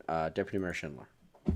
Yes, thank you. And through the chair to through Mr. Edney and to Mr. Chandyhook. TR rescinding or CR, is anyone suddenly going to be forced to change into any of these designations with any of these, with the rescindment of TRR or the keeping of TRR? Mr. Chaniuk? Through the chair to Deputy Mayor Schindler, there is no action on part of any of the residents. The bylaw automatically switches it rescinds TRR from land use bylaw, so that section is gone. And the current 3 lots that are zoned TRR automatically changes to CR. The changes happen when council adopts the bylaw. None of the residents have to do anything, no fallout from the bylaw. Deputy Mayor? Sorry, I pushed the button. Will there, if should this rescind and these properties turn to CR, will there be an inspector showing up at their properties to make sure that their setbacks are correct and force them to move their houses or anything like that? Mr. Chaniuk. Through the chair to Deputy Mayor Schindler, no, none of that happens. The properties can stay as they are because they'll be legally non-compliant or grandfathered into CR. No changes are required, and the properties will be allowed to continue having uses that the CR zoning, which is very similar to TRR zoning. Any of the uses that are available in CR will still be available to all of those properties for continued development. Thank you. Deputy Question. One final question. Should any of these properties do renovations to their property, will that trigger, say, for example, they want to do renovations to their house or they want to build a new house to replace an old one? Will that trigger fees and etc.? Chaniuk.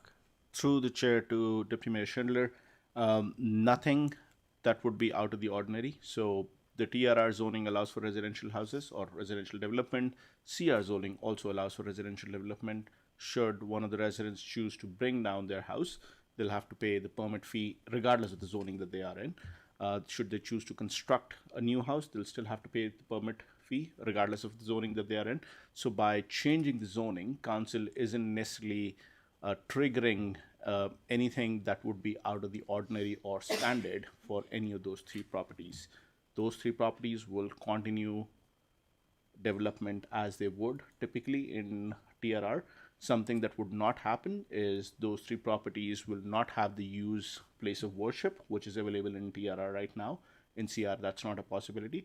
But in CR, there's a possibility of short-term rental, which is not a possibility in TRR. So minor variation, but outside of that, 95% of the users, I'd say 98% of the users are more or less the same. Great, thank you. Any other clarifying questions from council before moving to debate? Okay. With that, then, can I have the motion, please, to provide a second reading to bylaw 018-26, being the Transitional Rural Residential TRR District Rescindment Land Use Bylaw Amendment? Can I have a councillor make the following motion, please? Deputy Mayor Schindler. I move that council give second reading to bylaw number 018-26, being the Transitional Rural Residential TRR District Rescindment Land Use Bylaw Amendment. Thank you. Comments, questions from council? Councillor Narayan. Thank you, Your Worship. Through you to Mr. Adney and administration. I do want to thank you for the work that you've done on the CR. I have sat through a number of these presentations on acreages since 2017. And relatively speaking, I think you guys have done a very good job of being quite accurate as to what the residents want, but the number of residents that are opposing shows that I think you've missed the precision. I think you're very close to what, was ideal and what residents were looking for. And again, I think you've done a commendable job, but I think that precision is missing, which is why my very first question was, why can we just not have both? So I won't be voting in favor of this. I think we need to keep TRR. Thank you. Thank you. Any other comments, questions from council with regards to the motion? Sorry, Councillor Grant. Thank you, Mayor Dean. This is more of a commentary, and this TRR has been around for some time now, and I remember when it first came out, and I was largely in favor of it because, if you've been here, you've heard me espouse about trying to help our residents unlock their property, unlock the real estate they have, right? There's lots of acreages around Chestermere, and there's lots of land that's sitting unused, and I think that residents should be allowed to seek that benefit. With that, I don't think TRR has quite hit the mark of what everyone expected, and with that, I don't think CR quite hits that mark either of a total solution to move forward for the residents in this area. So largely, I feel stuck on it, and because I feel stuck on it, I think that I would lean towards keeping the TRR and letting it work its way through, letting us see who actually comes forward now that maybe the ambiguity is less. So again, I'm trying to see what's best here for these residents, what's best here for our taxpayers, and I don't think there is necessarily a right solution. So I'm hoping that there's going to be a little more commentary to maybe help me divine what is the right solution, but right now I'm kind of stuck. So, Councillor Sambo. Yes, thank you, Your Worship. Hearing the comments of our colleagues, I agree with these comments.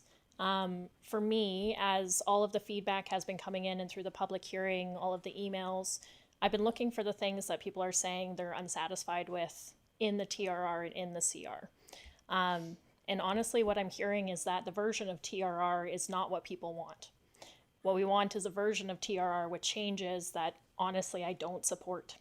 I haven't heard anything that gives me a lot of reason to say that we should allow development to happen easier or faster or at a lower cost to developers.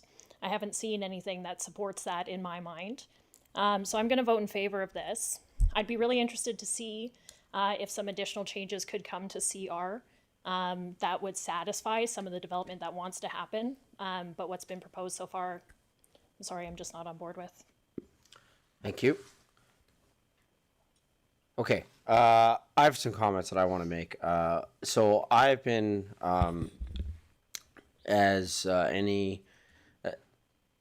required, I've been back and forth on this. And what I would say is that I'm going to be voting against rescinding this bylaw with some commentary. I would encourage administration to then follow the full regulations of all land uses that are at play. And so, Mr. Edney, I believe that the regulations are very clear for TRR and for CR. The regulations are written, the regulations are there. If somebody wants to come in and make an application under TRR, my encouragement to administration is follow the regulations as they are written. If it is 1 acre minimum and you have an application right now that any application that comes forward for TRR that is less than 1 acre, personally, not getting into the weeds, I would encourage that application be sent back because it doesn't meet the requirement of TRR. If somebody is applying for application for TRR and it has been clearly outlined when you pay your OSLs that they are paid at the time of subdivision, then I would fully encourage administration to enforce all of the regulations that are under TRR. I would further encourage administration to make that very clear to anybody that is applying that that is the stance that we are taking, because there has been a lot of time that has been spent on this. In my opinion, I believe that CR does hit the mark, and that you could utilize CR to go to other land use districts. However, we also want to be listening to residents, and residents have said, don't take away TRR. And in my opinion, my response to that is fine, then we are going to follow TRR. And we are going to follow the regulations as outlined in TRR. And it is not about, well, what we thought it was going to be or what the intention of it. These are the regulations. To the residents, I would suggest that I don't foresee, but I cannot presuppose a vote. I don't foresee any time in a near-term future of changes to the TRR land use district. If you want to get together as a group of residents and come forward with a full proposal that is something different than TRR or CR, it has been clearly outlined by administration how you can do that. So again, that is what I am going to be voting no, but with a fairly large caveat that I want to support. The reason I'm voting no is that with my commentary, I believe as an elected official, I am supporting both the residents and I'm supporting our administration to then fully enforce and follow the regulations as set out in TRR. Deputy Mayor. Yeah, thank you, Shannon, or thank you, Mayor Dean. I looked over TRR with a fine-tooth comb, and I cannot see the appeal of it, but I don't have a property that is in these areas. You know, I have service, and I have you know, I'm in an established area. I understand the want to get services to the area. I've heard that quite a bit in today's thing, or in today's public hearing, but that's outside of, I think, what TRR and this process is. And so I understand that sensitivity that people really want to have the same amenities as everybody else. Is TRR or CR the way to get that? I don't think so. I think that these are, again, transitional land uses. But like Mayor Dean has said, residents have spoken quite loudly that they would like to keep TRR and I haven't seen a demonstrated detriment to the city or to our taxpayers to not keep this in place. So I will be voting to keep TRR in place. And again, with like what Shannon says, or what Mayor Dean says, if the residents have a different idea as what they would like their properties to look like and a different zoning, they can certainly design their own and come to the city for advice and as well as to get it in front of council. So, thank you. Thank you, Deputy Mayor. I don't think you intended to say this, but I just want to provide some clarity. Mr. Treniak, no matter what your zoning is, zoning does not get you servicing. Correct, Mr.? It doesn't matter what your zoning is. Zoning is not the thing that gets you servicing. The thing that gets you servicing is development pays for development. It doesn't matter what you are zoned. Mr. Treniak. Through the chair, there are some inherent zones where servicing is expected. Urban density zones, you cannot have smaller lots if you do not have servicing. And so only in case of rural large lot residential formats, the concept surrounding zoning does not get you servicing applies. Sure. If you're zoning your lots to be R1, our expectation is that you'd have servicing, because otherwise you'd not be able to create those smaller lots without the provision of water sanitary services. Sure, but the city doesn't bring the servicing there because, sorry, let me ask the question differently. The city doesn't bring the servicing there because we zoned it a thing. Through the chair, you're correct. Thank you. Deputy Mayor?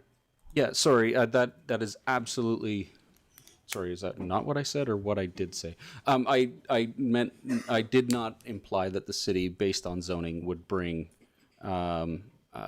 services to you, to a house, like or a residence. Like that's that's definitely outside of what we do. So perfect. Thank you. Yeah. Councillor Randhawa. Thank you, Your Worship.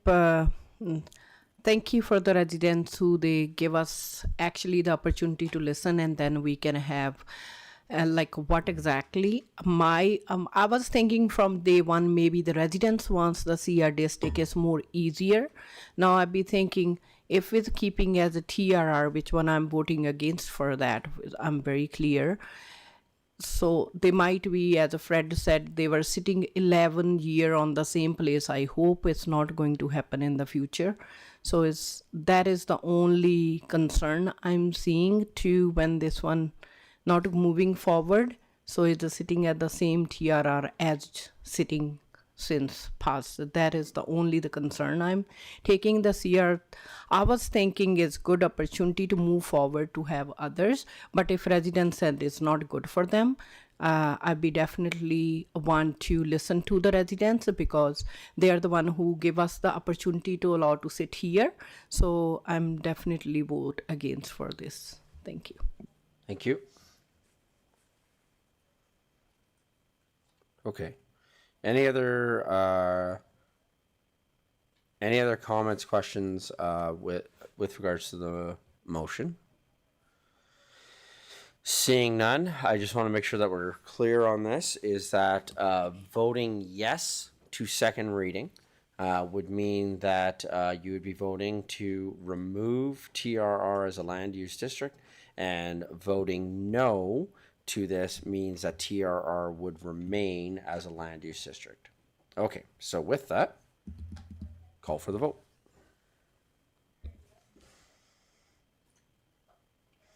Okay, so that means second reading is defeated with a majority vote then. Okay, thank you. Mr. Edney.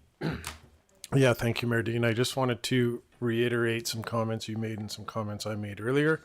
Obviously, council has made a decision. Administration respects that and will work within that. I just want to remind anybody, as Mayor Dean pointed out, TRR is a zone that you can apply for. We are going to approve based on what it says. I heard 66 people have read the regulations, have read the land use bylaw, and understand what it says and would like to keep it. We will process applications to what it says, not what we think it should say, not what was supposed to have been said 10 years ago. We're not going to try to find loopholes. If a TRR application comes in and it doesn't meet what we need, we are rejecting it and sending it back. And we're going to keep doing that over and over until the applicant gets it right. We're not discouraging it. We're not going to keep spending our time trying to work through explaining what the zone means, explaining why offsite levies have to be paid, explaining what offsite levies are. I think that's been beaten to death over these hearings and these last few days talking about this. So I just want to reiterate that while it's still here, that's acceptable, but we're going to process it as what the regulations say. And I don't think I'm going to be overreaching with this statement, though, Mr. Edney, but I would also suggest that right now we have a list of a number of land use that exist. All of those land uses come with regulations. With regards to two of those, because decisions have been made on them quite recently, as soon as 2 minutes ago. So when it comes to TRR and CR, we are currently not overly interested in looking at changes within those. We are going to enforce the regulations that currently exist within those. And if a group of residents have a concern about, well, it should have said this and it should have said that, we would then be encouraging those residents to create a new land use as a proposal that could be brought to administration, not to come in and, for lack of a better term, haggle over the details that are currently within TRR or CR. Would that be a fair assessment of where administration is sitting with that? I do not want to put words in your mouth at all. So please, if you could either confirm, clarify, or modify anything that I said within that statement, Mr. Edney. No, Mayor Dean, you are correct. Oh. All right. Okay. Thank you. Good. Does that bring all of that matter to a close from matter of administration from matter of council? Yes. Okay, thank you. With that then, we are going to now move to, we're now going to move to bylaw 021-26, which is the unsightly and nuisance premises bylaw. This is a bylaw that was presented to us originally at a governance and priorities meeting and is now being presented to us at a regular meeting of council for first reading, presented by Mr. Blair Zinkan, Community Peace Officer 3. Good afternoon. Good afternoon, Mayor and Council. Back before you today to seek first and second, and if you see fit, third reading for the unsightly and nuisance premises bylaw. It essentially returns to you unaltered with the exception of some minor grammatical changes and the one word that Council requested us to change, which was to remove the word excuse and replace it with explanation when it comes to circumstances where an officer might consider an extension. I don't really have much more commentary other than what I've already given to council. So with that, I give it over to you for any debate through the chair. Thank you. Are there any initial comments or questions with regards to the unsightly premises bylaw? Seeing none, can I have a councillor make a motion to give first reading of bylaw 021-26, being the unsightly nuisance premises bylaw? Councillor Ryan. Let's move the council to give first reading to bylaw number 021-26, being the unsightly and nuisance premises bylaw. Comments, questions from council? Call for the vote. That's carried unanimously. Thank you. Can I have a councillor make the motion to give second reading to bylaw 021-26, being the unsightly and nuisance premises bylaw? Councillor Sambo. Thank you, Your Worship. I move that council give second reading to bylaw 021-26, being the unsightly and nuisance premises bylaw. Thank you. Comments, questions from council? I have one. I don't think that this would be a part of the bylaw, but I want to bring it up because I see this coming back One of the things that I would like to see brought back as part of the tax conversation, and then that's why I don't think it would fit and affect the bylaw now, but I just want to get this on record and have admin have an exploration on this. City of Edmonton put in a derelict properties tax that we had spoken about, and I spoke with some elected officials from Edmonton about this at the AB Muni's summer leadership. And so I don't think we can include it necessarily within this bylaw, because it would be something that would affect the tax rate bylaw. But administration, I'm just wondering if you could speak to quickly how we could go about having that looked at, and if there'd be any interplay with that for public. I have a fairly limited knowledge on this, in that I had a brief conversation at the spring caucus about this with elected officials from Edmonton. But basically the way that it works is that if it can be demonstrated that your unsightly premises is causing harm to the value of the properties that surround it, that you actually move into a different tax bracket accordingly, which I think would be another tool that could end up getting put into the toolkit. So I would love for administration to kind of track down that bylaw, see what's in there, see the way that Edmonton has applied for it.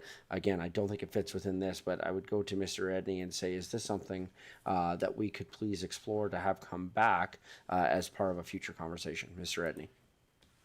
Yeah, through you, Mayor Dean, to council. Yeah, based on the previous discussion we had on this, we're already working on that. My expectation was this would be coming back at tax time next fall. We'd have to create a subclass that defines what a derelict property is. Yeah, I'll just leave it at that for now, as it's something we're still investigating of how we could implement it here if council desired. Right. But it is not something that would necessarily be incorporated in this bylaw or mentioned in this bylaw. No. It is something that would be adjacent to an unsightly premises bylaw. Correct. We would look to use some of the definitions and some of the escalation in this bylaw to help form what a derelict property would be defined as. But it needs to be dealt with entirely in the tax rate bylaw. Great. Thank you. And the subdivision of classes bylaw. Great. Thank you for that clarification. I appreciate it. Any other comments, questions? To the chair, just as a quick play off of that, it would be very easy to amend section 13 of this bylaw to link it to the tax bylaw for that purposes down the road if you wanted to do that. It's probably 1 or 2 section amendment. Sure. Thank you. Councillor Grant. Thank you, Mayor Dean. I just had some clarifications on the bylaw and its relation to our new areas of development that maybe haven't been turned over to the city. Are those properties still subject to this bylaw? So I'll be more specific. We have lots of undeveloped properties in Chelsea and Clearwater. So there's lots of lots that are left vacant right now, and they seem to accumulate garbage. So what I'm asking is, does this bylaw address those properties? Through the chair, not specifically. Okay. There's a 2-track process when we're dealing with unsightly and nuisance premises.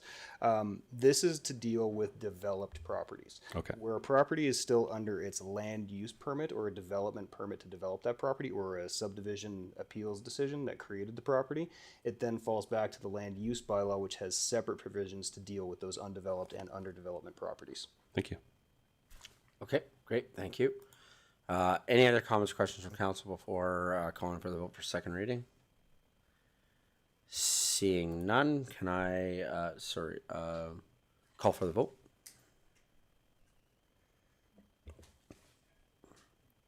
That's carried unanimously. Thank you. Can I have a councillor make the motion to give permission to proceed with third and final reading, please? Deputy Mayor Schindler. I move that council give permission to proceed with third and final reading to bylaw number 021-26, being the unsightly and nuisance premises bylaw. Thank you. Comments, questions from council? Call for the vote. That's carried unanimously. Thank you. And then can I have the motion to proceed with third and final reading, Councillor Randhawa? Thank you, Your Worship. I move that the council give third and final reading to bylaw number 021-26, being the unsightly and nuisance premises bylaw. Thank you. Comments, questions from council? Call for the vote. And that's carried unanimously. Thank you. Thank you. Okay, we're going to go back up one now. And that would be bylaw 031-26, which is the housekeeping land use bylaw for first reading. And this is being presented again by Mr. Sachchenyuk, Director of Community Growth and Infrastructure, and also by JP Leclerc, Planner 1.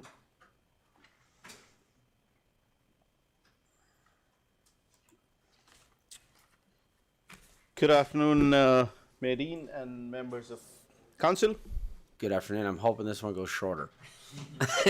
It'll probably be way shorter.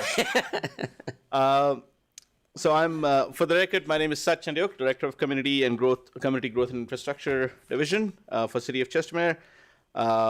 With me is JP Leclerc, who's our Planner 1 in Planning and Development Department.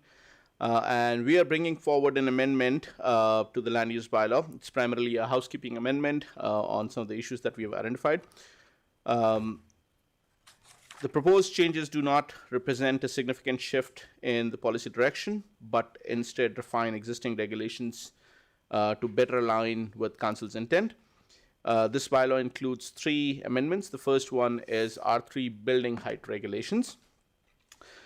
This amendment relates to residential multi-unit district, commonly used for multifamily developments. The current bylaw permits building up to 2 stories plus loft, with a maximum height of 12 meters. Administration has found that the loft provision can be restrictive, is somewhat ambiguous, and does not always result in practical living spaces. Recent multifamily proposals have increasingly incorporated garages at grade with living space above. This design fits comfortably within the 12-meter height limit and provides more functional housing layouts. This proposed amendment, if approved by Council, will replace the current regulation in R3 zone for building height from 2 stories plus loft to 3 stories, while still maintaining the maximum height of 12 meters. So there'll be no changes in density, building height, overall massing, and the only change that would happen is changing 2 stories plus loft to 3 stories. This change simply allows greater flexibility and aligns the bylaw with contemporary housing design practices. The second amendment that Council has in front of it is an unintended inconsistency created through previous bylaw amendments related to secondary suites. In April 2026, Council approved regulations requiring a minimum lot width of 11 meters for parcels without lane access where secondary suites may be considered. At the same time, secondary suites were introduced as a discretionary use within the R1 PFD district. So these are lots that are front loading and previously didn't have secondary suite as a use. The current frontage of these lots, minimum frontage is 10.97 meters. A typical driveway is 6 meters, 3 meters plus 3 meters. So this lot typology can potentially have up to 6 parking spaces on it. Administration, after the secondary suites bylaw was approved, administration identified that the minimum lot width in R1 PFD district remains at 10.97, which is 3 centimeters less than a lot required for secondary suites. As a result, otherwise compliant lots may now require a variance solely because of a 3 centimeter difference. 3 centimeters is a little over an inch. This creates unnecessary administrative work and additional approval timelines without a meaningful planning benefit. This proposed amendment would increase the minimum lot width of R1 PFD lots from 10.97 meters to 11 meters, bringing the regulations in alignment and eliminating the need for routine variances for allowing secondary suites. It is also important to note that these front life lots generally provide substantial on-site parking capacity and are well suited to accommodate secondary suites while minimizing parking impacts on adjacent properties and roadways. The third amendment relates to healthcare facilities. Currently, healthcare facility is a use that's only listed within the Business Park Light Industrial District. Healthcare facility typically is defined as a full-on urgent care center or a hospital where inpatient treatment is offered. Administration believes that the current usage or current allowance only in Business Park Light Industrial District limits the potential opportunities for new healthcare services and may not always place these community serving uses in the most appropriate location. This proposal is to add healthcare facility as a discretionary use in Eastern Town Center Commercial Zone, Public Service Zone, and Local Commercial District. Within the Local Commercial District, the healthcare facility would only be considered on sites that are larger than 1.5 hectares to ensure that there's sufficient space for parking, circulation, and potential future expansion. This amendment responds to the growing demand for local medical services and creates more opportunities to attract healthcare providers to Chestermere. Importantly, these facilities will remain as a discretionary use. Any future application would undergo a full rigorous review process, including consideration of parking, traffic, servicing, site design, and compatibility with adjacent land uses. Administration believes that these amendments improve the clarity and effectiveness of land use bylaw. It removes unnecessary administrative barriers, align regulations with Council's recently adopted secondary suite framework, support housing choice and modern housing design, and create additional opportunities to attract healthcare services to Chestermere. For these reasons, administration recommends that Council give first reading to Bylaw 031-26 and schedule a public hearing for September 1st, 2026. This concludes my presentation, and I'll be happy to take any questions.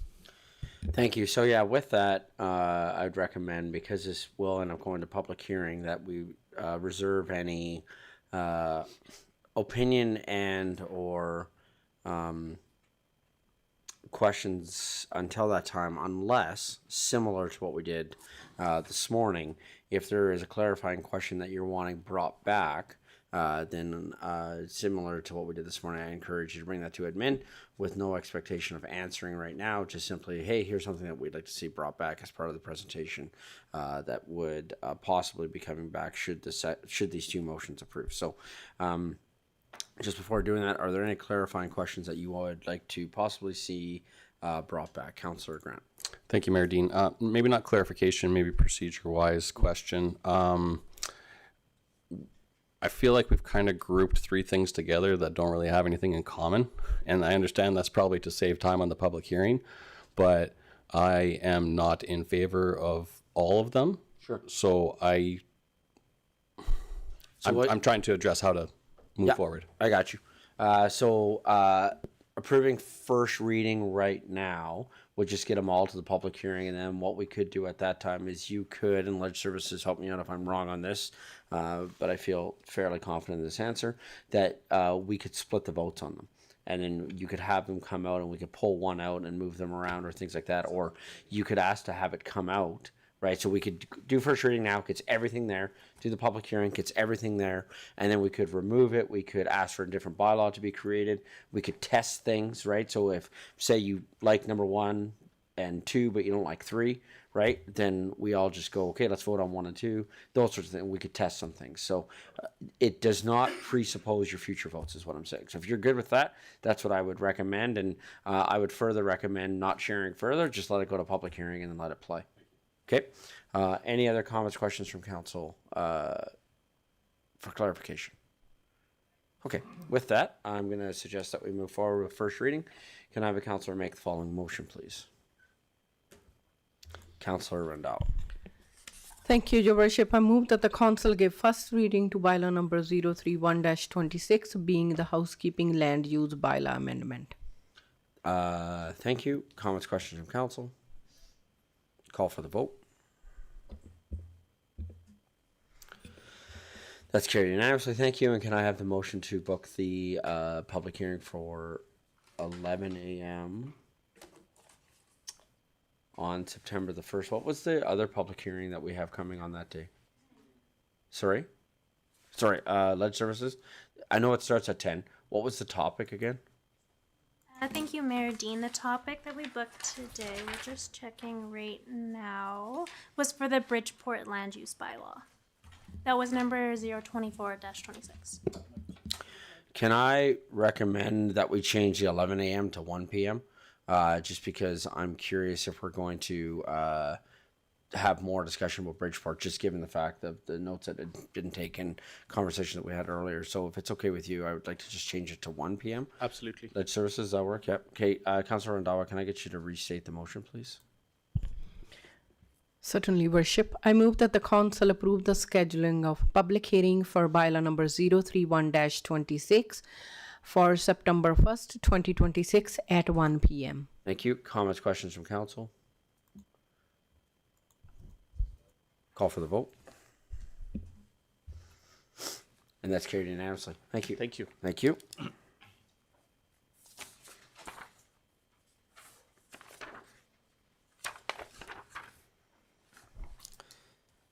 Okay, I just confirming Ledge Services. I believe that we only have 3 items, essentially 2 items, because so I'd like to do the library board committee public member appointments.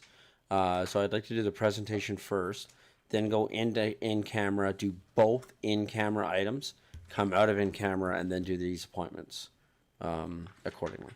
Okay, so with that, we're going to move to 11.4.1, which is the library board committee public member appointments. This is being presented by Miss Emily White, Legislative Assistant 2. Good afternoon.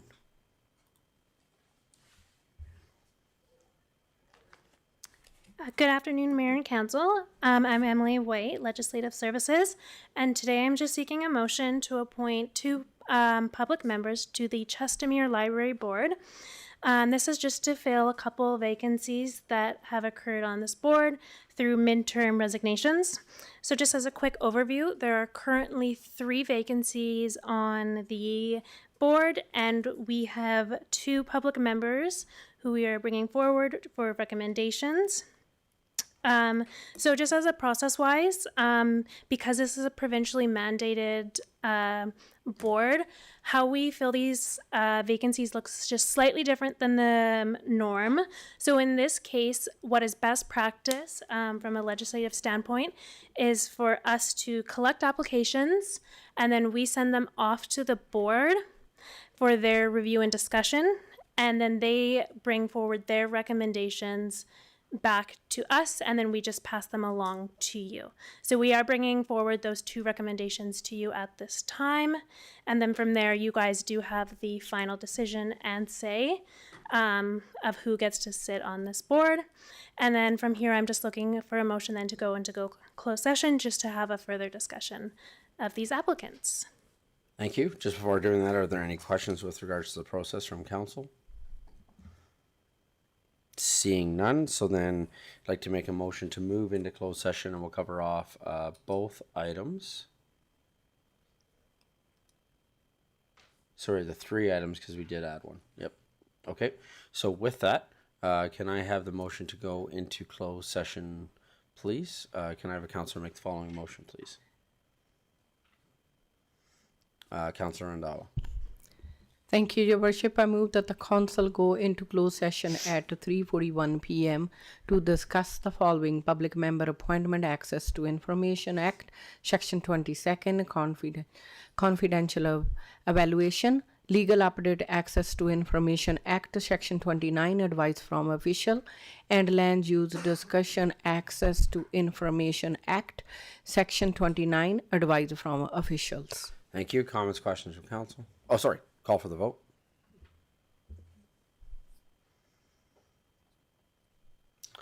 And that's carried unanimously. Thank you.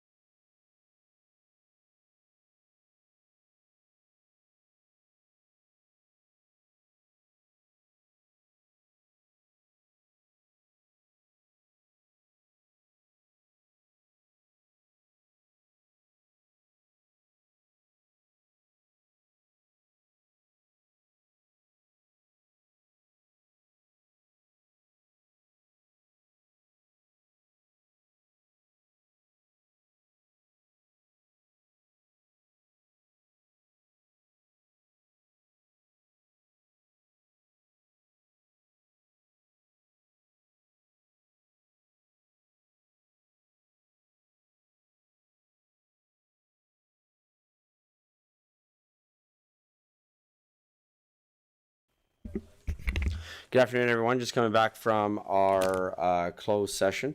Can I have a counselor please make the motion to come out of our closed session? Deputy Mayor Schindler. I move that council come out of closed session at 4:24 p.m. Thank you. Call for the vote. Thank you. With that, we'll take our mandatory 5-minute break and come back at 4:30 to wrap up our council meeting. Thanks, everyone.